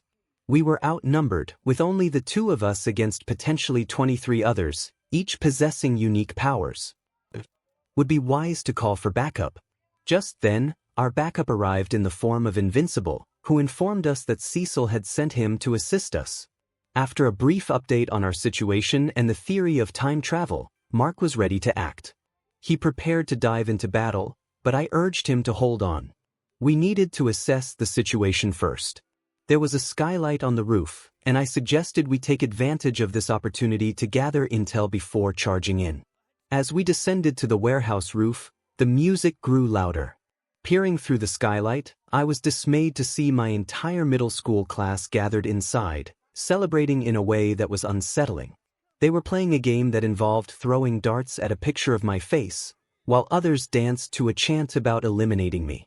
It was clear they had serious issues. Eve expressed her disgust, questioning what I could have done to provoke such animosity. I explained that it wasn't anything personal, they blamed me for their misfortunes. They aspired to be heroes but had failed to pass the entrance exams for hero schools, and those who did were expelled for their misconduct. They believed I was the source of their problems, making it easier for them to shift blame rather than take responsibility for their actions. Mark was outraged, recognizing the unfairness of their accusations. I agreed, but I explained that they viewed me as the root of their issues, which fueled their longing to eliminate me. Eve noted that they seemed like spoiled individuals who had never learned to take responsibility for their lives. I elaborated on the education system for children with powers, which aimed to instill pride in their abilities. Unfortunately, this often led to arrogance, as they were taught to see themselves as special. Mark reflected on the darker implications of this teaching, noting how it had twisted their perspectives. Eve reminded us that we needed to focus on the immediate threat. The time machine might already be activated, and we had to intervene before they could travel back in time. As I prepared for action, I realized they were not just celebrating, they were also engaging in substance use, complicating the situation further. And he recognized the syringes. This situation might be trickier than he thought. These individuals weren't just partying, they were using drags, specifically a performance enhancer. Mark recognized the name and was shocked, realizing it was the kind of substance that could boost their powers. Not to mention, it would give them an intense high. So, they were high and had their powers amplified. While this shouldn't change their plan much, they needed to be cautious. The best approach would be to use the element of surprise. It was time to make a move. He punched the ceiling with a fraction of his power, causing it to collapse. His bullies inside began to panic as the music stopped, scattering to the sides as they fell. He activated a smoke screen to cover their descent. Suddenly, a gust of wind blew their cover away, revealing a girl with wind powers. He couldn't recall her name, but it was clear she was under the influence, twitching uncontrollably. Fingers stepped forward, a cocky smile on his face as he addressed him. He was clearly trying to assert 𝗵𝗃𝗲, calling him a pile of trash who thought he was special. He rolled his eyes at Fingers' obnoxious behavior, questioning the name he had chosen for himself. Fingers responded, boasting about his magic touch and making a crude remark about how he could show his red-headed friend how a real man treats a woman. This infuriated him. He warned Fingers and the rest of the group to surrender and return the device, stating it was their only warning. Fingers' cocky smile faded, replaced by pure hatred. He believed that just because he had powers now, it gave him the right to speak to others in such a manner. Mark whispered, looking around, and guessed they hadn't taken the warning well. He nodded, preparing for the confrontation. Fingers ranted angrily, calling him a useless animal and questioning his worth. A smile appeared on his face. He had tried to be reasonable, but it seemed they were not going to surrender. It looked like they would have to do this the hard way. He asked if there were any objections, and Eve, judging by the way the bullies looked at her, was ready to break their delusions. He turned to Mark, admitting he was hoping they wouldn't surrender because he needed something to punch. Mark agreed, reminding him that even though the bullies were enhanced, they were still human. He instructed them to keep some of the attackers off him while he dealt with Fingers and his friends. He wouldn't be able to hold back if they all jumped him at once. They both nodded and let out a battle cry, charging headfirst into the fray. He felt an excitement he didn't quite understand, as if a weight had been lifted off his shoulders, and it was time to deliver some justice. The ensuing battle was frantic. The former middle school classmates charged at the three heroes, believing they had the advantage due to their numbers. However, they were quickly proven wrong.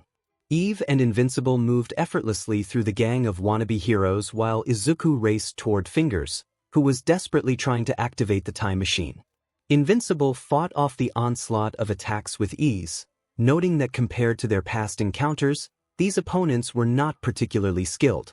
Eve, too, was enjoying herself, stating that if they faced these bullies one at a time, they could defeat them in seconds.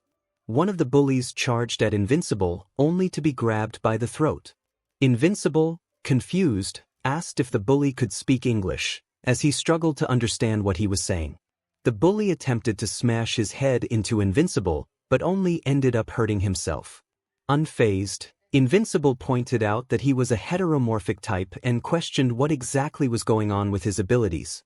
The bully, still trying to escape Invincible's grip, boasted about being elite and unstoppable. Invincible, recalling his own ego, declared that he was invincible and could easily defeat them even with his eyes closed. He noted that Izuku was far superior to most of their quirks, pointing out the absurdity of their abilities. Another classmate attempted to punch Invincible, only to break his own arm in the process. Invincible couldn't understand why they thought they were so superior. The heteromorphic type insisted they were elite and that Izuku didn't deserve his powers. They were born to greatness, but before the heteromorphic could continue his rant, he was knocked unconscious by Invincible, who had grown tired of his complaints and insults toward his friend.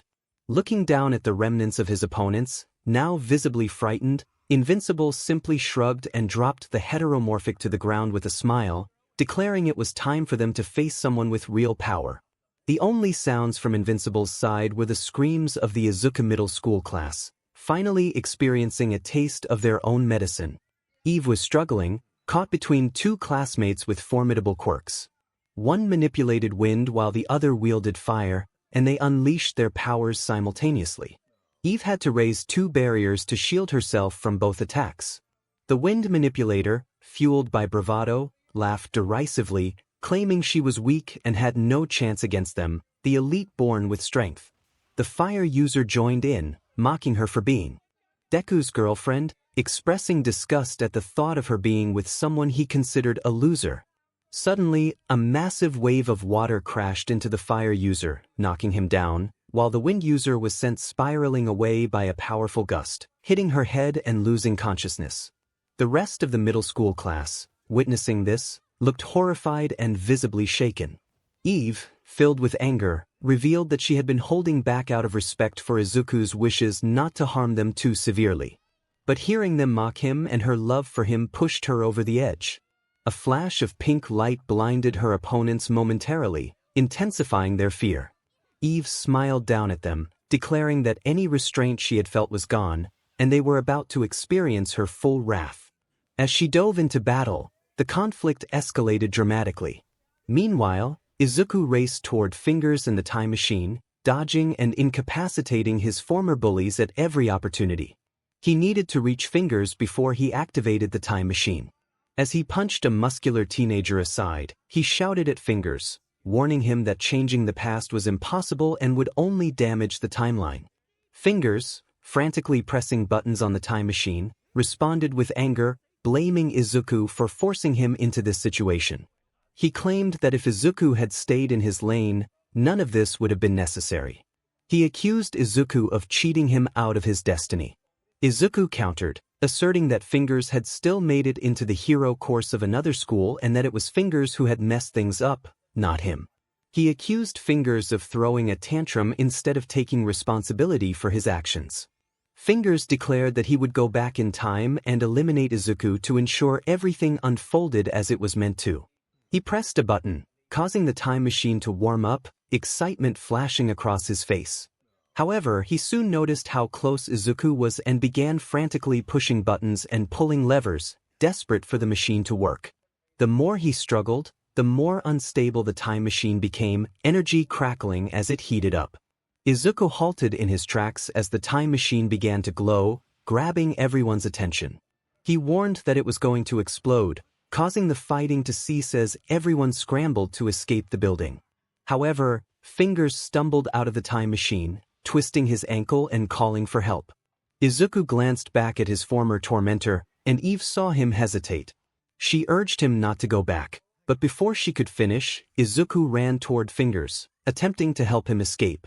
Despite Izuku's intentions, Fingers fought back, trying to harm him. Mark and Eve rushed back in to assist their friend, but just then, the time machine exploded. In a split second, Izuku managed to push Fingers out of the way of the blast. Invincible positioned himself in front of his friends, ready to protect them, uncertain if he would survive but knowing his chances were better than Izuku's. The explosion unleashed a massive wave of purple energy, causing the building to collapse. Miraculously, Mark, Eve, and Izuku emerged from the rubble, relatively unharmed. Invincible remarked that he had expected the explosion to be much more intense, while Eve, still in her armor, expressed her confusion at their lack of injuries. Izuku noted that he would have thought a time machine would cause a much larger explosion, but they should be grateful it was destroyed without any side effects. Just then, a voice called out from behind them, asking who they were and why they looked like him. The three heroes turned to see something bizarre, their younger selves.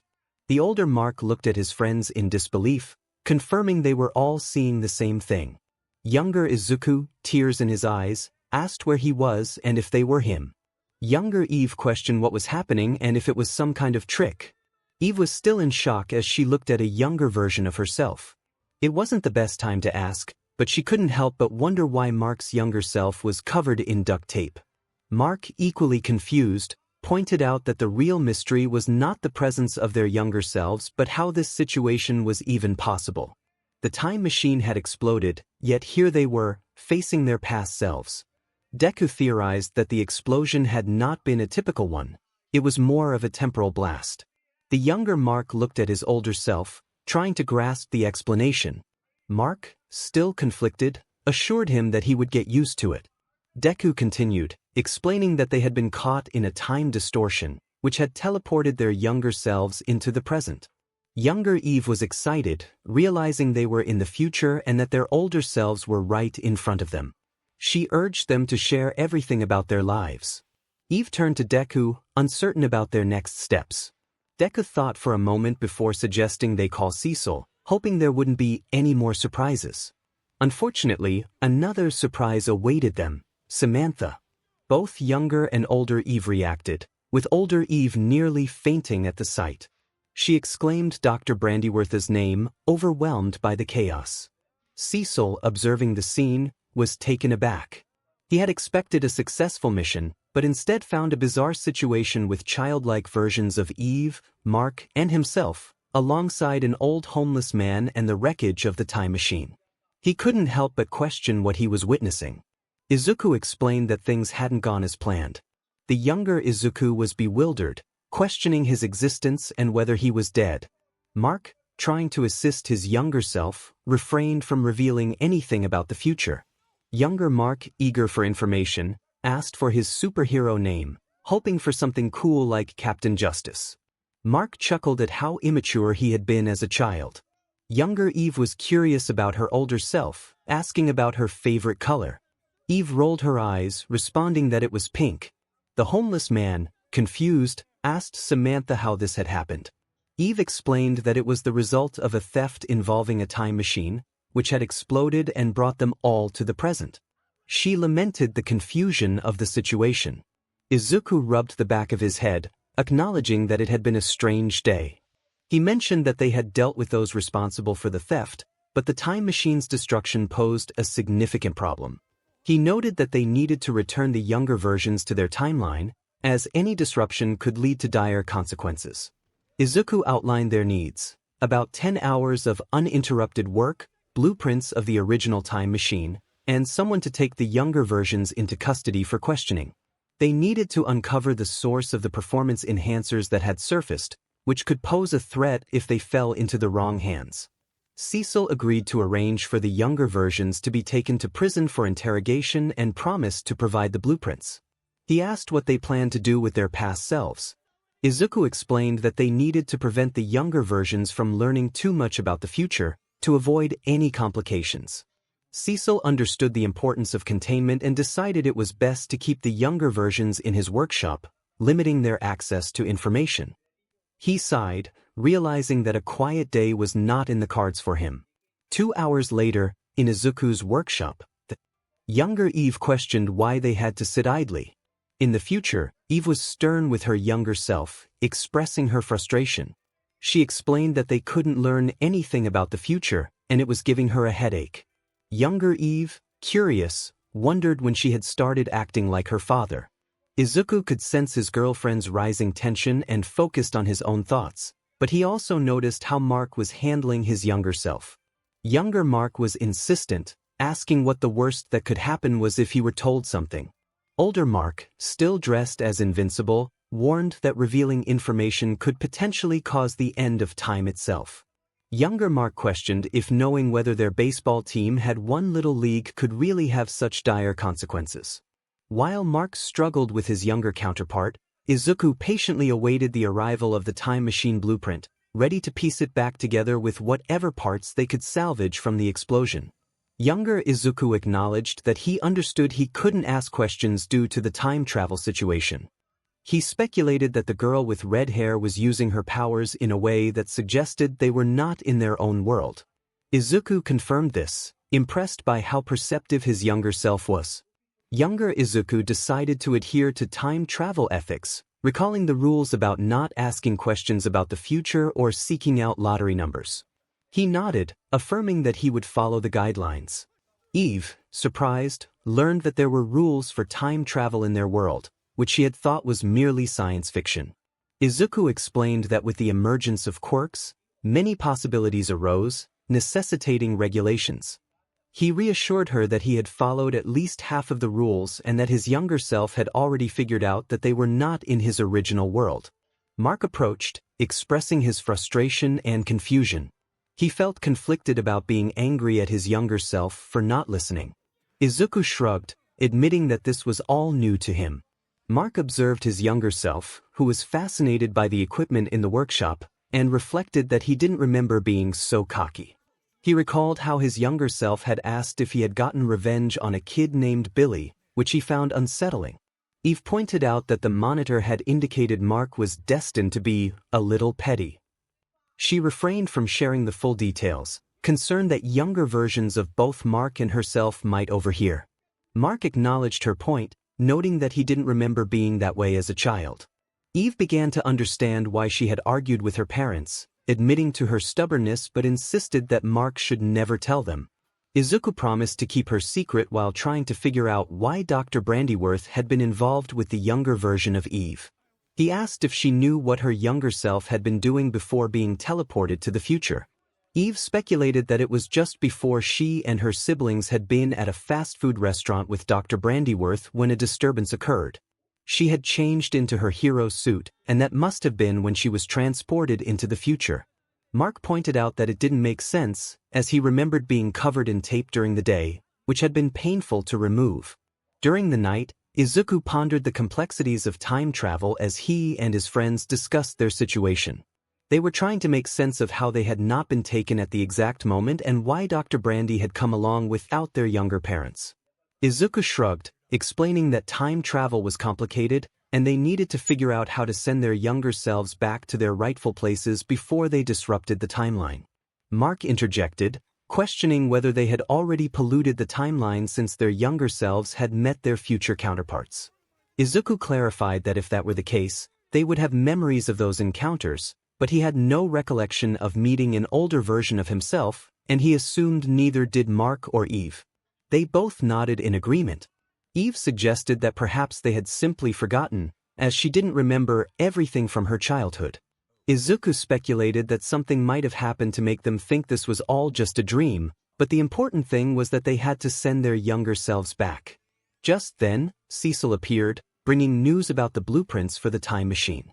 He informed them that while they had found the blueprints, they couldn't send a digital copy, they would have to retrieve them in person. Eve asked if 𝗧𝗏 could teleport with the blueprints, but he explained that the paper was too old and fragile. Attempting to teleport with it could cause it to disintegrate, so they would need to come and get it themselves. As they discussed their next steps, Eve expressed her frustration about being left to deal with their younger selves. Izuku reassured her that he wasn't abandoning them. He needed to take 𝗧𝗏𝗧 to scan the blueprints and create a 3D model of the time machine. Mark questioned why it had to be Izuku who went, expressing his confusion about dealing with their younger selves, which stirred conflicting emotions within him. 𝗧𝗏𝗧 explained that it was his duty to watch over Izuku, as per his creator's instructions, and he couldn't accompany them. Izuku emphasized that Mark needed to talk to his younger self, as he might be the only one who could prevent any potential chaos. Mark seemed to understand the importance of this task, although he was still hesitant. Izuku suggested they take advantage of the situation while Dr. 𝗵𝗵𝗏 was present, as he might provide valuable information about how he had given Eve her powers. He believed that Dr. 𝗵𝗵𝗏's knowledge of manipulating atoms could aid in his cancer research, saving him time if Eve was comfortable with it. Eve was uneasy about using methods that had caused her pain in the past, but she acknowledged that the research could be beneficial if handled correctly. She agreed to ask Dr. 𝗵𝗵𝗏 about it, although she was skeptical about how useful their younger selves could be. Mark humorously reflected on his mother's challenges in raising him, realizing he had a lot to be grateful for. Izuku then pointed out that they could obtain a sample of Mark's BLD from his younger self, as he had been born with his powers, which had only manifested later. Mark confirmed this, recalling what his father had told him. The protagonist reflected on their journey as a late bloomer, recalling the desperation that drove them to pray each night for their powers to manifest. They recognized the irony that had they appeared sooner, the world might have been engulfed in chaos. Izuku pondered aloud about the nature of powers, suggesting that if they could obtain a sample of DNA from before powers activated and compare it to a sample taken afterward, there might be a way to reverse the effects.